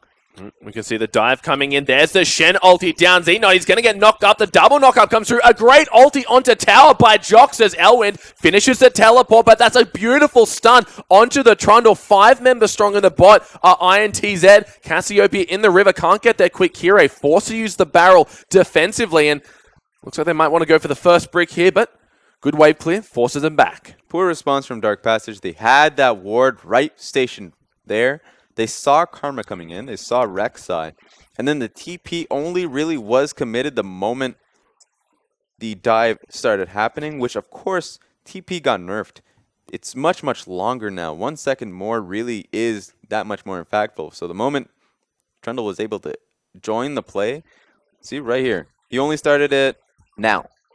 Right now Sivir's already dead. Sivir and Braum, they're not going to last long enough. So the moment he touched down, they were already gone. They had enough time to really respond to that dive, but they didn't. And so that's just bad execution, because they had the wards to set up properly and defend that. So if Dark Passage is one of their win condition is getting this Trundle ahead, why have we been seeing Kirei just playing so heavily to this bottom side of the map? Well, at the same time, they have a better team fight. Dark Passage has a better team fight as the game goes along. Sure. So this bottom lane is actually fairly valuable to Dark Passage. I love that that's Sandrogu, but not Zeetnot. Yeah, it's really funny. So even though, let's just say if he decided to play towards topside and Yang gets ganked and Dove, remember, it's a nullifying force simply because Shen can just come back to the tower. It's hard to dive him in general. It's very difficult to dive a Shen. But if he dies, he comes back, and his primary purpose is to dive this bottom lane anyways and to speed up the process of this game. So INTZ, they'll take that trade. I think Dark Passage, it was a good idea to TP onto this bottom lane for Kirei to be there. He was just late, and the TP was late on top of that. So it was just bad response overall. Hitting about that 11-minute mark in the game. INTZ getting themselves about 1,000 Gold in the lead here and 3 kills as well. No towers to fall just yet, but a fight coming up in the top. Elwin pops down the subjugate, forced to use the flash. Red buff not enough to keep him slowed, walks himself to safety. Yeah, so that was really good from Revolta to be able to alleviate more pressure for Shen here. Now, of course, Trundle, it's very difficult for him to die, especially with flash up. So, of course, he just ulties, gains a lot of resistances and HP, and he just walks away. So he's going to come back to lane. He does have a lot of lifesteal to him since he did get that Vamp Scepter. So it's no biggie for him. We can see that Revolta has also picked himself up a Tiamat, so really wants to get that early game damage and aggression down as fast as possible. Donates the blue buff over to Tockers. Immortaru hasn't really made a presence in the game just yet, but has to farm up that tier first, get himself that Morellonomicon built and completed. Or of course, on the side of Tockers, he's already finished that Athene's Unholy Grail. Yeah, exactly. So right now, that's just the goal of Dark Passage, kind of play that rocky, rocky training music, because at this point, montage. Exactly, because right now that's all they're trying to do. Top lane Trundle is trying to get to his Ravenous Hydra, and mid lane Cassio's just trying to get in the necessary items. She's already 10 CS ahead, so they're just trying to get to a point where their team fighting is going to be ridiculous, and INTZ have no answer to it. Jox just can't find the stun, and you can tell the spot lane they are not looking to fight one bit, just focusing on farming out the wave, then backing off after that one. And it is the Cloud Drake that spawned first up, which could explain why these teams aren't prioritizing it too heavily, despite having a winning lane in the bot. Yeah, they should try it anyways. Yeah. They have so much, INTZ have so much vision here, so much control in this bottom side that their bottom lane ganks, or at least it did turn into a double kill. They really did get a lot out of it. But they should be able to look for more rewards. And so if it's the Cloud Dragon, at least take it down. So the next dragon, if it's an Infernal or Earth Dragon, then you just get more from this from your vision. There's more of your investment comes out with a lot more. Have to see if INTZ utilize their winning lane to access some of these neutral objectives. Kire just doing a quick sweep of wards, making sure there's nothing around. Immortaru does have his own blue buff now. Going up to the red is Revolta, flanked, of course, by Tockers. Easy steal. And look at that, that just forces Elwin so far back, and the drive-by of the Rek'Sai from top lane to bot lane. That's just the power and map control that this character gives your team. Yeah, exactly. Drive-by is the best way to say it. Drives by that mid lane, sees Cassio's, hey, how's it going? With that red buff. This zooms on right by to the bottom lane. Does get spotted out by a ward once again, really trying to help this INTZ bot lane get themselves ahead, but haven't really seen Kire make too much of an influence on the map. Titan's just going to be slugging backwards and forwards, but no one really in danger there, and a lot of people culminating around this Cloud Dragon. About time. Right now, Kire was prepping for a dive to counter gank it. Of course, he doesn't realize that they've decided against it and are actually going for this Cloud Dragon. Dark Passage are not going to be feeling too sad about losing that. Sure. Next dragon is Earth Dragon, so they're going to be a little bit happy about that. Enchanted Crystal Arrow goes over the tail. Immortaru knows how close he came to death, so thanking his lucky stars at this stage. Can see Kire down in this bot lane once again. Yeah, best thing about that was how close it was. Simply because I talked about how the vision control is allowing Karma to come to this bottom lane, but it's actually the same for Ashe. Works both ways. So this the vision control right now is so valuable for INTZ, and Dark Passage breaking it up can really do a lot of harm. Revolta's still on this bot side, and you can see Kire. He's just been hanging around that tri-bush. They either want to go for a kill or just pressure off and try and get that first brick gold, but Joxes and Mikau doing a great job of utilizing their early advantages to prevent all of that. Yeah, exactly. So it's the bot lane party. I'm just sitting here. He's still here, Kire, wasting a lot of time, but might be able to make something happen if he's able to stay stealth but long enough. But it feels like INTZ know. They're pinging it, but they know where the Rek'Sai is as well. Might even see a dive here, possibly. Nope. Okay. So that was interesting. A lot of mind games happening. I think Gragas was looking to see if there was a counter gank available. He himself was not looking to gank. He was looking for an opportunity because there was so much bot lane focus from this INTZ roster. He must have been surprised when they decided not to do much about it. I love that magical journey. Yes, that's the best. It's almost comparable. Well, at first you thought the Thresh Express was nice. Yeah, I know. The Lantern from base, and you're like, this is the dream. But actually, once Bard became an actual champion, that magical journey made it that much more soothing. Supports might be running into each other here in the river, but Joxers does have that extra movement speed from the Mix. A lot of damage onto Zeetnot. Takes him straight down to half health. Lucky for him, he does have that Warlord's Bloodlust, so he should be able to sustain it back up if Mikau doesn't keep the pressure on it. There's a Tempered Fate. Does get blocked away from the Spell Shield. Rogu should have no trouble just putting up the wall, jump into his carry. Yeah, really good Spell Shield. He was able to nullify the next set of aggression coming out of INTZ. It should be coming in a little more fierce from INTZ because they really do want to pressure. But Kurei's in here just... especially now that Joxer does not have ulti. Oh, there's the flash engage. Mikau off to the corner. Good flash. Gets himself to safety. Zeetnot does block out the Bard stun. But once again, Dark Passage can't find anything. And surely they got to start utilizing this Trundle soon. That was a good look. A really great ulti, but a bad execution. That just came down to Kurei and Rogu's experience together. Their communication together, because honestly, Braum did not place his ulti properly, and he did not place his Q properly. So they didn't know. He didn't wait for Kurei's ulti to really fully displace to really know where that was going. You can see Cassio making her way down. This could be a potential fight down in the bot. Both top laners have their teleport and Stand United available, and Mikau and Joxer are low. A lot of damage on the tower. Looks like DP want to go for this one. A nice triple knockup from Revolta. Here comes Shen. Can he get the taunt off? Looks like he was interrupted by the pillar in the top. Can't make his way down. Revolta gets another knockup onto Gragas. He goes down. INTZ back off. Yeah, they can't really continue to push forward. Ashe and Bard are far too low, and Talkers cannot 1v4. So that was a great look, a great pick. It just came from the fact that Dark Passage were playing far too forward off that one mistake that they made. They thought they couldn't get anything off of it, and they were wrong.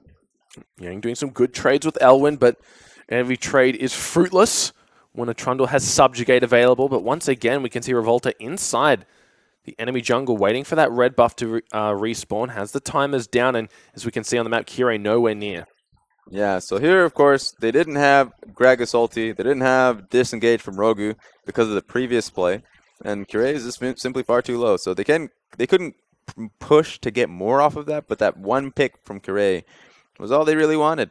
No, that's exactly right. You saw them layer the CC quite well. Revolta did end up stealing away that red buff in the meantime. So Kirei falling further and further behind, down about 20 CS, and those are jungle minions. So a lot more experience and gold in deficit than it may seem. And Dark Passage, they want to get up to this late game, but they're really struggling to find a way here, Az. Yeah, I mean, it came down to that one mistake. Here's the thing. Okay, so it's not technically Rogu's fault for that one coordination play, because it is a bit of coordination. If Kirei didn't immediately ulti off of that E, then of course what would have happened was Braum's stun, or at least knockup would have been a thing, and Kirei would have been in a better position to then ulti him into, or at least ulti the target right into his team. So it's just honestly, they should just know each other well enough, but they have no opportunity because, once again, this team is fairly new in the sense that Kirei is only really a temporary...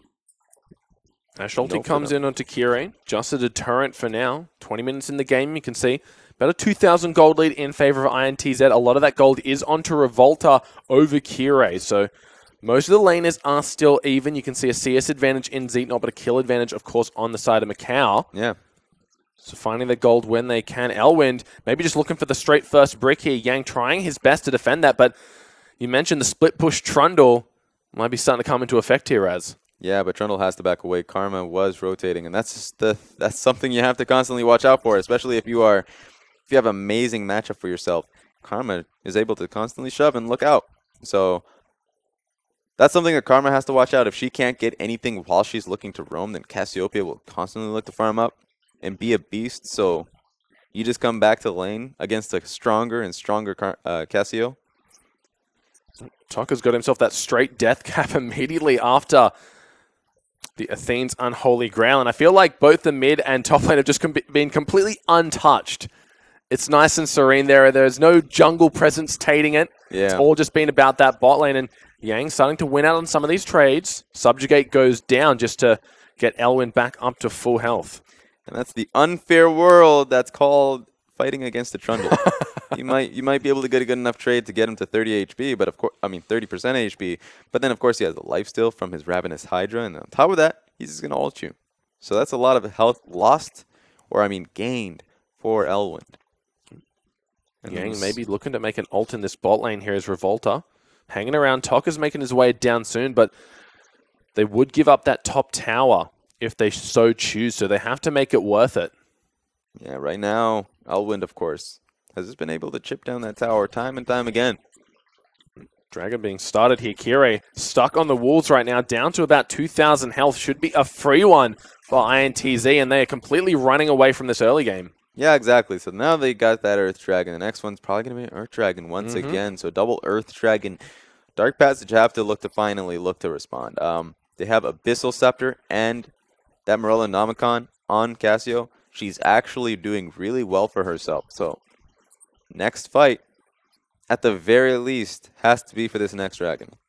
Yeah, you're exactly right. And there's nothing that the Cassiopeia, besides laning, has done too well. But like you mentioned, she's got her items. Her tier can probably nearly stacked. And Yang might have to burn the teleport here. Actually just going to cancel the recall instead. Tokka's again looking to make a play on this bot lane. I feel like this Dark Passage squad in the bot, they've just been constantly under fire. Revolta off onto the left. INTZ, they know that that top lane is going to go down soon, so trying to force it in the bot. Here comes Cassio. Only going to find Revolta, though. Gets hit by the Ashe ulti over the wall. He goes down. Jocksters takes away that one. Now they're looking for the tower. Really questionable positioning from Immortoru. And on top of that, Dark Passage right now, Kirei was in the proper position, but then, of course, was a little bit too greedy for that ulti. The tower race goes in favor of INTZ, and straight away, you can see that Revolta ults up to the top side. This could be bad because he's on his way to help out Yang, but Yang losing out on this 1v1, couldn't even defend it under tower. Elwin just chasing him down, but now the tables have turned. Revolta has came up. It's no longer a 1v1 with no subjugate available. Look who's coming to the party as well. It's Joxers. There is the pillar. Good flash to avoid the taunt. He's going to get ulti. Ulti comes on through, does size, but actually hits Revolta. God. This could be bad. Magical Journey's up against the wall. Should be a free Cosmic Binding. Ends up missing it, but that forces Elwin to run the wrong way. Flash knockup from Revolta. They get that top lane kill, but a lot of work taken out Elwin there. Yeah, of course, finally, Dark Passage. They do get that bottom tower as a response, but the moment Bard ulti actually took down Revolta, I was like, oh, that's questionable. But of course, Joxer's in the fight then. And all he can really do is smack him with meeps. Doesn't have to commit with a Q stun. So a really good rotation there. The Elwin had to get caught in that situation. Sure, he was winning out in that 1v1, but it's not going to be a 1v1 for much longer. Getting the gold lead to about same thing at the moment. Still about 2,000. INTZ can see Joxers. He's been a part of every single kill this squad has gotten. So got to be feeling good about that one. But it's quite easy as Bard. Just chuck a heal if someone's about to get the kill. Maybe throw down a Tempered Fate. I wonder if going through a Magical Journey actually gives you an assist if one of your allies goes through and they pick up the kill. Ooh, now we have to do the research. We're asking the real questions tonight, Raz. We're investigative journalists here. But no, it looks like Macau should have no trouble getting that top lane tower. Xenon actually making his way over. You can see Kirei walking up the lane, but a lot of members from INTZ are here as well. Stun comes through, not going to land onto anyone. Revolta's here, and it feels like we've just swapped the map around. Yeah, I mean, that's just great from INTZ. That's exactly what they should do, especially since they have that pressure early. They can do this for however long they want. Kirei could possibly look for a cask here. Doesn't have the flash available, so would only be relying on the momentum gain from Body Slam alone. So Macau relatively safe with both summoner spells available, as well as Joxers has that Tempered Fate. So any aggression could be met. Ooh. There's the arrow, does go wide. Immortoru might be in trouble with flashes. It still gets hit anyway. Is he close enough to the tower for the stun? Actually not. Does go for the ult. He gets annihilated by 4 members of INTZ. He tried to go for a full-length flash to see if he can get out of there. Exactly. Just not even a possibility. He had Ghost. He could have looked to make the trade for both his sums. Didn't want to do it. Here comes Revolta. No tower for Elwyn this time, but they are going to call it quits. He just puts down the frozen domain and hobbles on out of there. Yeah, so Trundle's going to be safe, but at the same time, he's not really worried about being safe. He just wants that pressure. He just wants to shove him in. So if safe means the team constantly, or at least the enemy team constantly zoning him away from pressuring Shen, then he's not going to be happy about that. Well, I feel like we've seen this before where a Trundle gets really, really strong. They're split pushing all game, but the team just falls too far behind to make any utility come from it. So the question is, how far can DP get behind so this Trundle will still be relevant? Well, that's a good question. They're only 1k behind, not even. That tower changed that gold value, but so it's fairly bad for them. INTZ right now, all they're looking to do is get some vision snowballing, right? Once they got these side towers, all they really can do is shove DP out of their own jungle, get some pinks down. Oh, is that a free mid tower? This would be disastrous. Look, you said the gold lead isn't that much, but the pressure feels entirely different at the moment. DP, they can't afford to answer any of INTZ's pressure right now, and that's going to get themselves nearly 3,000 gold in the lead. Felt like just as you started your sentence, it was 1,000. Yeah, and they've decided to go for a weird 1-3-1 with Casio top lane, which is not a thing. Don't do that. Straight up. Yeah.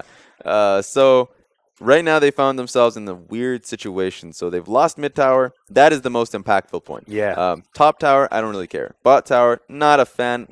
Of course, I'd rather have you have that tower. But if you lose it, it's still fine. Dark Passage still have that team fight composition. But you don't want to give them mid tower. Now that they've lost all of their outers, INTZ have full access to these jungles. Especially topside, where Baron is going to be a major factor 28 minutes into the game. Speaking about major factors, second Mountain Drake also spawning as well. And INTZ with already one under their belt could make great use of that for that early Baron pressure, having that extra damage onto epic monsters. Not something to laugh about when you have two of them. Yeah, exactly. So it's kind of funny because INTZ can choose whatever they want. And every option is as valuable as the last. So they're going to go for the safer one, obviously, and just go for that Earth Dragon. And look at Tokas right now. He's got himself that Void Staff as well. So just going flat ability power here. A little bit of mana regen, of course, off that Athene's Unholy Grail. But will be the Ocean Drake spawning next as they get themselves that second mountain and maybe looking to pressure this bot tower. And Dark Passage, how can they answer this? It seems like everything that INTZ do, like you said, is the right choice. And Dark Passage, they've got to start making some right choices of their own here, Raz. See, they had an option up until they lost that mid tower. Right now, the fact that INTZ can weave inside and outside of that jungle means far too much. So now it's a constant game of stalling out, hoping that INTZ makes a mistake, and that one mistake is losing control. Doesn't matter if this pink ward can get cleared, because right now they always seem to have a pink with them. Well, you're definitely right, of course. But unfortunately, that person's on Shen, so unless he teleports in place of the pink ward, or Sand United's in, teleports back to top.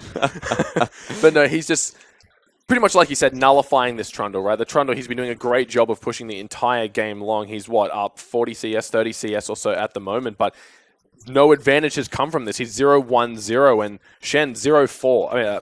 0-0-4, so 4 assists on that, so he's been able to make an impact despite getting outlaned here. Yeah, exactly. So it's a interesting position for Dark Passage now that they actually have to look to contest a Baron shove. And it's good that INTZ got the Dragon first before going towards Dragon, because now that you have double Earth Dragon, that's an extra point to be scared for if you're a Dark Passage fan. Now you got to figure out how to really contest Baron vision. Meanwhile, they could very well easily just sneak it with Ashe, Karma, and Shen. So numbers game is going to be a big question, and how they use Immortaru, because right now, as a Cassiopeia, you are in such a bad position. At least he's finished up his Seraph's Embrace, so we'll have that going for him, a little bit of extra sustainability, survivability, whilst a lot of ability power on top of that one. Has the Abyssal as well. No boots, of course, as snakes don't wear boots. Just going to be going for that straight movement speed on his passive. No kills, actually, for Dark Passage. They haven't been able to find any opportunities, any signs of weakness. INTZ, they're showing up like we know that they can, so night and day performance from their losses recent. Yeah, and they've been a team that if their decisions haven't been the best, but, you know, their vision control have been fairly good. Probably one of the best, but ooh. I feel like that ult hasn't hit once all game. Yeah, I mean, another thing that haven't been the best are I know you're going with that one, Raz.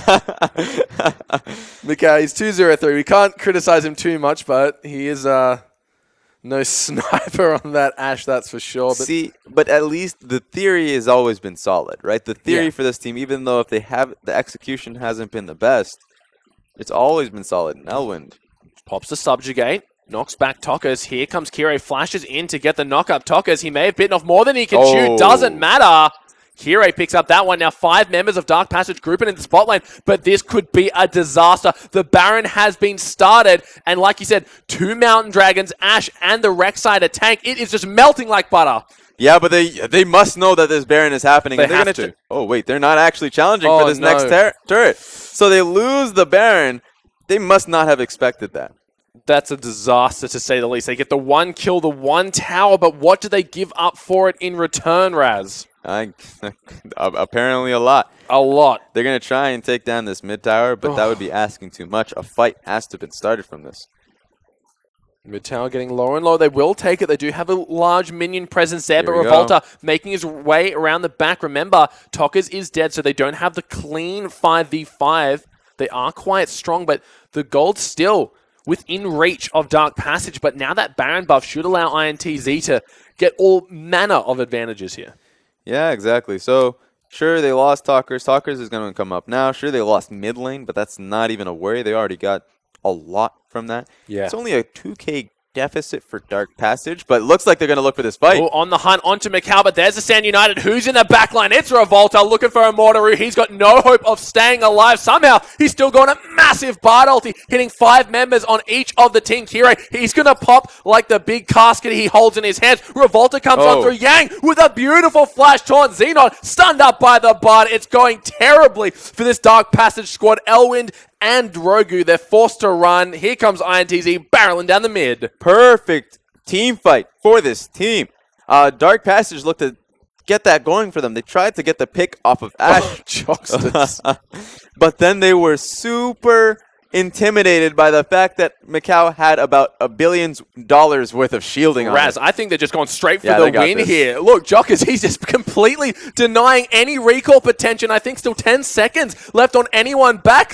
Jockers, he's just going to use a teleport to keep the minions alive. And just like that, the Nexus explodes. And INTZ show up strong. Yeah, that was a big game for them. That's what they really needed. Very necessary. Every game is a must-win, it must seem, because at this point, they want to penetrate the top 4. Yep. They want to get there. They want to be the team going to playoffs, if of course, so they want to get to Worlds as well.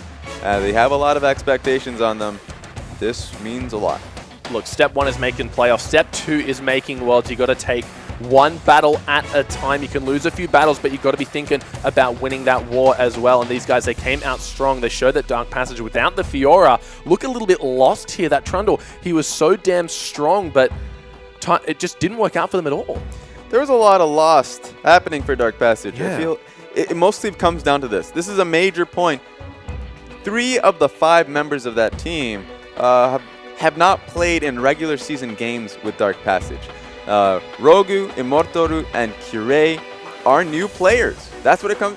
They have not played, and INTZ have played with this roster for the entire season. Yeah, so, and then some. Exactly. And so it comes down to experience. A lot of misplay is happening from Dark Passage, but that misplay came down to the fact that they, sure, there might be a few communication errors. I'm not too sure. Look at the shielding from that. They didn't even want to go on top of Ashe. She was immortal, if I want to make that pun. And that Bard ulti completely, I think it hit 4 of the Dark Passage members, which just left Kirei with nowhere to go. Yang, a beautiful flash taunt, gets it onto the Cassiopeia. And you got to commend Joxer. He just pretty much 2v1'd to stop the recalls while the team just went in and KO'd the base. Yeah, exactly. And INTZ have proven to be a much smarter team in terms of just overall gameplay. But at the same time, not even just smart, it's just they're a team that they know each other so well. So that's a major positive for them. Look, they're definitely showing that they're a force to be reckoned with. Dark Passage were coming off 2 straight victories here that both looked very convincing. One a little bit cheeky, but convincing nonetheless, as they did take down the Nexus. So really showing that they have an answer for some of these specialized teams and what they bring to the table. Yeah, exactly. So now that we're looking at INTZ's wins and losses, this was definitely a good win from them. They definitely needed it. I don't want to say it, but it's looking likely that they'll make it to playoffs if they continue on down this road.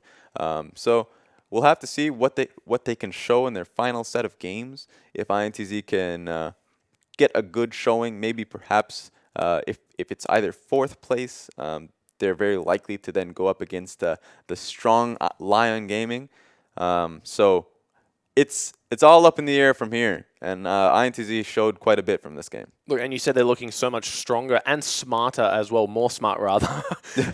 They were playing to their win conditions flawlessly. They knew that they needed to get this bot lane ahead. They needed to shut down any potential of Sivir just controlling the wave, and every single time we looked, there was Revolta in the bot. Kirei was always 5 or 10 seconds too late to jump to the party. It was not even just him. It was as a whole. Trundle could have TP'd much earlier. Kirei, yeah, sure, he wasn't there a little. It just came down to the fact that they knew exactly what INTZ was going to do, but they didn't know how to stop it. And so the pinks were perfect for INTZ, and they really did take proper control of that river. And so the moment they had that means Ash can go to the mid lane, Karma can go to the bot lane. You know, really just they were next door neighbors. That's what it came down to. No, I think you're exactly right. They had that river control set up perfectly, and you said the Karma, is free to roam up and down that river, constantly exerting the pressure, but it worked both ways. If Macau had hit some of those Ashe ultis, we may be singing more praise towards him, but the idea was still there. It was just a poor execution. Yeah, but like it just comes down. It's trial and error at the end of the day. If you have that control, sure. If you miss your Ashe arrow or just the Bard ulti, it doesn't really matter. Try again next time. Short cooldowns, right? So in the end of the day, they had good control. They used their control, and they got the fights that they wanted and nullified that Trundle split push.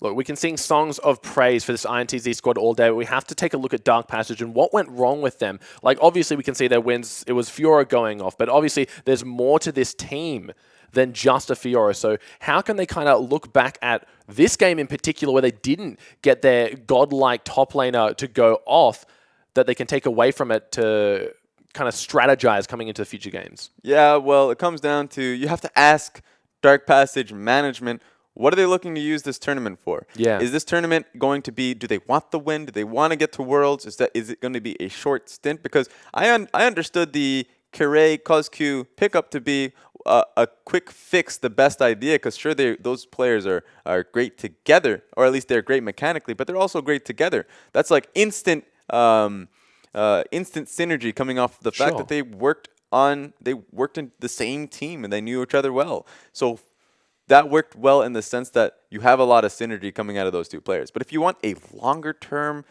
gain, saying that, you know what, we want to bring Immortoru in, we want to work with him until the next season as a long-term goal, we really want to use this experience well, then that's proper too. It's either pick one or the other, because I do not think that bringing in Immortoru randomly will gain much in terms of their chances in this playoffs. No, I think you're exactly right. And they were in a great position to make it through to playoffs, sitting on 3-1 after a few really good wins. And then all of a sudden, I don't know, like you said, if they want Immortoru to have a more solid spot in that lineup and not just using CosQ as a band-aid here, but he didn't really get much done on the Cassiopeia, to say the least. He spent a lot of time just building up into those strengths, and in the end, he just couldn't get there, and the Karma pick just seemed to nullify all of that. Yeah, exactly. And to be fair, about 80% of that, it's not his fault, simply because he has to be stuck mid. He has to be wave clearing. He has to be farming up, because he doesn't know where Karma is. If Karma is going to be sitting in that bush waiting for a cheeky jump on Cassiopeia with a jungler, with Rek'Sai, or if Karma's already 75% towards that bottom lane already. Maybe she's already just waiting to dive. So unless if Cassio had teleport, which is not a good pickup, he had no options. And it just came down to the two players of Elwind and Kirei being the major points to stopping that dive. Look, and no surprise do we see Revolta on the MVP. 2 kills, 0 deaths, and 8 assists.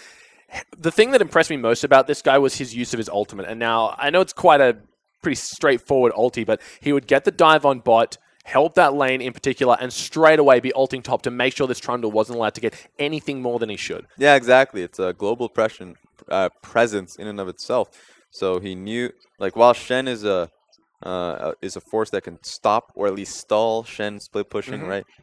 Trundle was actually making quite a bit of gains in towers.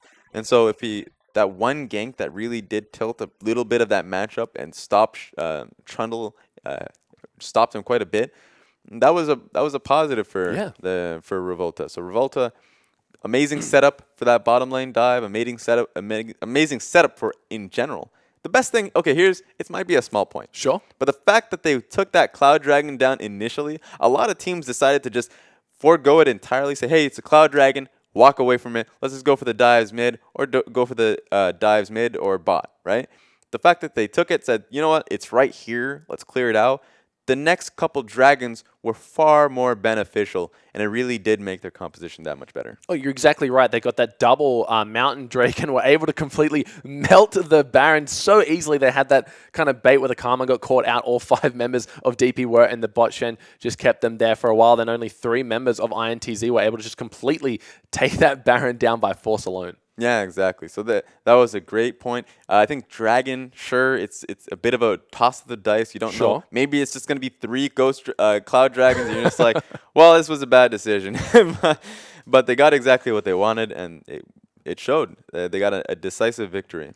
So what are some of the things, while we got some time here, what are some of the things that Dark Passage could have done to prevent that game just spiraling out of their control? Because, like we said, it seemed like Kirei didn't really know where to be on the map. They didn't get a kill for what seemed like the first 25 minutes in the game. Oh, I think that's actually a bit of the opposite. I think he knew where he should have been, and he was in that bottom lane a long time. He was sitting in that bush looking for a counter gank consistently, and that was because that was a smart decision for him.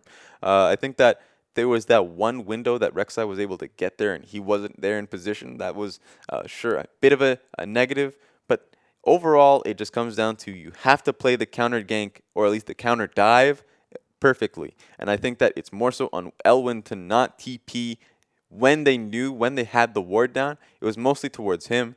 He was in a proper position. In fact, he even got a good gank. Yeah. Didn't work out properly because a bit of a mistiming on Braum Q or Braum. Just mistiming in general from everyone around.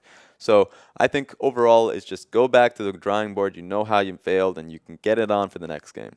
Look, and they still have a few very tough opponents up ahead of them, so they definitely have to get back to that drawing board and start making changes immediately, because they were looking a complete different Dark Passage squad, nothing like we saw them in the previous days. Yeah, exactly. Well, this time they had a scaling composition, a lot more farming that was necessary for them. Sure. If Trundle got into the later on portions of the game, if Trundle actually got a defensive item, if he had that time, if that bottom lane farmed up quite well for themselves, and if Cassio was doing well for herself, like now that was the thing. They really needed to just sit down and play that defensive game, because that's what they really needed to do. Onus was on INTZ to start breaking towers, start making their pressure known. I think the biggest failure from Dark Passage was when Cassiopeia was randomly top lane and they missed out in that mid lane tower. They just gave it away. So sure, you can give up top and bot. You can still contest the camps themselves and look to farm up. But when that mid tower was gone, then you've basically forfeited your entire jungle to an early game pick composition. Look, and I guess that comes back to why Revolta got that MVP as well, because he was constantly forcing all focus to be on that bot lane. And you said Kirei was setting up for counter dives time and time again, and they were able to do stuff like take the dragon straight under their nose, rotate top, rotate mid, get these towers all on the back of that early pressure that Revolta was able to exert. Yeah, exactly. That's what it came. It's almost as simple as that. So now, question is, how will INTZ take this game and going forward? Because they've shown different compositions. They've shown that they're willing to take that Cassiopeia, and they've shown that they're willing to take a pick composition.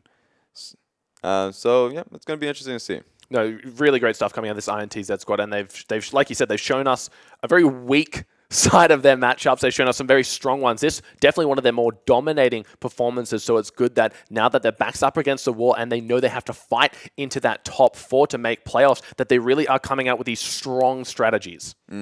Exactly. So it's going to be interesting to see. I think holistically for the tournament, for us to see the picks between Ashe, between Cassiopeia, maybe this is just something that they find comfort in.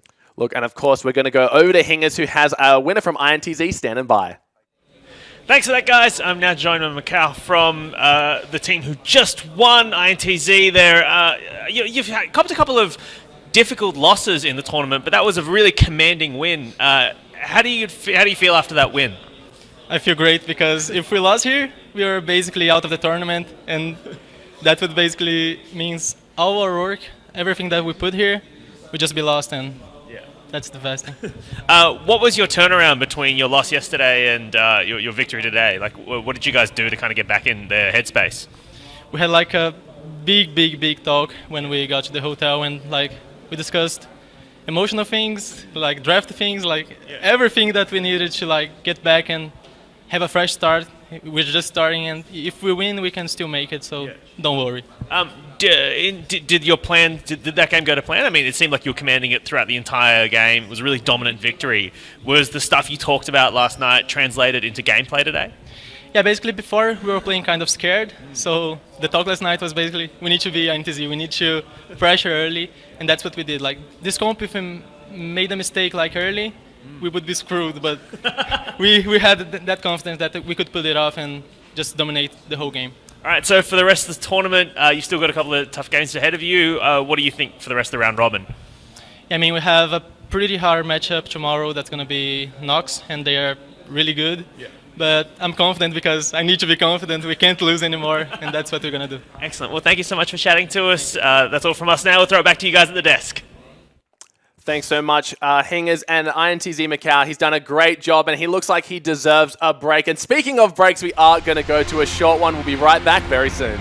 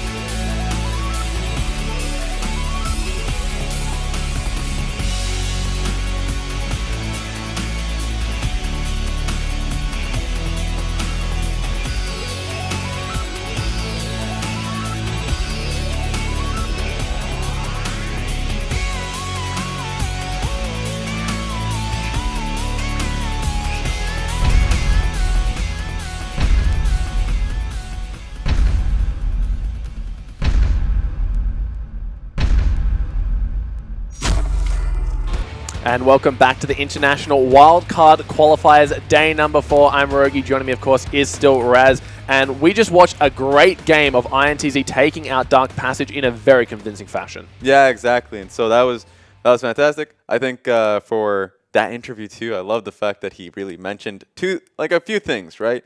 Not only did he say that the composition, he really needed to be aggressive and push out early. If they made one mistake, they would have lost it entirely. That's true. That Dark Passage did have a good composition for just scaling out. And honestly, if they had gotten any of those counter ganks or counter engages working out well for them, they would have won out. And so, and that was honestly how do I put it, the least confident way to say that they were confident. Because it was like, we have to be confident.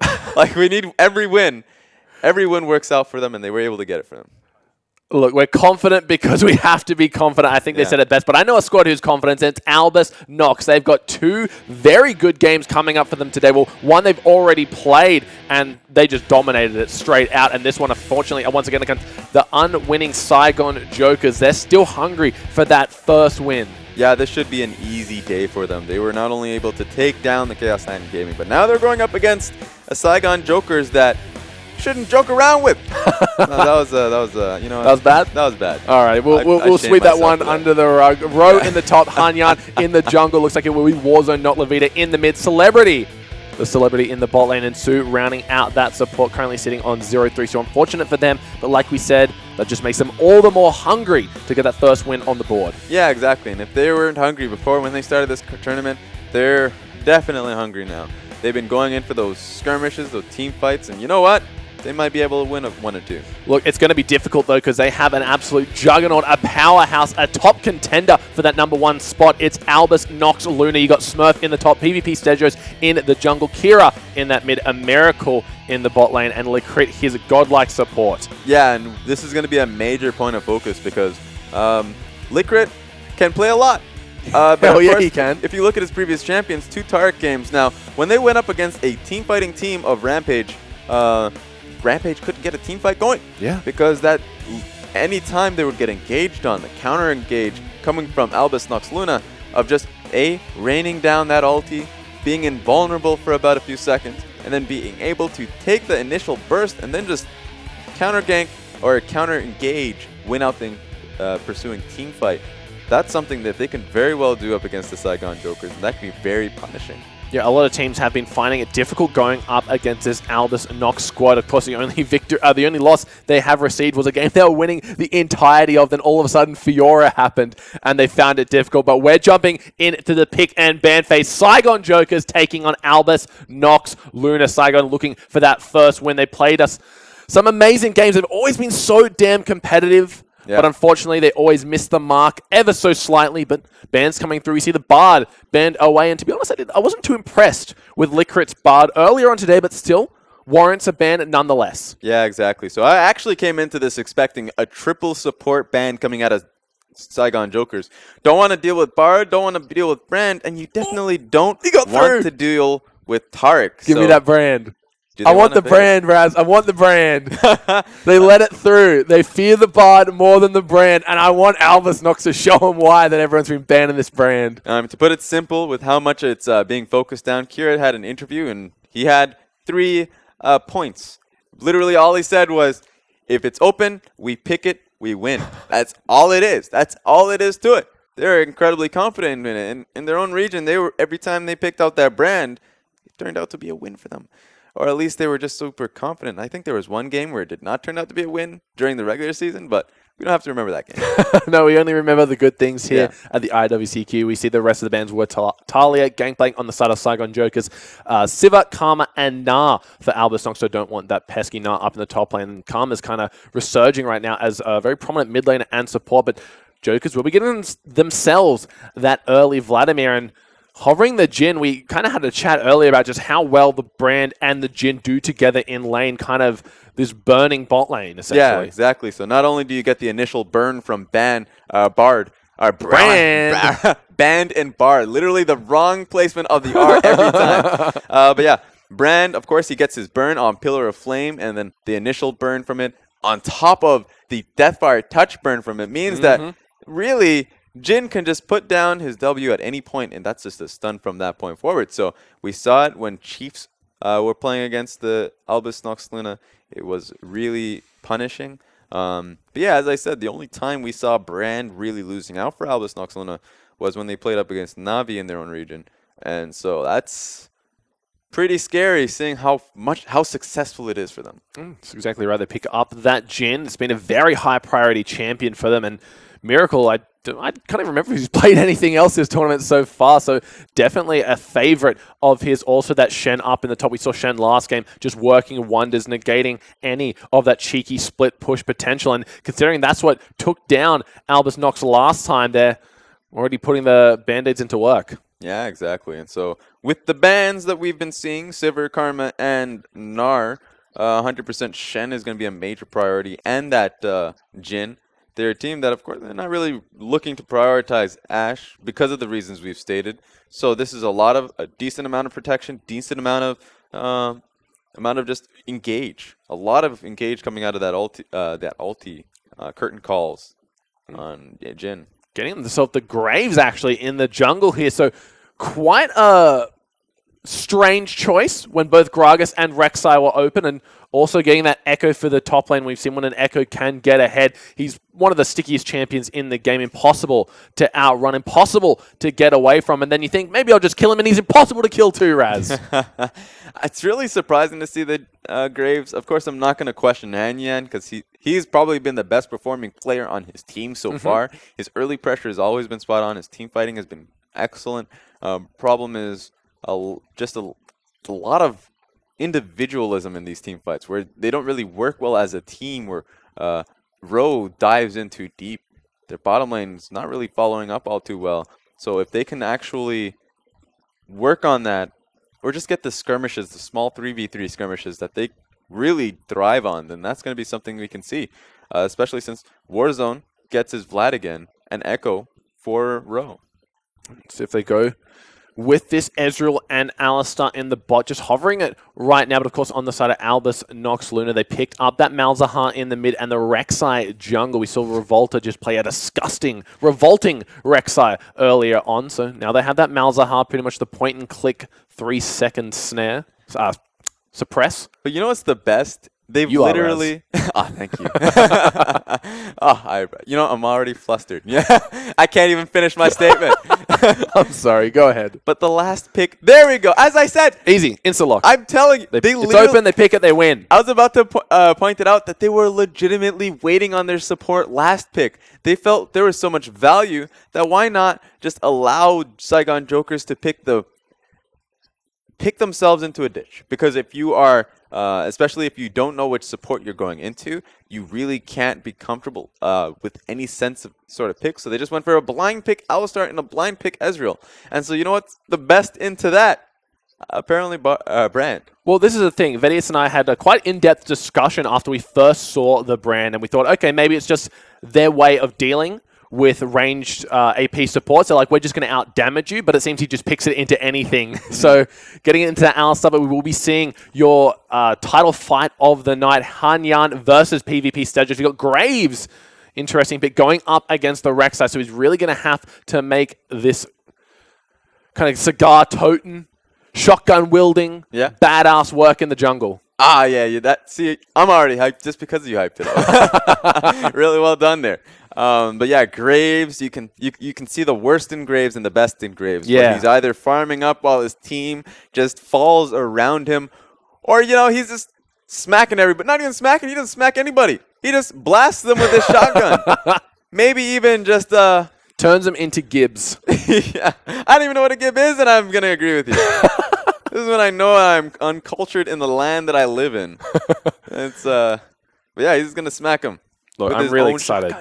I'm really excited for this game. We got Saigon Jokers taking on Albus Nox Luna. They've got themselves the Brand and the Jin. It already looked like everything's going in their favor. So Saigon, they're really going to have to come up with something. They're going to have to come up with a plan. This Graves is going to have to get massive if they want a chance at taking out this game from the champs. Yeah, exactly. And it looks like it's just going to be a full-on teamfight focus. Now, they have nice pushing lanes for them, Vladimir is going to end up shoving into Malzahar up against perhaps level 4, level 6, when Malzahar can actually just clear out one minion with his E. Then it'll just snowball into a point where Vladimir just gets shoved in forever. So Warzone's better make use of his initial shove. And of course, Echo is going to shove into everybody, even though this is a bad matchup for him. Are we seeing a lane swap, Raz? Oh my god, are we seeing a lane swap? Are we seeing a lane swap, Raz? What is happening? Look at the death by his touch as well. Yeah, so they definitely don't want to get into the standard lane matchup against a Miracle. You know, this lane swap could 100% work. Okay. This could just be a shove into tower and a defense. Because think of it this way. All right. If they end up defending top bot lane tower with row with three men, then they can defend a shove and a push and actually secure a tower, or just make it so there's no towers dropping at all. And Albus Nox Luna will not know this is happening. Well, now they know this is happening. So it's been a long time, well, not a long time, but it's been a while since the new patch, since we've seen a lane swap here. So Raz, kind of fill us in, why would you not want a lane swap in this current meta? So one big point, of course, if you do find yourself in a lane swap, it's very damaging once the first tower is going to be taken down. The first tower gold means quite a bit. And when I mean quite a bit, I mean 700 damn gold, quite a bit. Yeah, dude. But what right now what Ezreal is doing, he actually froze that wave. He pulled the first wave coming into the tower. So as I said, it looks like it's going to be a defense on tower. Well, Alistar is going to back away. Graves is going to do the same. All right, you know what? FLICKR forces a ghost out early onto Warzone, but we've heard all the reasons why you shouldn't do a lane swap. So they're doing it. So why should you do a lane swap? This is exactly why. So they wanted to back away from the matchup entirely. Brandon Jhin is too damn powerful. So it looks like what's going to happen now that it's nearing the 3-minute mark when the wave is about to crash onto this turret. They're going to be 3-man strong. They're going to take that lane. This is really... You know what's really funny? For the longest time, a lot of people are saying you cannot do a lane swap, cannot do it. This was the only... And I've been the one saying that, no, you can. In this very specific circumstance. Very specific, because a lot of the times you just lose too much based off the fact that the jungler, or at least the top laner, is going to be level 1. Now, he did get level 2 on this wave that did crash in, so it's not going to be as impactful, not going to be as bad. Oh my god. He accidentally auto-attacks the minion, though, so Celebrity gets to live another day. Okay, so one of the benefits of being able to do this is that Celebrity should shove out and harass Smurf. Unfortunately, he found himself getting taunted up and just getting smacked. So he didn't die, but now Smurf is able to farm up quite well for himself, which really should not have happened at all. So this is going to be a really interesting position. Hanyan, now that he did repel this bottom lane shove, he's not even jungling at this stage, Raz. He's just laning. Well, he's just laning Graves. Well, this is a bad decision from Saigon Chokers. They've actually should have held Alistar into this bottom lane, so it would have been a hybrid lane. So Hanyan can then decide to then take camps going topside. But unfortunately, now Alistar is going topside. Oh, why? And then Graves is just consistently wave clearing and taking experience away from Row. I felt like you were saying that this is a great thing. They know what they're doing. They're avoiding this. And now it just seems like they have no idea what they're doing. Well, I mean, at the very least, they're farming up quite well for themselves. True. So they've completely avoided the disaster that is Brand and Jhin. So now they're deciding to just take the 2v1, take the same lanes. Question is, what is Anox going to be looking to do now that the dual lane is firmly up in this top side? What they should do is to shove this lane out quickly and then re-swap once again. Now that Anox are looking to take the lane. They're not sure yet because they are in Fog of War, or at least... Yeah, exactly. They're in Fog of War, so they're not sure if Anox is looking to take the standard lanes, but they should be aware of this. So essentially, Saigon Jokers just have to keep running away from this bot lane. Yeah, exactly. They are not confident in it in the slightest bit and want to avoid it at all costs here. And who can blame them? LeCrit, like this, essentially they let him have the brand and then ran for their hills. And we'll be swapping Ezreal back down to the bot here. Shen making his way down also should be able to catch this wave. But Su only level 2. LeCrit, he's been in lane the whole time, so he's level 3. Not that drastic, but we'll be hitting level 4 quite soon. Exactly. So this is a really good smart start from them. They were aware that the Anox team are just shoving and rotating. So they ended up shoving that wave and coming down bot. And on top of that, the best thing about this, Ezreal gets his tier. And so not only does he get his tier and he escapes this lane, but he's able to get it, which usually should take a long time. So the 5-minute tier coming out of Ezreal means that he's going to have, oh no. Look, and that's what they're trying to avoid, Raz. That is why they ran away from this lane. Pretty much taking away 80% of his health, and now you can see Stehos. He's up in the top and trying to chunk down this tower as much as they can, but Hanyan forced once again to be in lane. Good stun onto Stehos, gets him quite low, and tower shot onto Miracle and the Rek'Sai as well. So that's the one thing they did not want to happen. And the reason for that is because they want to continue to keep these towers up and available. If Ro is going to find himself that far low in the lane, because he honestly was... Ooh, hey, no. Yeah, they're just trading damage. This is what Brand does, man. They need to play this out defensively. If they're taking unneeded damage, then it's making it a lot easier for Anox to decide to dive that tower, which is why Ro had to back. So now they've found themselves, at least they've saved the tower. They're going right back into it. And the goal is being reached. Saigon Jokers is even in these lanes. It just feels like to me they amputated a bruise at this stage. They're trying so hard to avoid this bot lane, and everything is just going from bad to worse. Ro's taking too much damage. They're not defending the tower. Celebrity can't seem to find any damage onto Smurf. He's denying him a little bit, but... It's a bad execution. I'm going to give you that. But it's not awful. It's still working for them. Sure. And on top of that, because of the fact that Echo is only really receiving not much farm, he has 22 to his name, but it's the same as being done to Shen. And while that's a bit beneficial to Shen, it's the trade-off is definitely worth it for Saigon Jokers because you do not want to send Ezreal and Alistar into that lane. You 100% want to avoid that matchup, and they got the early tier, which means that once they do get into the team fights phase, the utility of Echo is still going to be available to them. And on top of that, the damage coming out of the rest of the lineup is going to be that much more impactful. Well, now we've seen Smurf actually get delegated the mid lane now and Kira down in the bot. So once again, this positions have been completely shuffled up, but Warzone actually making his way up top. FLICKR and Miracle, they need to be careful here because this could be a massive fight in the top lane. Yeah, this is really risky, really dicey. If they can get this working, then this would be really good for Saigon Jokers. Here comes Shen. Ultimate's in. FLICKR, he's still alive somehow. Shen gets his way on in. Can't seem to find anything. Taunts over the pool now. Miracle, he's in trouble. Only one shot left in Crimson. the chamber. Gets the snare. No! Warzone sidesteps it. So first blood coming over to Saigon Jokers. That's what they needed. They ended up taking down the Brand. And of course, here's something you don't want to beat. And that's Brand in a lane swap. Brand, he's... Oh, here we go. Oh, no, he went for the Malefic Visions, rather. Oh, he didn't have the ult. He just went for the Malefic Visions, thinking it would be enough. Hit him with a Q as well. Forces the heal out of Celebrity. Could we see the Prey Seeker? Oh, Stay host. He's making his way on, and then he gets it. Beautiful. That's a bit sad, Sue. Didn't have the presence of mind to flash to save him. Because, of course, I mean, here's the thing. Celebrity could also flash that. True. We had a lot of flashes. They just did not expect the Prey Seeker to hit him, but you got to expect it. Teleport's coming in for both of the top laners. Is anyone going to cancel? Looks like Ro does. So does Smurf.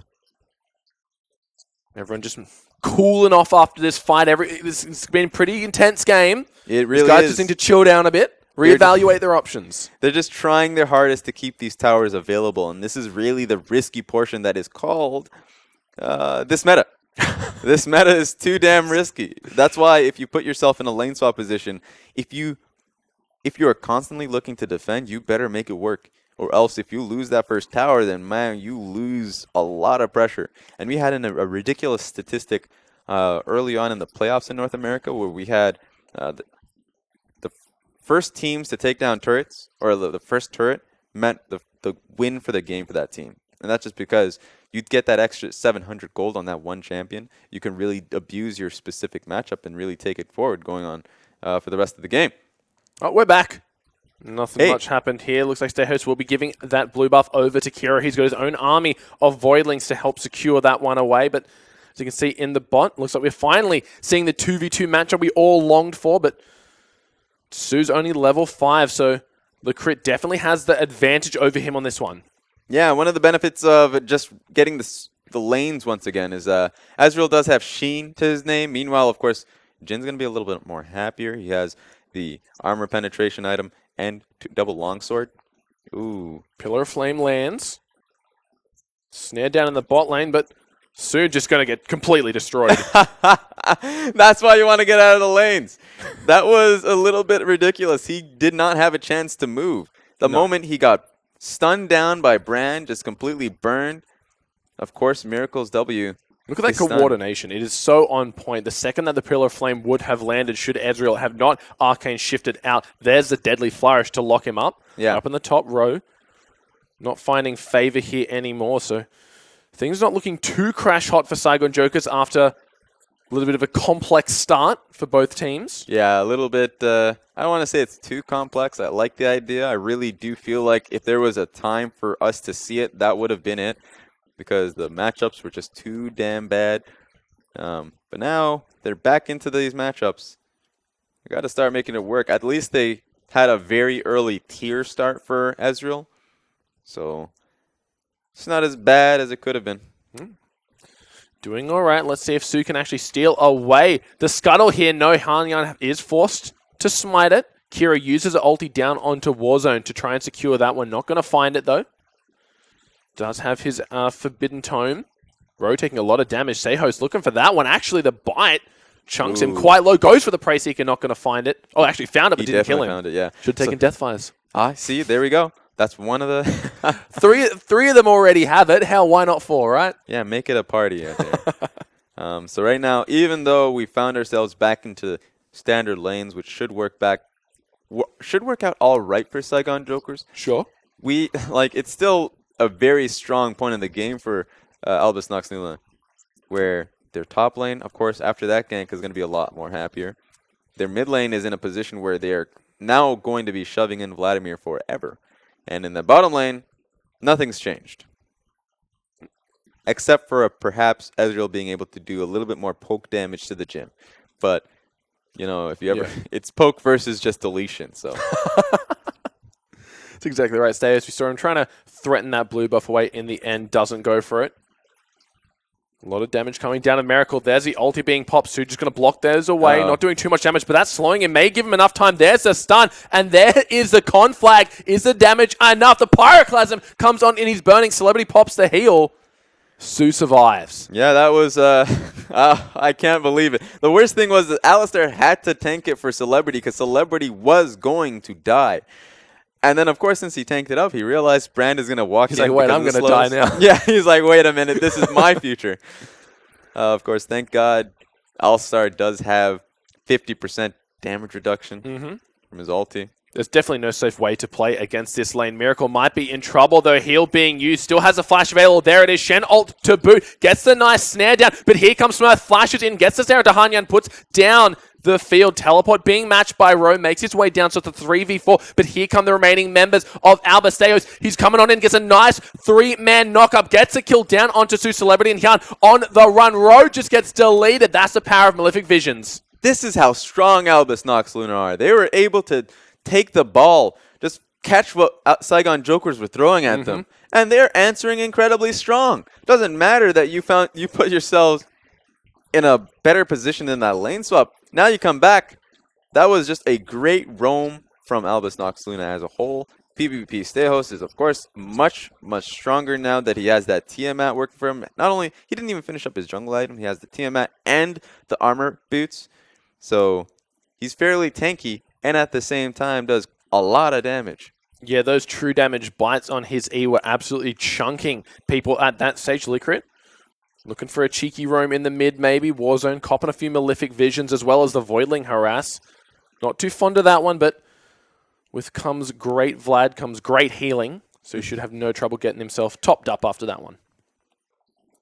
I feel like Marvel's definitely going to ask for... You're gonna need a lawyer, buddy.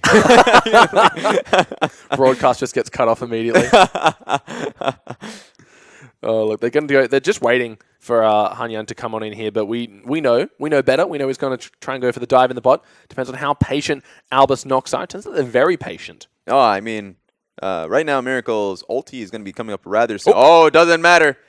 Better get yourself out of that position, buddy. Oh, look at that. The answer's immediately Miracle. He is going to go down in a heartbeat. The teleport gets cancelled. Now, Sejos may have been left out to dry. The flank is still coming through from the rest of the team. The ultimate from the Vlad pops him. Here comes FLICKR. He's on the back of that one. Can't find the ulti with the Pyroclasm just yet. Kira has Nether Grasp available. Looks like they want to fight, but at the same time, they're not too sure. Yeah, it looks like this might be the first tower. Definitely Anox want to defend this, but can they? Oh, there's a Pyroclasm going on, and it's hitting a lot of members. The passive is proccing. Kira still alive. Oh, Yan is burning down Celebrity. He is quite low. Warzone flashes over, gets the transfusion.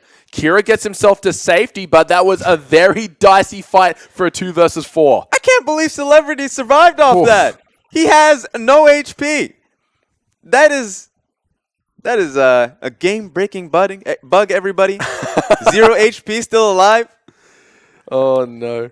And against that much damage to the burning from Brand, the Deathfire's touch.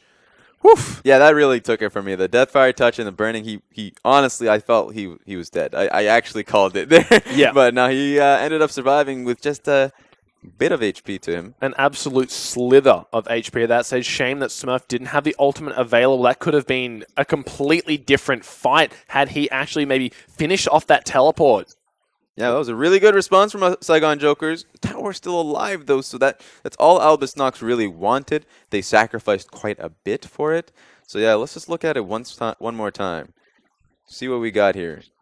So yeah, FLICKR and Kira really wanted to stay under this tower. The brand passive just demolishing Saigon Jokers as a whole. That was 3 procs of brand passive. That's the strength of it. Is really all you need is that 1 proc, and the proc of someone else having that passive creates another proc. It just snowballs. It never ends. Yeah. So that was fantastic. I really want to look at the end game statistics to see how much damage FLICKR is really doing in these fights. Because I can tell you right now, it's a lot. It's a lot of damage. End game statistics, you look at that screen, and it's literally just a few words, a lot. Kira, going to be feeling bad that his support constantly out-damaging him. He's like, hey, man, I'm the mid lane carry. He's like, no, you go on Mal's. You just press R. I'll do the damage. Don't worry about that. You must. I feel for Kira. His position is being threatened by his own support. If Kira does poorly one game, it's like, you got to support now. FLICKR, like, you must confuse me for someone who goes tanks. No. Even on his Taric. It's like, we need a tank, guys. It's like, you are tank Kira. Go brawl mid. You want to brawl? Go brawl mid, Kira. I'm going brand. Yep. So I just like the fact that Anox takes support priority for last pick. This is a flexible team, to say the least, and they're playing incredibly well around that. You can see FLICKR making his way up the river. Kira's there as well. There's the Nether Grasp. Stun comes through. There's the brand passive. It is going to pop. Is it enough? There he goes. Burnt down by the Deathfire touch. Kira in a world of hurt right now, just being the sacrificial brand. Here comes the ulti from Jinsu. Should pop after that one. One more shot should do it. Is the burn enough? Smurf flashes on and gets the auto, but he's going to go down. Steos late to the party, and Saigon brawling with the best of them right now. Yeah, that seemed like a really good catch by Anox, but of course, the entirety of Saigon Jokers just collapse on top of them. So what looked like a very good pick turned out to be a 2v5 opportunity for Saigon. Steos can't find the wave clear, so the chip damage coming in well and truly on this tower. FLICKR finally here to help defend. Should just be using a nice combo to clear out those minions. Tower hasn't fallen yet, Miracle. Trying to get a push down in the bot, but that first brick gold still available, still up for the taking. Yeah, exactly. So, the fact that we've gone in 20 minutes into the game and no towers have been taken down, you would think that this would be a very passive game. Just looking at the statistics. But far from it. Great pick from this team from Anox to really get Hanian, and a lot of burst damage, a lot of dot. Hanian had no opportunity, no chance, but of course, TP comes in. Saigon Jokers are able to stack on top of each other to be able to get the rest of the kills, which looked like a bad idea, honestly, with Brand's passive just stacking on from one person to the next. But it worked out. You're fairly tanky right now. Alistar's ult really paying dividends there already. You can saw being hit by nearly a full combo from Brand, as well as 3 of the 4 Jin ults Yeah. coming on through. Second Ocean Drake of the game spawning. Anox already have one under their name. Hyun trying to get some damage down, but not sitting on too much right now. FLICKR just zoning them away with the Pillar of Flames at the moment. One thing about Saigon Jokers that really is annoying for them, at the very least, is that they don't know if they're ever going to die because there are so many dots coming out of Albus Nox Luna. Not only the Deathfire touch, obviously, but you got Malzahar's E's coming through, the burn damage coming out of the crit, and from Jin. This is like, all right, doesn't matter if you took the initial burst, you're just going to get burned down. Oh my god, that's a huge conflagulation down onto Su and Hyun. Luckily, he does have the magic resistance to keep himself safe. Steos, thanks to Celebrity, can't actually get in and finish them off. Does push them off the dragon. Yeah, that should be Albus Nox's dragon from here on out. Hanyan is way too low. Trying to pull it out here. They don't want to risk the collateral damage steal coming on through. The sad thing is, this Ocean Dragon actually does a lot of damage. So if they're going to go for it, then they better do it quickly because Saigon Jokers will be healthy enough, especially with Su's healing, to take the fight. Dude, Hanyan is one spell rotation away from a bad day. Accidentally flashes the wrong way. Warzone should just burn out here. Malefic Visions actually gets a Q onto the minion. FLICKR gets the kill onto Su, flashes in, gets the stun on Celebrity. Pillar of Flame, and cool guys, don't look at explosions. Exactly. The best thing was that Ezreal just eat away as if he had something to save. Had nothing. You're dead, buddy. The best FLICKR right now is grade A badass. Yeah, he's doing a monstrous amount of damage. He's got himself that needlessly large rod already. And the makings of the Rylas Crystal Scepter. So if he gets the Burning Face after that, it's just going to be an insane amount of dot damage that, like you mentioned, Celebrity, he's going to be constantly debating, do I use my heal now? Or am I going to survive this burning? Yeah, I mean, he just doesn't know. Yeah. They just don't know if you're going to survive or not. And that should be the first tower down for Albus Nox Luna. Yeah, they get a massive chunk of gold now. 22 minutes in the game, and it's been firing all cylinders all game long. 2.5 thousand gold in the lead for Albus Nox. And Kiri, saw how much damage he was able to do in just alone on the Vlad in the start of that fight. Exactly. So, of course, Graves had to get the hell out of there. He flashed a little bit prematurely, didn't know, but of course, look at that. Get out of there, buddy. And when I say get out of there, I mean...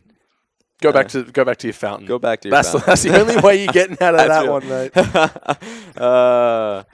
So, of course, Saigon Jokers are going to be able to answer that. Albus Nox were all back in base, and not all of them were back in base. Ezreal is actually going to spot this one out as well as the Trinket. Only people able to answer will be Warzone and Ro. Ro, he's got his sight set onto FLICKR. Seo's doing a good job of CCing him up. Warzone is here now. Protobelt comes on in, trying to get the damage. Ro just batting him to pieces. A good stun comes out from FLICKR. There is the Pyroclasm. Only going to bounce twice. Yeah, he's trying to get the extra passive damage coming off. So right now, Ro is not very healthy. Cannot defend this tower. Or at least look to attack. But with that being said, Saigon Jokers got mid tower. Well, they punish the attempted Baron sneaky steal here and get themselves that mid lane tower. Starting to do a little bit of chip damage on the tier 2. Kira finally back to defend it. Best thing about Graves right now is how much damage he can do to towers. So you have to watch out, especially since he can just decide randomly to look for the sieges. You got the split push Brandon effect, I guess, up at the top lane. Oh, there's a ghost pop for Warzone. Flashes on over, is in onto Kira. Does get stunned up by the Nethergrass in the pool. Miracle looking for a way in on this fight. Su gets a 3-man knock-up. Ro gets the stun in the back on Miracle. Brand not in the fight just yet. He's running from base. Warzone gets the first one onto Kira. Dies in the process. Su gets stunned up. Smurf looking for something. Can't find it. There is a curtain call. Who's it on? Su. He's still alive somehow. Ro uses the ult. Nearly gets his teammates killed in the midst of that one. 1-for-1 mid laner for mid laner. Yeah, they went to trade. That was really aggressive from Warzone, but Celebrity was untouched. He was fairly healthy, so he could continue to chase and deal as much damage as possible since he is Ezreal. So right now he's doing really well for himself. He's just 1, 2, and 4. Very humble, not really doing all too much in terms of statistics. So, but he's got his 2-item spike, got his Iron Fist, and on top of that, he's got his Muramana. Look, but here's the unfortunate thing I find about Saigon Jokers. This seems the storyline of every single game they play. They always keep up. They're always so close, but something goes wrong. Yeah. The chink in the armor shows, and the arrow hits them in the heart, and they just bleed out slowly but surely. You know what it is? It's usually what gives them their advantages. Saigon Jokers are a team that they can get advantage off the fact of their skirmishes that they take randomly. So teams are unsure of when it comes, how to really take it. But as the game goes on, that's their way to close out a game, and so that's usually what is their fall, how they fall in the game. He couldn't even take that pink. Another pink was placed to really replace it, so he didn't even get the gold. Gold denial. Yeah. Denying in League of Legends 2016. So look at this. This was interesting from Warzone. Could have just gotten burst out because, of course, everything was blown here for Albus Nox. But that was an amazing headbutt pulverized from Sue. That was a really good flank by everybody in general. But, of course, Warzone had to sacrifice his life for it. It was really risky because every single person on Saigon Jokers were fairly low. But look at this. Row. Boom. You shouldn't do that, buddy. They would have been so screwed if Sue dies there because it would have spawned a captive audience, slowing the entire team, allowing Brand and PvP to catch on up and just decimate them. That would just be an amazing highlight experience to see him basically kill his own teammate by just ulting so he's invulnerable. Bullet goes right through him, kills Alistar. It's a new era of when you're playing Vlad and the Caitlyn ult's coming behind you to hit one of your teammates and you stand in front and pull immediately, get your teammate killed. Yeah, I love that. I love new era of BMing. This is why I love Fizz. You want to if someone's been harassing you the entire day, or if you're just feeling especially trolly. He's a trickster, right? He's all about playing tricky. Yeah, trick your own team. You're going for this fight though. Warzone uses a dash cannon, goes on in. Kira tries to get the ulti down. A lot of damage coming out. There's a curtain call. Brand. He's expended most of his damage already, but it is only onto Sue. He should pop after that one. Pillar of Flame gets the kill. Celebrity trying to find their Qs. They are going to go quite low. Hyun and Warzone forced to use their offensive abilities on the retreat. Once again, that was not a fight Saigon Jokers wanted to take, but they took it anyways. And a perfect play from Albus Nox to counter-engage on that, really take away the damage that was coming out. I really do want to see that play once more. Ooh. Kira just gets destroyed, but they will be getting the Dragon for it. And I respect what you said, Raz, that there's a fight that Saigon Jokers don't want to take, but I don't think that's in their playbook. I don't think there is a fight that they ever don't want to take. These guys want to fight, and they want to fight now. For those people who watch football, and when I say football, I mean the American brand, there's a nice playbook coaches go through. It's like, hey, this is a nice playbook. We'll pass it over to the receiver. For Saigon Jokers, there's only one play in that playbook. Only one play. That's the Hail Mary. They're going for the Hail Mary every single time. Boot it down mid. That's how they like to play, and they're doing just that. 5 strong, pushing it down the mid lane. They want to get that mid lane tier 2. They will, but that's 3 Ocean Drakes on the side of Anox. That means that any downtime that they have after a small skirmish, and who doesn't love a small skirmish like Saigon Jokers, right? They will be able to reset out of that one. Did he just TP? He thought he was being... Yeah. Okay, so this is beautiful. So he actually thought that he was in a bad position, decided to go for that nice... what was it again? I'm a Shen, get me out of here? Yeah, but there's a player in EU that does this quite frequently, and I can't... You got some downtime. I'm so sad. I'm just stuck trying to figure out who it is. It's not been a good day for names for you, has it, Raz? Soaz. Yeah, I'm just an amateur player hasn't made his mark on League of Legends history, has he, Raz? He can easily be forgotten, right? It was like, who's that one amazing mid laner? Oh, FLICKR. That's the one. Soaz does that a lot. And I just wanted to make it a small point, but it just comes to a larger point of me not remembering anything. Look, Saigon, they're keeping this game quite competitive. 30 minutes in the game, only 1,000 gold separates these two teams. Saigon actually have the tower advantage after running it down mid post-skirmish here. Warzone might be in trouble. Look, there's LaCrit. Can't seem to find the CC. Warzone quite low, though, forced to use that Sanguine Pool. Get himself to safety. That's usually the go sign. If you end up using Sanguine Pool that early because you find yourself in a bad position, of course, that's a go sign for a fight. They didn't get the stun, obviously. LaCrit wasn't in position, didn't get to see it happen. Saigon Joker is going for this one tower. Smurf doesn't have teleport, but he does have Stand United, and LaCrit has the wave clear there if he can do it. Good damage from Celebrity, weaving those Qs through the minions. Even gets the fade away from Hanya and the fade away auto attack on that turret. So they're actually just consistently looking to siege up.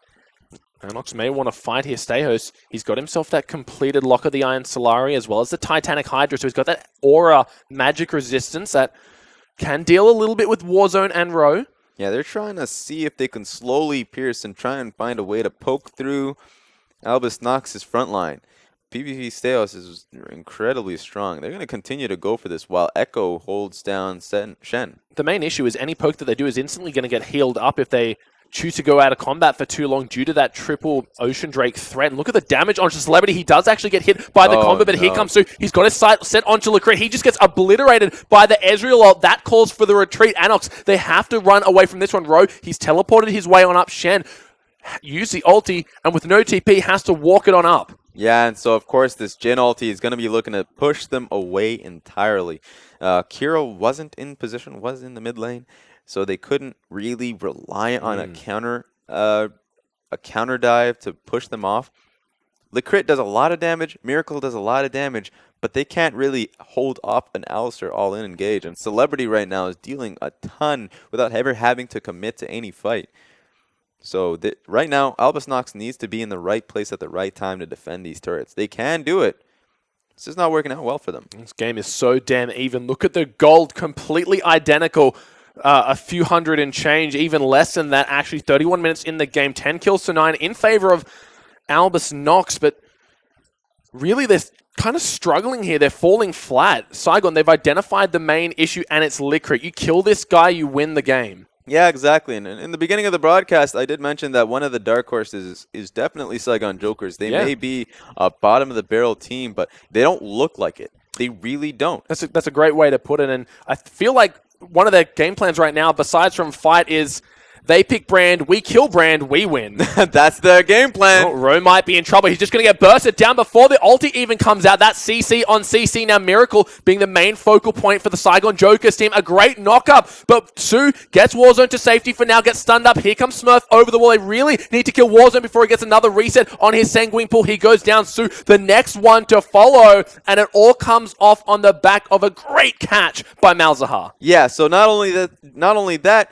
what are you doing? Your Rose down, 100%. That's a free pick for Albus Nox, but there's no reason to go in. But Warzone sees everything as a war zone. So he just goes in fighting even though they've lost their major and only tank in their team. So right now, this should be a very easy Baron for Anox. It's all on Hanyan right now. He has to go for the steal. Flashes over. Can't find it. Great to cure Kira. He's quite low. There's a Shen ulti. Basically half his health bar at this stage. The only one left alive is Celebrity. He's going to have to watch as a big Baron Nashor gives over his buff unwillingly to Albus Nox. Yeah, so now this is going to be the major turning point. Maybe not. No. There's no way they have increased recall from the Baron. I've seen a few YouTube highlight reels where you just... So is Celebrity, apparently. Yeah, apparently. Looking to make some of his own. Trying to see if he can get them healing, catch them off guard, find them at 100% HP and be like that. You know what? I don't know what I expected. That's it. Maybe trying to go for a blue steal here, but Hanyan wasn't successful in the steal, and neither is going to be Celebrity. Dragon spawning, 10 seconds, but Saigon Jokers, after losing a key fight, the gold was dead even. Now they're down about 3.5k, so they're going to have to pick their fights a little bit more carefully. Yeah, exactly. And it feels like, as you said much earlier on, that they can't really look for much poke siege because poke is fairly ineffective against Amnox. As you said, they have three ocean dragons. It's insane. So we're in a position where that's not a win condition anymore. They have to take out a team fight. They need to go all in on their engage. Su needs to jump in, fight them, but that fight has to happen at a proper time. And so far, whenever they get picked, they try a little too hard to then go for the speaking of getting picked, Celebrity just gets completely obliterated. Ooh, Hanyan takes about 600 crit on the end of that one. Rowe trying to get in on the fight. He's dead. Warzone soon to follow. Kira should have no trouble, but Miracle on point with the stuns. And Celebrity, you saw what was going on and you just let it happen. Hyun has to use the ulti defensively to get to safety, but now barreling down the mid lane, it's Anox's turn to go for the Hail Mary. So the camera didn't get to catch it because it was really focused on the fact that Hanyan was getting completely zoned out and almost died to the Jin ulti. Meanwhile, Malzahar Kira did get a pick off of Warzone, was able to get him down with his ulti, and so then of course Ro tried to help him, and they just both ended up dying off of it. Look, they might be going for the win here. Su, he's got to try and stop him. They have the AoE with Hanyan to kill some of these minions, but Su, he gets completely obliterated, ulti or not. He is going to go down. There's the Malefic Visions to get the kill. The second Nexus tower goes down. The Nexus soon to follow, and once again, Saigon Jokers fall victim to the same old thing. They look so damn competitive all game long that one bad fight turns the tide, and Albus knocks your champions. Yeah, so one of these days they'll have, they'll just win out through those side engages, perhaps once they face Kaos Latin Gaming. But overall, we've seen a very smart and very different side of Saigon Jokers. Not very different, slightly different. Their lane swap was actually really well played on their part. There were a few hiccups in terms of celebrities, how he was dealing with the Shen, and Kira's doing the zombie brand walk Oh over there. my God. I love it. They really love this brand. I mean, and he's not even the one playing it. Hey man, pick it, they win. That's it. And you got to give massive props, of course, to Saigon Jokers. They came in with a very solid game plan in this early game. The execution was a little bit lackluster, but it still allowed them not to get completely obliterated in lane. And when they actually got to that standard laning phase, you saw how much damage the Jin brand combo can output. So they did a great job of avoiding just going like 0-5 or something. Well, exactly. The moment they actually matched up in the lanes and Alistar got stunned, he just got completely demolished. And so this was a really good pick for Saigon Jokers. Perhaps they could have gotten more. In fact, Smurf living, or at least FLICKR living with just 1 HP for so long allowed Smurf to really join up in that. So Miracle would have been a bigger pick on that one. So look, Saigon, they picked so many good fights and a lot of bad ones too, to be fair. And Su, he did a great job on this Alistar, constantly knocking Malzahar out of his ulti, getting 3 to 4 man knockups. But in the end, crit, his CC chain, his AoE was just too much to handle, and it's so difficult because you're constantly getting slowed by the curtain call, and the second that crit can get in range, there's 30% of your health, you're stunned for 2 seconds, you've got your burn damage, and what do you know, there's a 4th shot of Jin coming for you. And it's an incredible snowball pick. The moment they snowball off of that 1 kill, look at this, Ro went down, but why is Warzone going in? You completely lost your tank in this scenario. And so he has the Zhonya's up and he loses out. The rest of his team comes in, but of course, they know they can't pick this fight. So the moment they pick it up anyways, it's like, wait a minute, I guess we're all just dead now. Yeah, so Gray's trying to go from ult damage there. Not even him. This is the game-winning fight here, Celebrity. But look at Vladimir here. Yeah. He got completely stunned down by Kira, so while Hanyan couldn't join up, they just died out. It was looking very grim, but Celebrity shouldn't have been there. Look at the damage from Miracle coming out just on the W alone. Ending the game on an impressive 4-1-8. Pretty much all of them having great scorelines here. Yeah, exactly. So it's just a great snowballing effect. It was back and forth, really. But the moment Albus got control of the game, they were able to just walk forward. And there was no way for Saigon Jokers to really stop them. No, and it is unfortunate because we've seen this time and time again when we're casting, we're watching, we're cheering for the Saigon Jokers, is they're always competitive. They're always up there in the terms of skill level, coordination, maybe not execution, but the aggression. It's just too unwarranted. It gets them where they need to be, but then they need to realize that that part of the game is over. Yeah, exactly. You know what? I was cheering for the play. I was cheering for the lane swap working. I wasn't cheering for Saigon Jokers. That would mean I would be biased. Yeah. Definitely not biased. I wouldn't be that. But exactly, I thought that they had a very smart play coming up from them, and it just didn't work out. Look, and is it hard to go past FLICKR's brand on the MVP, going 6, 3, and 10, constantly hitting those massive pyroclasms to proc the passive? And he said, when one passive procs, proc, and the whole team just dies. They just explode. Hopefully we can somewhere find out exactly how much damage he did in that game, because I'm sure it was off the charts. Yeah, I mean, I'm going to be searching for it. If I don't find it, then that would be the saddest day of my life. I'm just going to go to bed tonight just like dreaming of possibilities. It's like, did he do 20,000 damage? How much damage did he do? Dude, wait, I reckon it would be in the hundreds. Hundreds or hundreds of thousands? Because now that hundreds of millions, Raz. Why not? Millions. Just go. Just go home with that mindset, with that idea, because that really he probably did more damage than Malzahar. That's what it.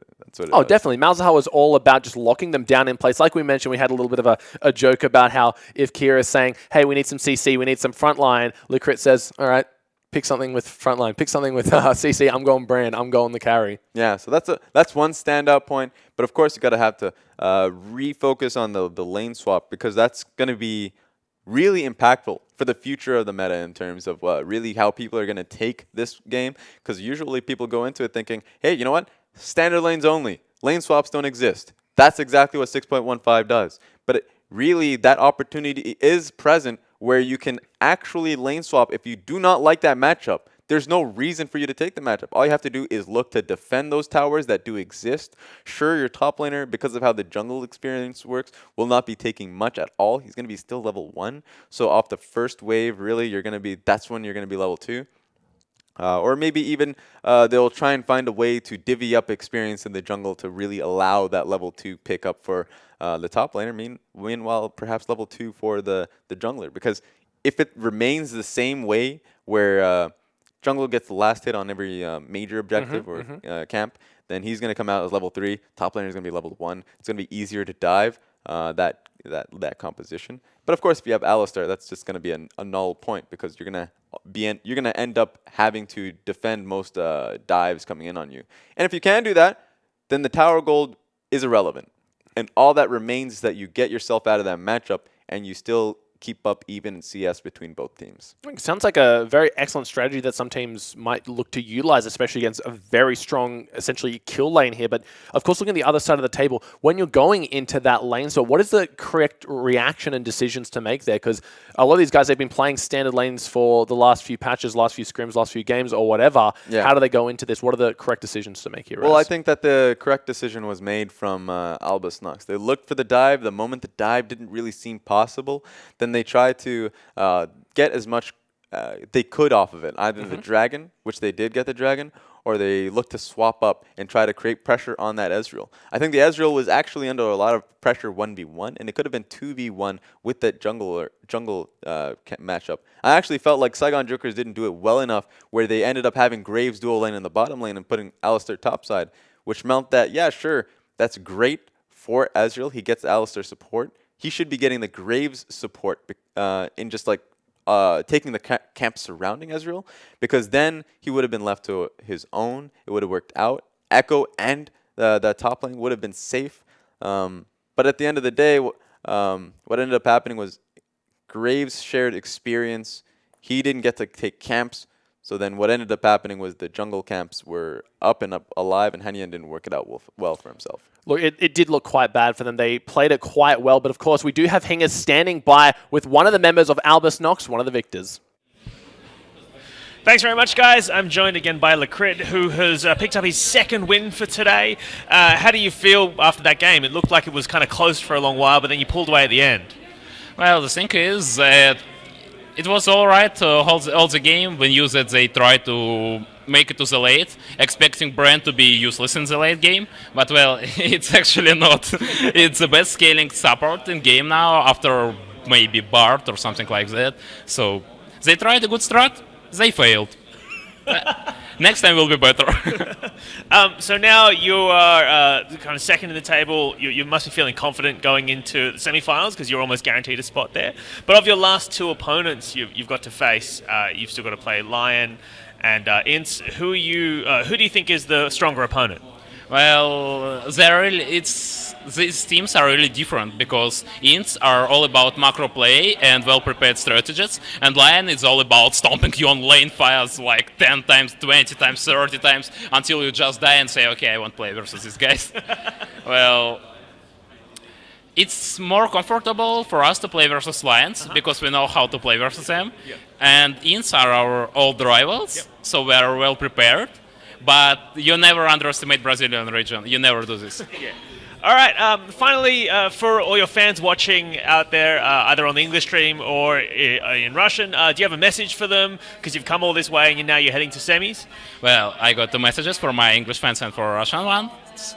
Okay, for English guys. Okay, I'm really excited that you actually know who I am. Thanks for rooting for us. It's really amazing for me. Thank you, guys. And for Russian fans, извините, ребята, я играл не так хорошо, как вам могло показаться, что я должен, но я приложу все усилия для того, чтобы стать лучше. All right, I have no idea what you just said because I don't speak Russian, but thank you so much for speaking to us, and I'll throw it back to you guys at the desk. Thank you so much, Hingers. I love FLICKR's interviews. He's got such a great way of talking about the game and just essentially breaking it down on such an honest level. When we verse Lions, they're just going to keep smashing one lane until it eventually breaks, but we know how to play against it. Yeah, I mean, I agree with that. And the best part about that was just his confidence with the brand. Is like, oh, you think that late game it's not going to be good? Well, it's the best. It's the best. They're so sold on brand as a support, and it's always working. So really, it just comes down to one team proving them wrong or proving them right and just banning it out. Look, it got banned out for them quite frequently throughout, and like you said, it's either they respect it or they don't respect it, and it ends up biting them, or they waste 2 bans on the brand and the Bard and just give them even more powerful champions over. But congratulations once again to Albus Nox. That's 2 victories today for them, so they've got to be feeling really good about coming into tomorrow. Exactly. So as Michael Hingesing said, was that they should feel pretty confident going into the at least that they've qualified into playoffs. So solid play from them overall, really consistent, and of course we want to see how it works out in the next coming days. Okay, and if you missed out any of the games, we got you guys covered. We're going to go over the results.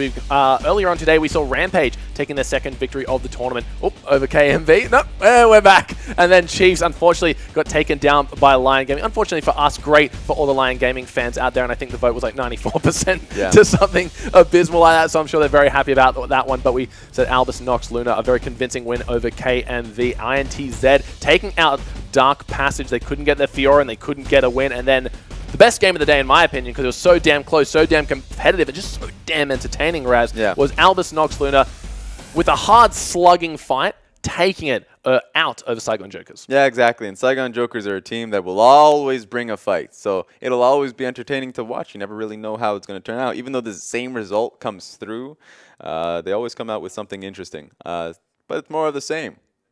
Look, it's just been so close, and of course we're going to have a look at our standings right now to see where everyone racks up on the ladder boards, and look at Lyon, 5-0, top of the table, the king of the jungle, for some reason still considering themselves the underdog, when of course they are quite right now a majestic Lion, but ANX sitting on 4-1, their only loss being to that Dark Passage backdoor, so look for them to have some great games coming up against Lyon Gaming. Then you got INTZ, Chiefs, and Dark Passage sitting on 3-2 right now. Rampage picking up their 2nd win of the tournament today, 2-3 on that 6th spot, and unfortunately for Saigon Jokers fans and KMV fans, yet to pick up a win, sitting in 7th and 8th respectively. Yeah, so of course you guys have to remember that anything can happen, and on top of that, there could be tiebreakers as well. So you see that the 4th place is being contested between Dark Passage, Chiefs, and INTZ. Anything can happen. All of them are showing really well, showing up pretty well. So, never know. Look, and it's been an absolutely action-packed day today, but guess what? We've got more action for you guys tomorrow. We're going to have a look at tomorrow's schedules. We got Lyon Gaming taking on Rampage, then INTZ versus Albus, Nox, Luna. That is going to be an absolute insane game. You heard FLICKR on the interview. He said he's prepared for them. He knows they're their old-time rivals, so look for that one. Mark that in your calendars, guys. Wake up at 7 a.m. if you're from Oceania for that one. Then, of course, we've got KMV taking on the Saigon Jokers. Both teams finally going to get themselves a win here, so someone's coming away with a win after that one. Then Dark Passage will be taking on Chiefs eSports Club. Then to round out the evening, it will be Saigon Jokers and INTZ taking it for the Rift for our final game of tomorrow's games. Yeah, that's got to be the most difficult day for INTZ. Got to go up against Albus, Nox, and Saigon Jokers, even though that should be the easiest one on paper. It's not going to be very easy to at least go up against Saigon Jokers, especially today when we saw that interesting lane swap. Look, I'm seriously disappointed that Saigon Jokers have yet to pick up a win because they've been playing so damn well, constantly keeping every single game competitive, pushing them to their limits, showing that they actually can run with the top 4 contenders. But unfortunately, each time they do fall flat, and it's just unfortunate to say the least. Yeah, exactly. I mean, you can do well in the laning phase. That's all well and good, but it comes down to how you play out in the mid game and the late game. And if the only strategies available to you is just constantly looking for team fights and overall skirmishes, then you will get outmatched. Alrighty, guys, that does it for us. It's been an absolute pleasure to have day 4. We'll see you guys tomorrow, same time.